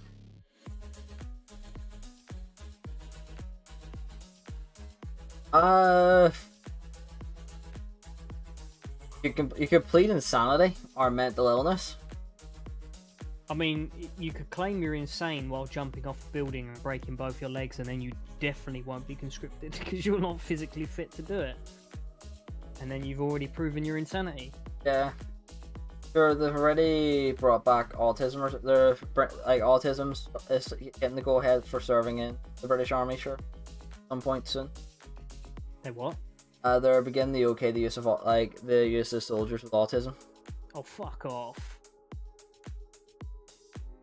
Yep. No way. Like, have you ever seen like an autistic person around loud noises? They just fold up and die. Don't worry, it's specialized roles only. Oh my god. It's in the cyber warfare. Well, if they're on comms, mate, they're gonna talk for fucking hours. They will talk the enemy to death. And I mean that in the nicest possible way, because I've had a few friends in my life that were autistic, but they could talk for fucking England. Cyber war. Apparently, the few people that interviewed were really good at cyber warfare. So there's talks that it might open roles in a specialized role. It doesn't surprise me, to be honest. Sure, they generally function differently to other people. Like, they're on a different wavelength. It's crazy. Some of the stuff they come out with is quite enlightening sometimes.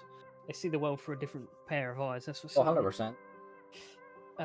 Best friend of mine when I was growing up in school was autistic, and yeah, some of the drawings he could do and things like that at that age was just fucking mind blowing. He'd also do things like he'd recite like films word for word, like he had the script in front of him, but it was just he would remember it from watching it. He'd know every word, literally, like every scene. It was crazy. Remember everything. If you have Asperger's, I'm pretty sure that makes you medically exempt. At the minute, I'm nearly confident if you're anything above low level Asperger's, you're medically exempt from military service. I'm dyslexic, so map reading's out of the question. You don't even. You do realize you get sat nav pretty much on your arm? I'm kidding. There's no excuse now for getting lost. No, there ain't. There ain't. There... No, like, I'm just saying, like, dyslexia is not a fucking excuse in general anyway, so that's why I said it. Oh, can I get out because I'm dyslexic? No, fuck. Like when we were doing navigational training, I had an argument with someone about one of the port passages in the fucking around the Straits of Malta. I refused to maneuver the ship through it because it said it was something about 55 meters, and I said, you know what, it's too risky. We'll scoot around it for the safest option. They got me. It goes, oh no, we're going through. I was like, go ahead, you put your ones through, and I'll put my one around it. I goes, what do you mean? I was like, read that quotation again on navigational rules and time law. Are you sure you want to do what you're about to do? Then Farmer goes to me, he's like, right, I'm gonna give you a hint, Brian. What Sinclair's saying to you is maritime law is down to your personal interpretation. Do you want the risk taking that vessel through there and causing them international, or do you want to take the safest route and contact the harbour so you know what the rules are? Read what it says on the map. But bear in mind, on a live map, bear in mind, you see when we want to, Don't know what the magic thing is? We can use sat nav. We've got satellite navigation on the ship. We don't have to read maps, but we have to fucking learn them.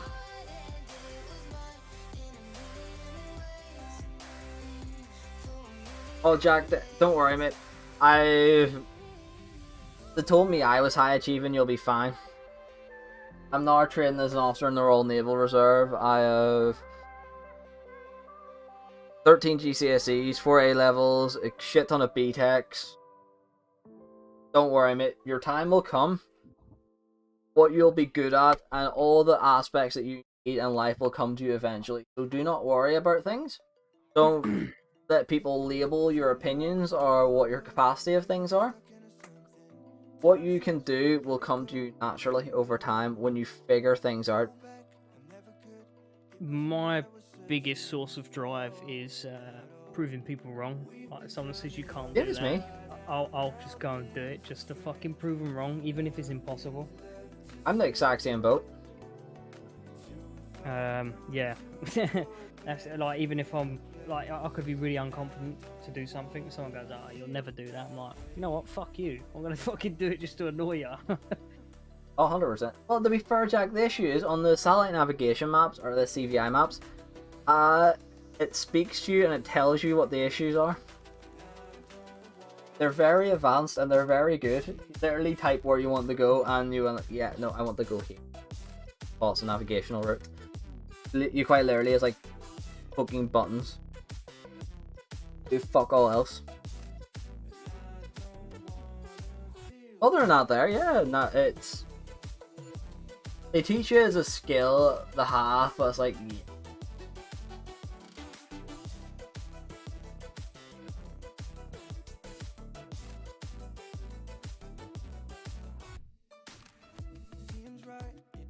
Getting, just reading these posts.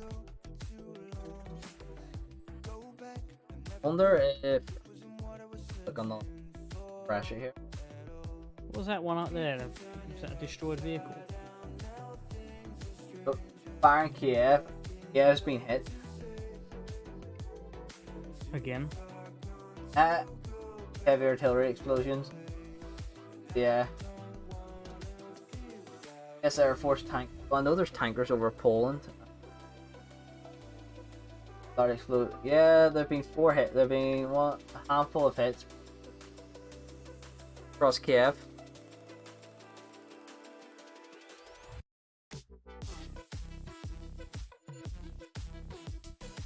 Well, 100%, mate. You still have to understand coordinates. So, navigational coordinates are the most confusing bastards of stuff that you'll ever fucking read.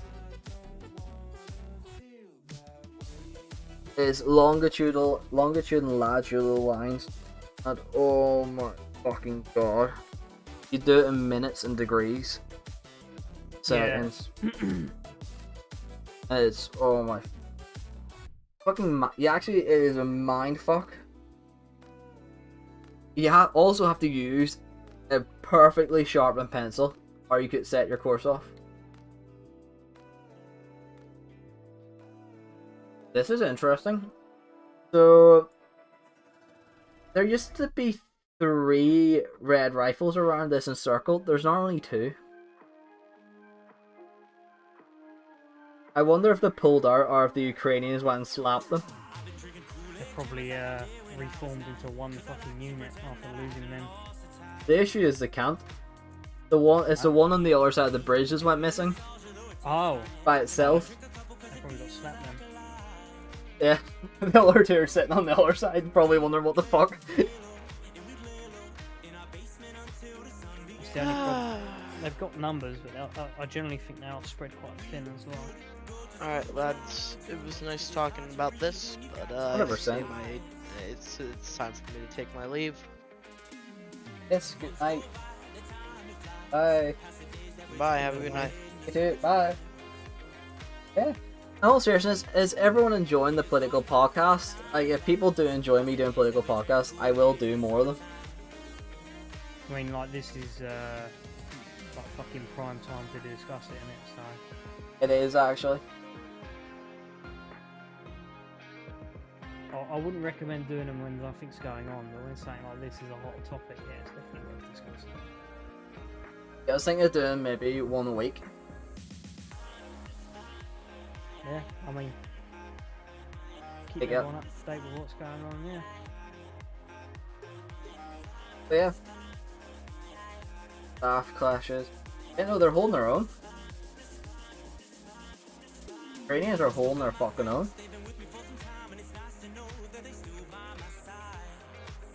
Large explosion. Strikes on ballistic missiles have hit Kiev, or cruise missiles potentially. I can guarantee you this.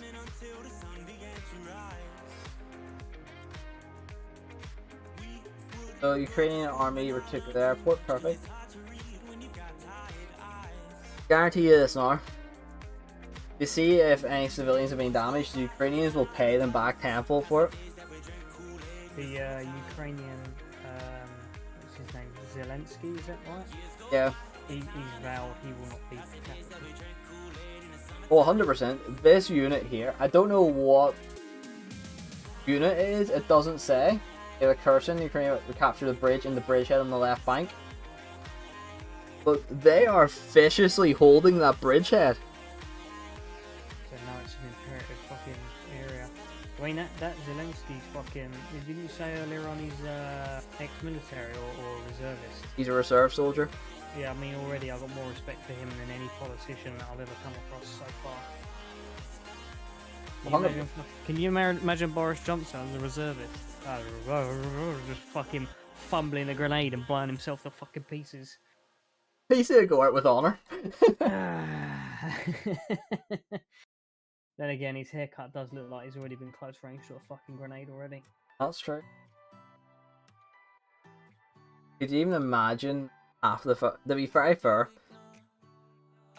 I like the fact in Starship Troopers though that you have to do military service to be able to vote. Yeah, it's a very thought-provoking movie when you think about it in depth. The only thing that I have against that is it doesn't sort of instill free thinking, or having how would you say, a populace that thinks differently. Everyone has the same mindset because they've all done the same level of service, if that makes sense. Yeah. And that can potentially make you weaker or more predictable in future, because no one's thinking outside the box, if that makes sense. That's my thoughts on it anyway. However, yeah, it's definitely an interesting point with the military service anyway. On another topic, it seems the Ukrainians are now pushing them back into Crimea. Nice. There's another army that's engaged the Kherson region on the opposite flank, where they're weaker. Does Russia have drones? Very shitty drones. Mainly for reconnaissance. They've tried building fancy drones, but no. Yeah, the only reason I asked, because I know they went down that route of having like autonomous tanks, didn't they? Like with or drone tanks, and they've done multiple iterations of that, and all of them have sort of flopped. Yeah, just come to nothing, 100%. Jack, is that the video? It's like an hour long, doing a real in-depth review. Because I'm pretty sure that's a video that made me rewatch Starship Troopers and think about it that way. If it's a video I think it is. Is that one of the guy reviews it? Yeah, it's like an hour long. Yeah, I'm one of those people that if a video goes on for longer than 30 minutes or even 25 minutes, I'm like, nah, I ain't clicking on that. It's too much time investment. Well, it's a very thoughtful video about the same. Yeah, more than likely. But to me, that's like watching a film. So I'm like, I need to be committed to that, so I watch it all the way through because I get bored. Quite bad to say, but yeah, I want my entertainment now.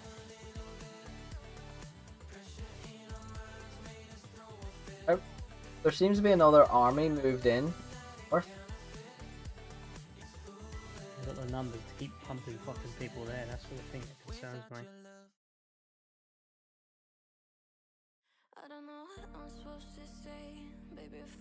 Yeah, I've seen. Yeah, it's a video that. Yeah, I've seen it, Jack. It is the video that made me rewatch Starship Troopers.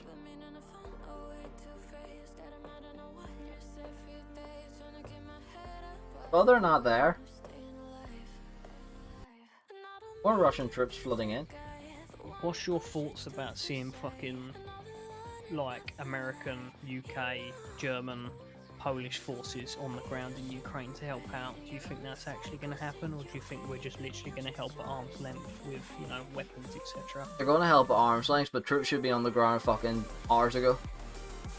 Well, you reckon they're already out there? No, they should have been. Britain's got a battle group in Poland ready to go on the border. Yeah, that's what I'm saying. Do you think they're like, yeah, they're already there, ready to go, but they're not in Ukraine, if that makes sense? No. Right. Britain's also reinforced 2 Commando with Prince of Wales, Diamond, and the Type 23, and they're going to naval invade Russia. Oh, really? Yeah, they're going to kick they're going to kick Leningrad's door in, or St. Petersburg door. Do you think the aircraft carriers going there, or do you think they're going to hang around Taiwan? Well, there is G. That's what I mean. It's Prince of Wales going to the Baltics. Oh, okay. Because we've got 2, haven't we? You've got, yeah. So it's going to be interesting. That would be real. Could you imagine being that Russian commander? What the fuck's that? Oh shit, there's Royal Marines in St. Petersburg. Wait, what? Yeah. Fuck. That would be a heart-wrenching moment. It would not be a fucking moment I would like to see, if I'm honest, especially with fucking someone like Putin with his finger on the button. He's a kind of bloke that would cop out of a fucking nuclear strike, I think, or even chemical weapons.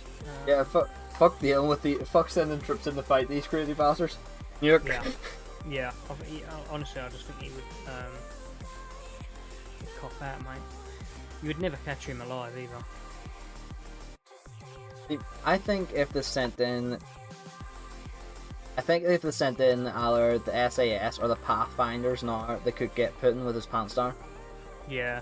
I mean, I wouldn't go as far as trying to fucking fuck up Russia's government, if that makes sense, but I think they had the SAS, or like you say, the Pathfinders on the front lines with the Ukrainian forces to fucking help them or direct them. That would be more helpful. Just kick them back to the fucking border and onwards, you know, like really sort of pull their pants down, you know, as you say. Oh yeah. But yeah, if Putin wants to go further with this, then yeah, things are going to get fucking messy really quick. Oh, 100%. Oh no, there's no Royal Marines in St. Petersburg yet, but there could be if war kicks off. Royal Marines haven't entered St. Petersburg or anywhere up there. They're in Estonia at them with the rest of the British task force. There's also a battle group there with 100 tanks ready to reinforce them straight after in Petersburg. I think Poland will fucking act before anyone else. I think Poland will be the first ones in, if I'm honest. More likely. See, the British battle group's only is still, well, it's assembled now actually. It's Royal Welsh and the Royal Tank Regiment. Do you think the Challenger 3 upgrades are on hold at the minute, or do you think they're trying to get them done as quick as possible? Yeah, no, they're issuing out Street Fighter and Megatron, or the theater entry standard, which is more than enough. Didn't we have, am I right in thinking we had like 500 Challenger 2s, but 250 are in reserve and 250 are inactive to be upgraded? 227 in the military and active duty, and there's about 200 sitting in storage. Yeah, so the ones in storage are the ones that are being upgraded, am I right? No, they're just sitting in storage. They can be activated at any time. Oh, okay.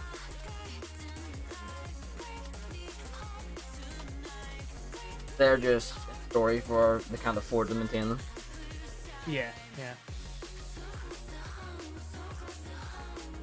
The only reason I say is I wonder if they have to deploy tanks in large numbers, those ones in reserve would be upgraded while the others are, you know, out there, and then they'd swap them. That would make more sense.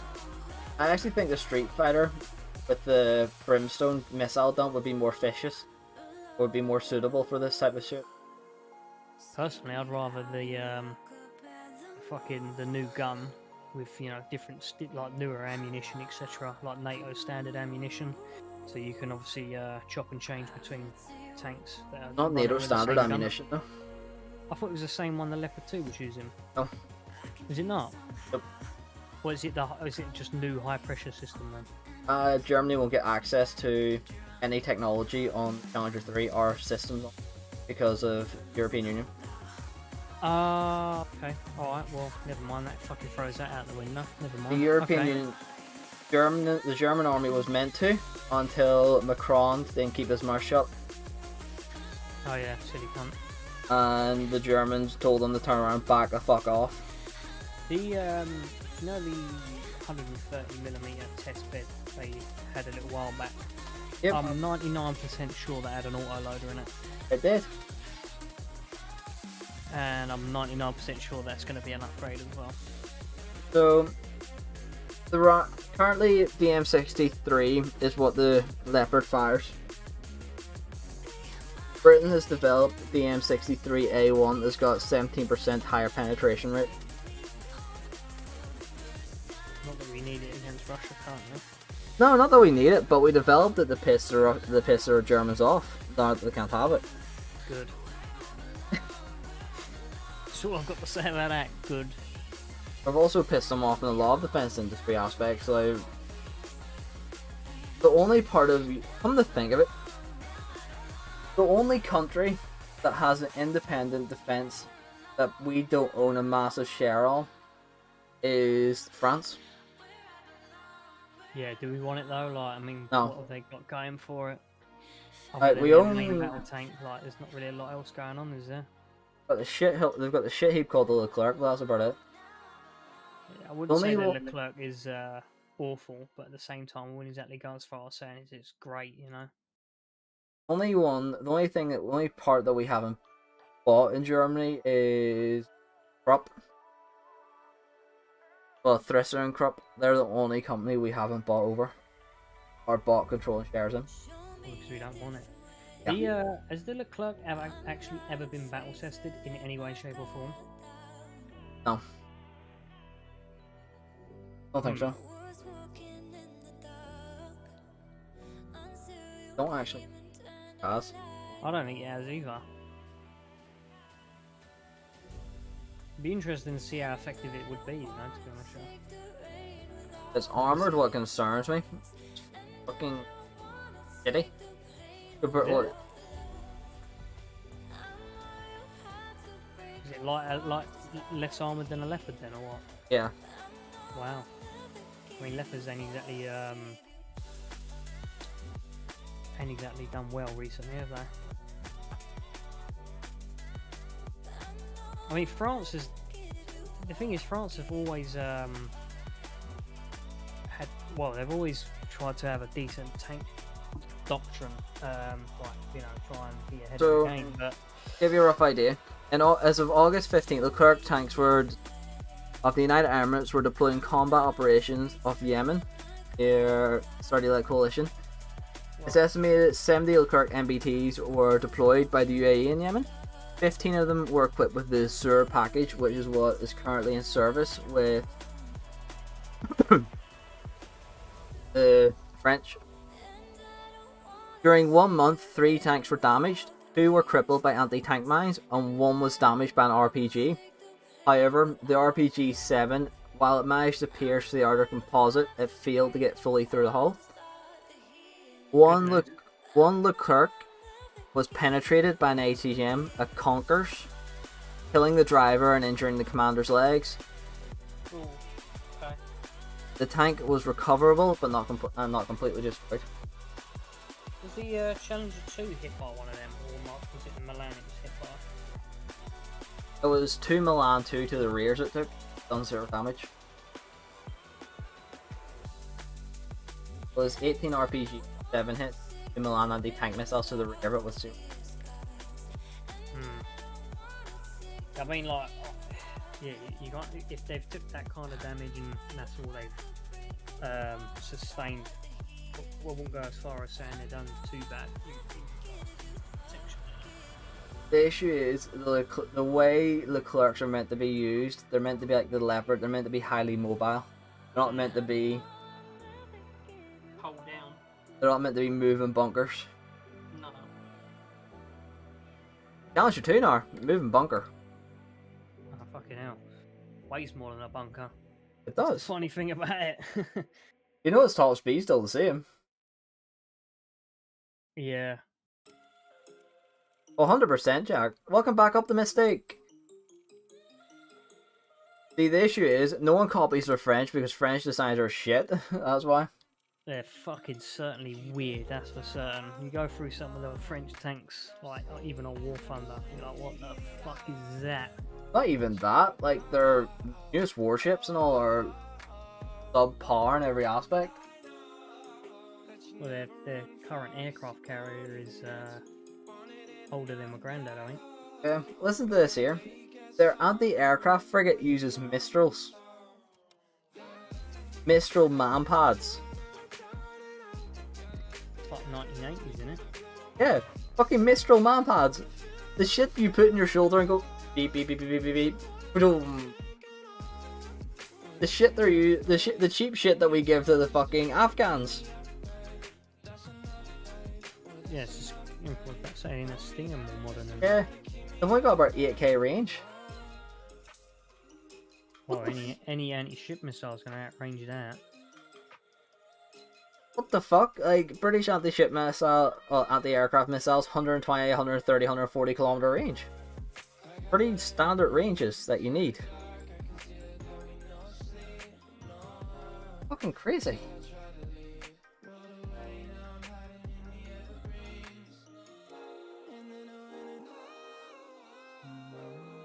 That's fucking crazy. It genuinely is. And they're going to put a VLS system on their QE class carrier they tried to buy. You hear about that one? What's that, mate? Sorry. So they wanted to buy a Queen Elizabeth class carrier, but they wanted to have they wanted a VLS system on it for air-to-air missiles. Think about that. They didn't want a Queen Elizabeth class aircraft carrier. They demanded it, and the Royal Navy basically said no. It wasn't the Royal Navy said no; they couldn't afford it. So yeah, it was still no. Yeah. We're doing it for less. They kept trying to get it cheaper, and they tried pushing it through as a flagship of the EU. Germany looked at them funny. We're not paying for your ship. Oh, they tried to swindle it that way. Like, oh yeah, look guys, we'll keep it and look after it, and you guys can help pay for it, like one of those. Yeah, pretty much. They tried to swindle the EU into paying for it. Didn't happen. The Germans sort of caught on to their shit on it. Okay, so I've seen.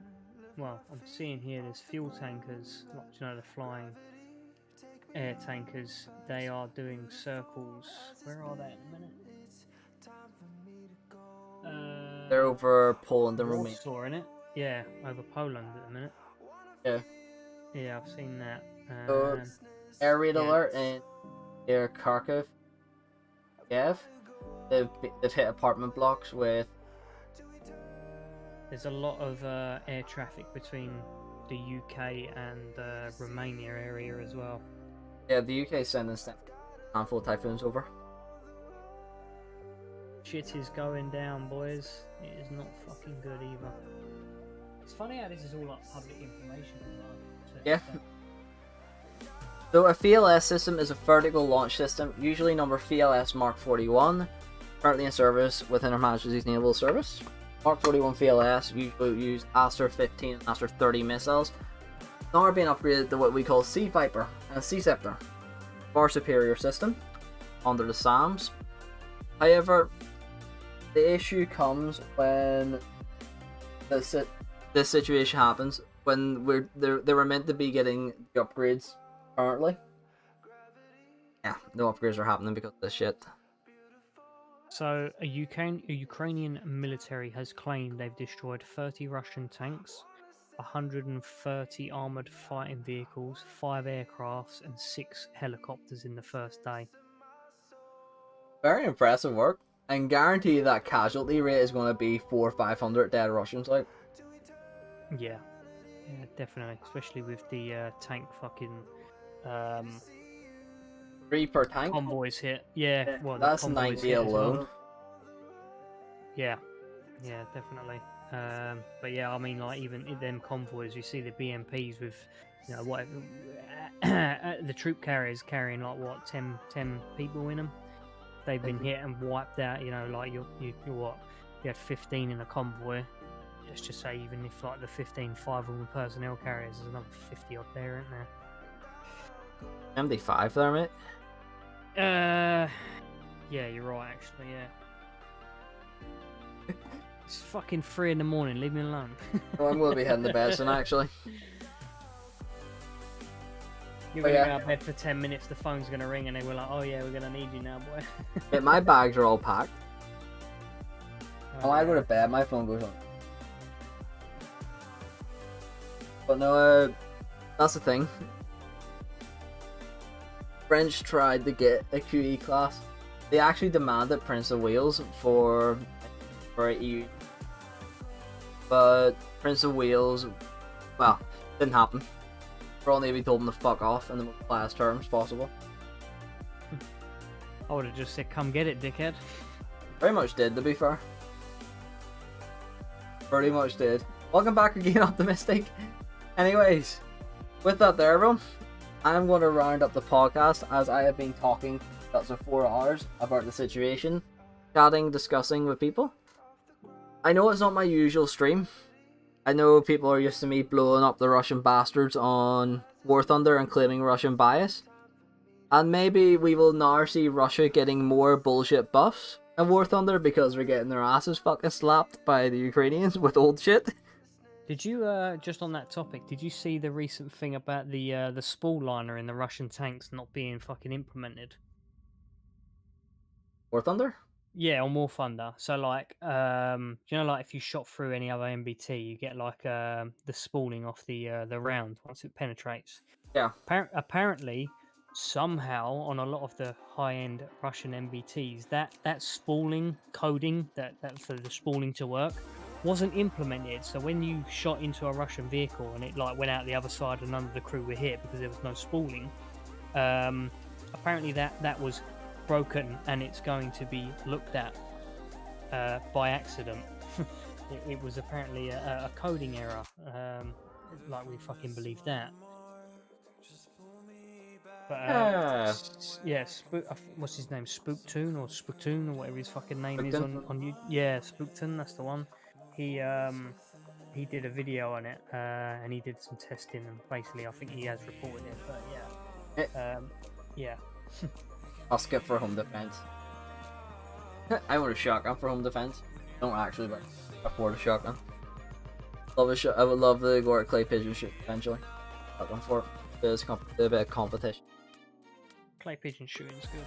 It is very good. It's very relaxing sport. Yeah, it's stress relieving. Put it that way.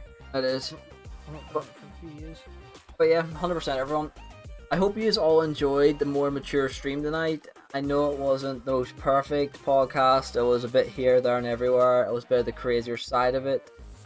And look, especially finding a live map of the situation was pretty interesting to see. And looking at some topics, I know it was a bit delayed, but couldn't get any more live really because, let's be honest, you don't want to put the Ukrainian troops at risk.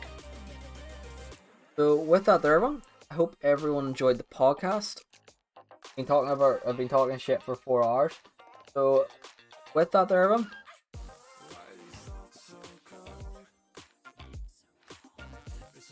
glad to hear it, Jack. Yeah, I did my best to try and be a bit on the entertaining side, but the night was one of them ones where it was more serious. But we still managed a few jokes, a few sarcastic Northern Irish comments, bit of British wit, and a bit of me being a complete fucking dickhead. But other than that, there, yeah. Before we end it, I have petitioned Gaijin Entertainment to buff War Thunder Russian vehicles with War Thunder, so that the Russian player base do not get their feelings hurt when they realize their favorite tanks and planes have been bitch slapped by 1980s technology. So I would like everyone to join me in sending Gaijin messages saying buff the Russia so we don't have to drown in their tears. What?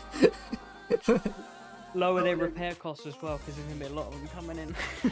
Exactly. I think it'd be a good idea. Yeah, I think that Gaijin's more concerned at the minute of will they still have a fucking platform. Oh, that was fucking brilliant.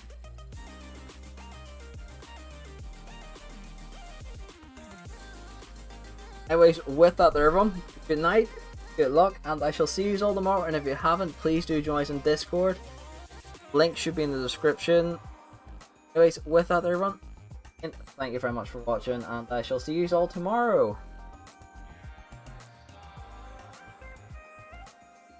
Oh Marcus, how you doing? You literally just joined when I was rounding the stream up on the podcast.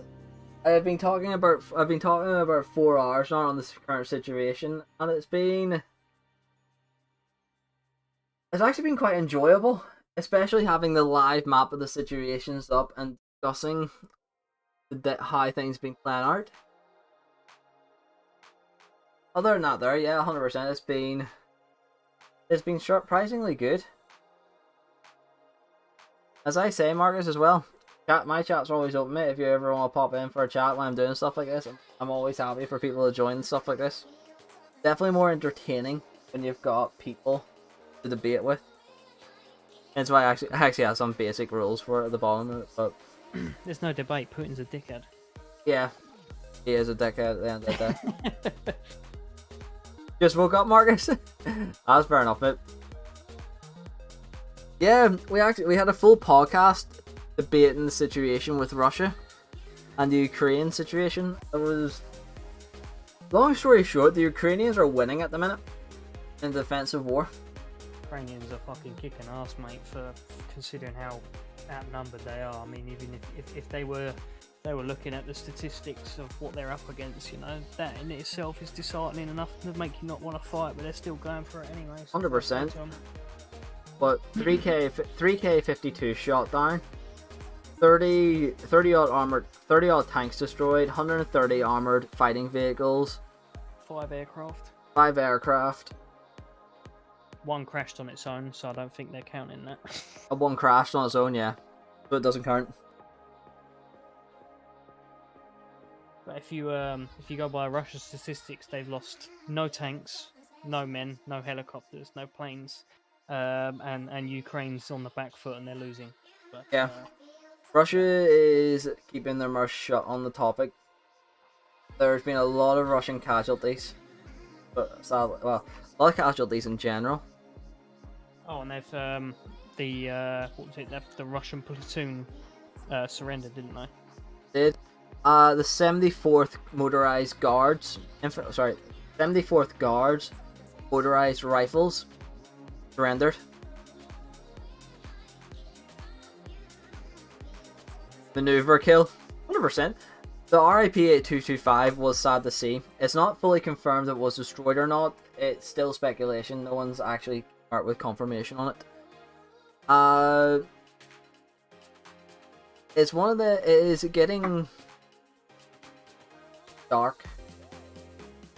Not fun. I should say fun. It's getting intriguing. It's a better word for it. It's becoming an intriguing situation. Do you reckon they just destroyed that largest plane just to spite them? Like, who's next in line for the world's biggest plane? Like, if Russia's like got the next biggest plane, they've probably done it for a reason. They're like, oh, now we've got the biggest plane. Like, pretty sure. Probably America. Yeah. Probably America. I'm pretty sure it is America, actually. America's like, Because yes, number one. The C-17 and C-5 Globemasters are massive aircraft. Pretty sure the Globemaster is the next one under. I'm nearly confident in that one. Ironically speaking, we've just ordered 4 more of them because of this shit. But yeah, it was a very good podcast actually. It was kept very mature, shockingly, and the chat was relatively active. I think everyone's fucking keen to know what's going on. Isn't Yeah. Including myself. But Or even to discuss it. I will say this: I did crack up about that one. You see, War Thunder CC's comment on this. I cracked up at TSK, giving our false information. You want to actually know what's the second? You know what's the second? What's the second biggest? Was it? I'm actually genuinely curious. The Strato launch. Strato launch. That thing's still around. It's the aircraft that is used to launch Virgin Galactic's spacecraft. I thought they scrapped that. Oh, I don't think so. Fair enough. Genuinely thought they scrapped that. Big bugger of a thing.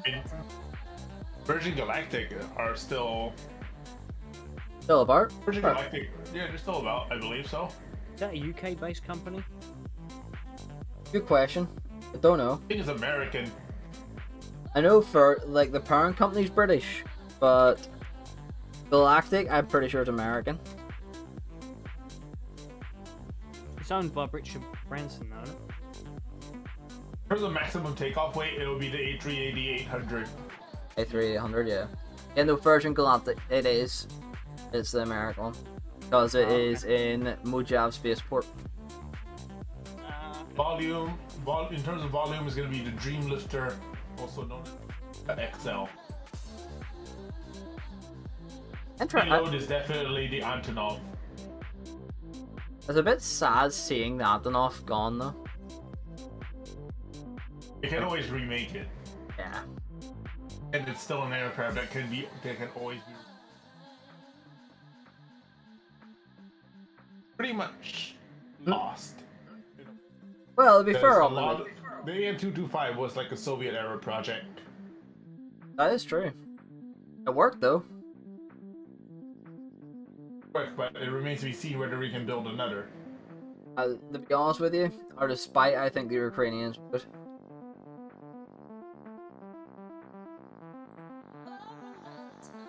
But yeah. Though to answer your question, Marcus, World War III will kickstart. It is 50-50 at the minute, mate.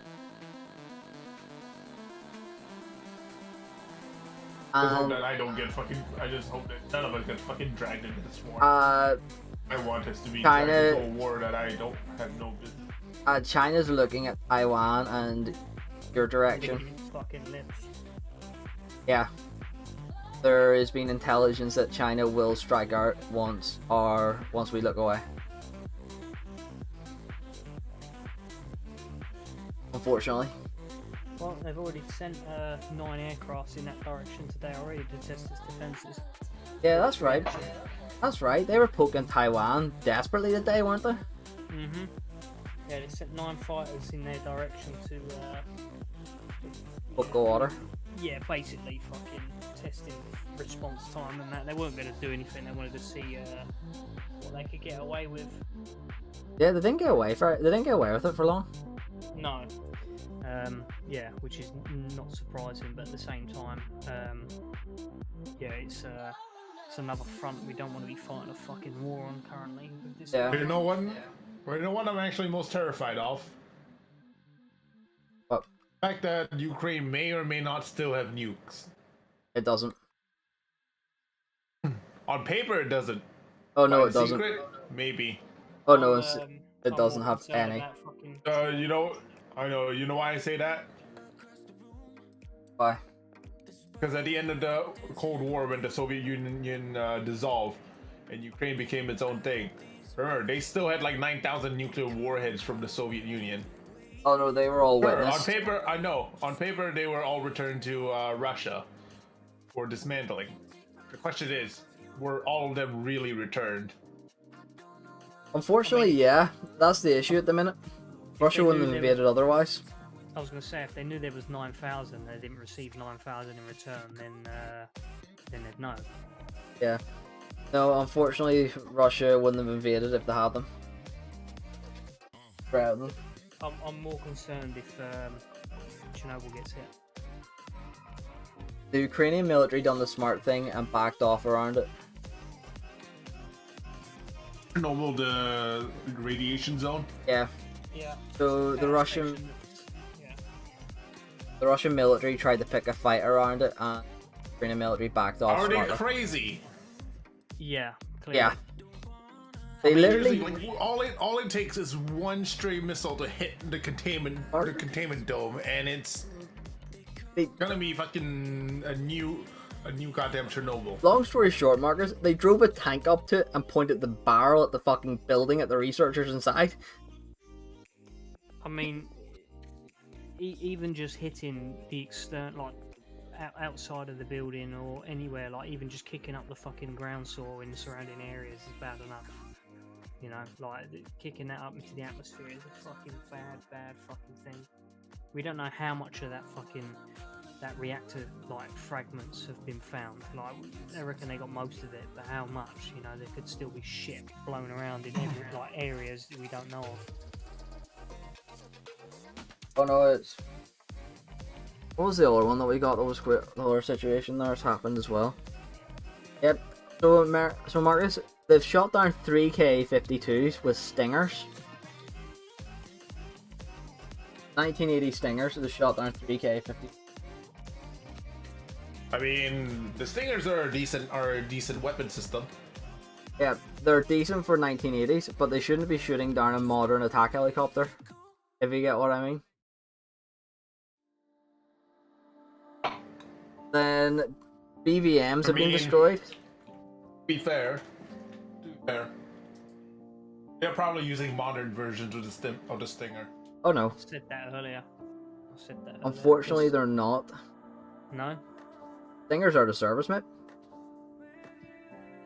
The Manpat Stinger hasn't. I'm sure that they're using FIM 92Ks.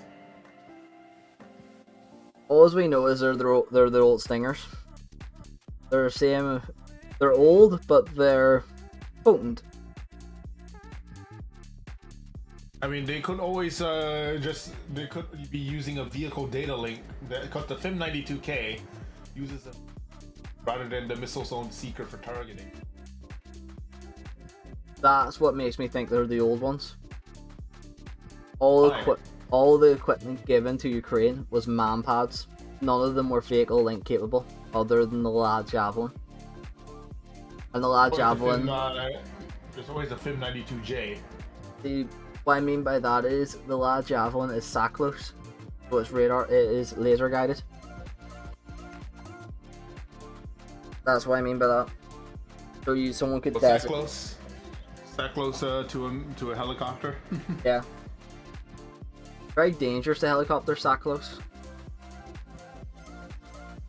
But yeah, the Ukrainians have been doing very well. They've destroyed T-80 BVMs. They've wiped out a tank column.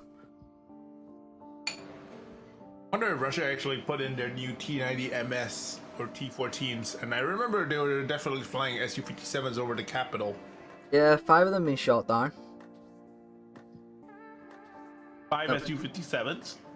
Something like that. No, not Su-57s, just normal Su. 27s were not. 27s. Just normal Shukos. I was about to say Su-57s. If that was the case, that would be a fucking embarrassment. T-90 MS has been destroyed. There's a carcass of it. T-90 MS or M? MS, I believe. M, just a regular M. And there's been not many destroyed, to be honest with you, mate. It is embarrassing how bad it's got for the Russians. At the minute, they should pack their bags up and kill regular wounds and leave. I mean, to be fair,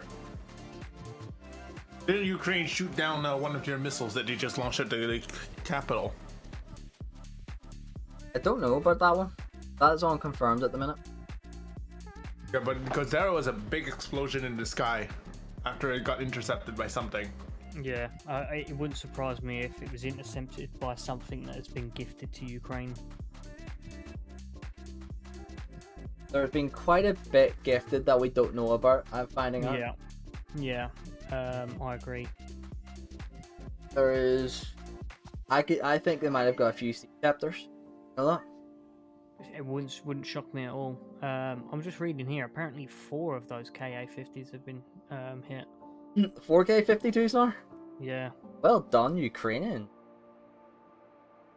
Also, yeah, but you know what's the thing about the K-52s? What? When you see K-52, you can bet Spetsnaz is in the area as well, or special forces. A lot of Spetsnaz have been captured or killed. A lot of Spetsnaz have been captured already. Yeah, but still, those K-52s are primarily used for support in special forces groups. Oh, 100% though. Hang on, let me finish as well. I've just continued reading. These helicopters were destroyed during an attack on the airbase, so it could have been on the ground. Could be. I mean, say what you want about K-52, but I'm pretty sure it can't survive having a whole ass tank shell fly through its chassis. Oh, it can't. We were having... Here, Marcus, you should have heard. You should have seen me on the DC Discord. I turned around and said to Gaijin, I was like, "So, Gaijin, are you gonna?" I said to them, "Are you gonna buff the K-50 and the Russian tanks then?" Did you delete your message? No, I didn't.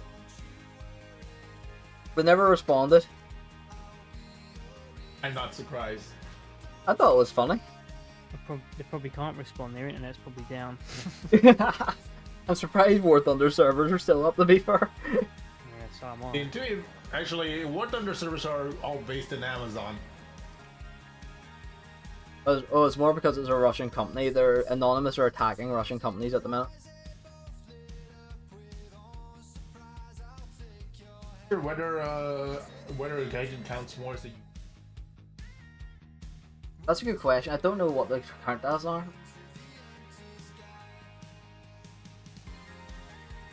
Well, they're when they got ties with China now, aren't they, Gaijin? Yeah. Their HQ is in Budapest, Hungary. Just been in Cyprus, or that was in a Russian-Hungarian video game. I didn't actually know Gaijin is now Hungarian. Oh shit. Border guard of Ukraine just posted that Russian forces attacked Ukraine guards with rockets or missiles and that approach of 45-minute casualty. I was going to say that explain why we're starting to see Hungarian tanks in the game. It does actually. And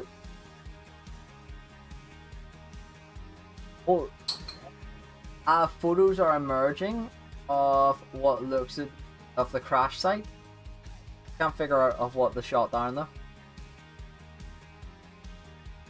Sirens are sounding in Odessa, but that's 10 minutes ago.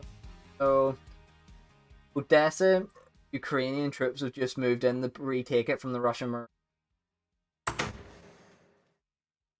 And Mayor Klitschko is... Everyone on Twitter be talking like, oh, I said NATO just disappeared. Oh yeah, here Marcus, I'll send you what I'm using as well at the minute. This is... Whoops. So this is a live map of all the situations that are happening. So this map updates lives as the situations unfold, like battles, that type of thing.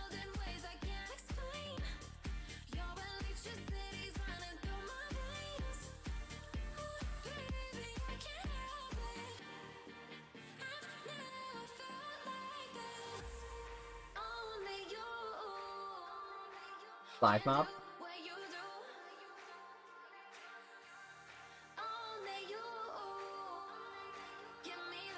This is interesting. Live map is like died. What? You know what's even more interesting? Oh. the way that Twitter and everything is all reacting to this. People on Twitter are annoying me because of how they're reacting. Start World War III. Apparently, one of them is saying that. That's the ones that's annoying me. Yeah, fucking Fearmongering. Tempting fate. You don't know what's sad? What? Oh, guess what's trending alongside Ukraine and World War III? Remember Elton John at one point as well. Oh, who gives a fuck about that fat cunt? There's Putin a war criminal at the minute. Doesn't surprise me. Russian troops approach Kiev as explosions heard around the capital. I think we're about to witness the Battle of Kiev. More than likely. Oh, they are trying to ban Russian banks from SWIFT. Oh, from Switzerland? No, SWIFT. The SWIFT National Payments Network. Oh, I thought they already did ban them.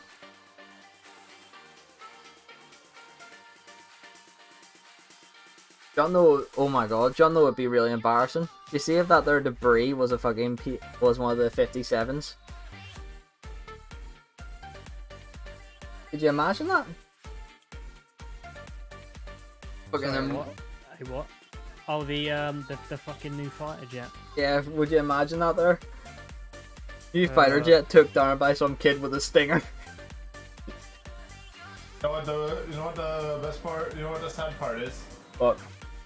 There are actually protests going on in Russia right now. Have you seen how many there's been arrested? There's thousands been arrested, including like elderly members and all being beaten by GRU special forces.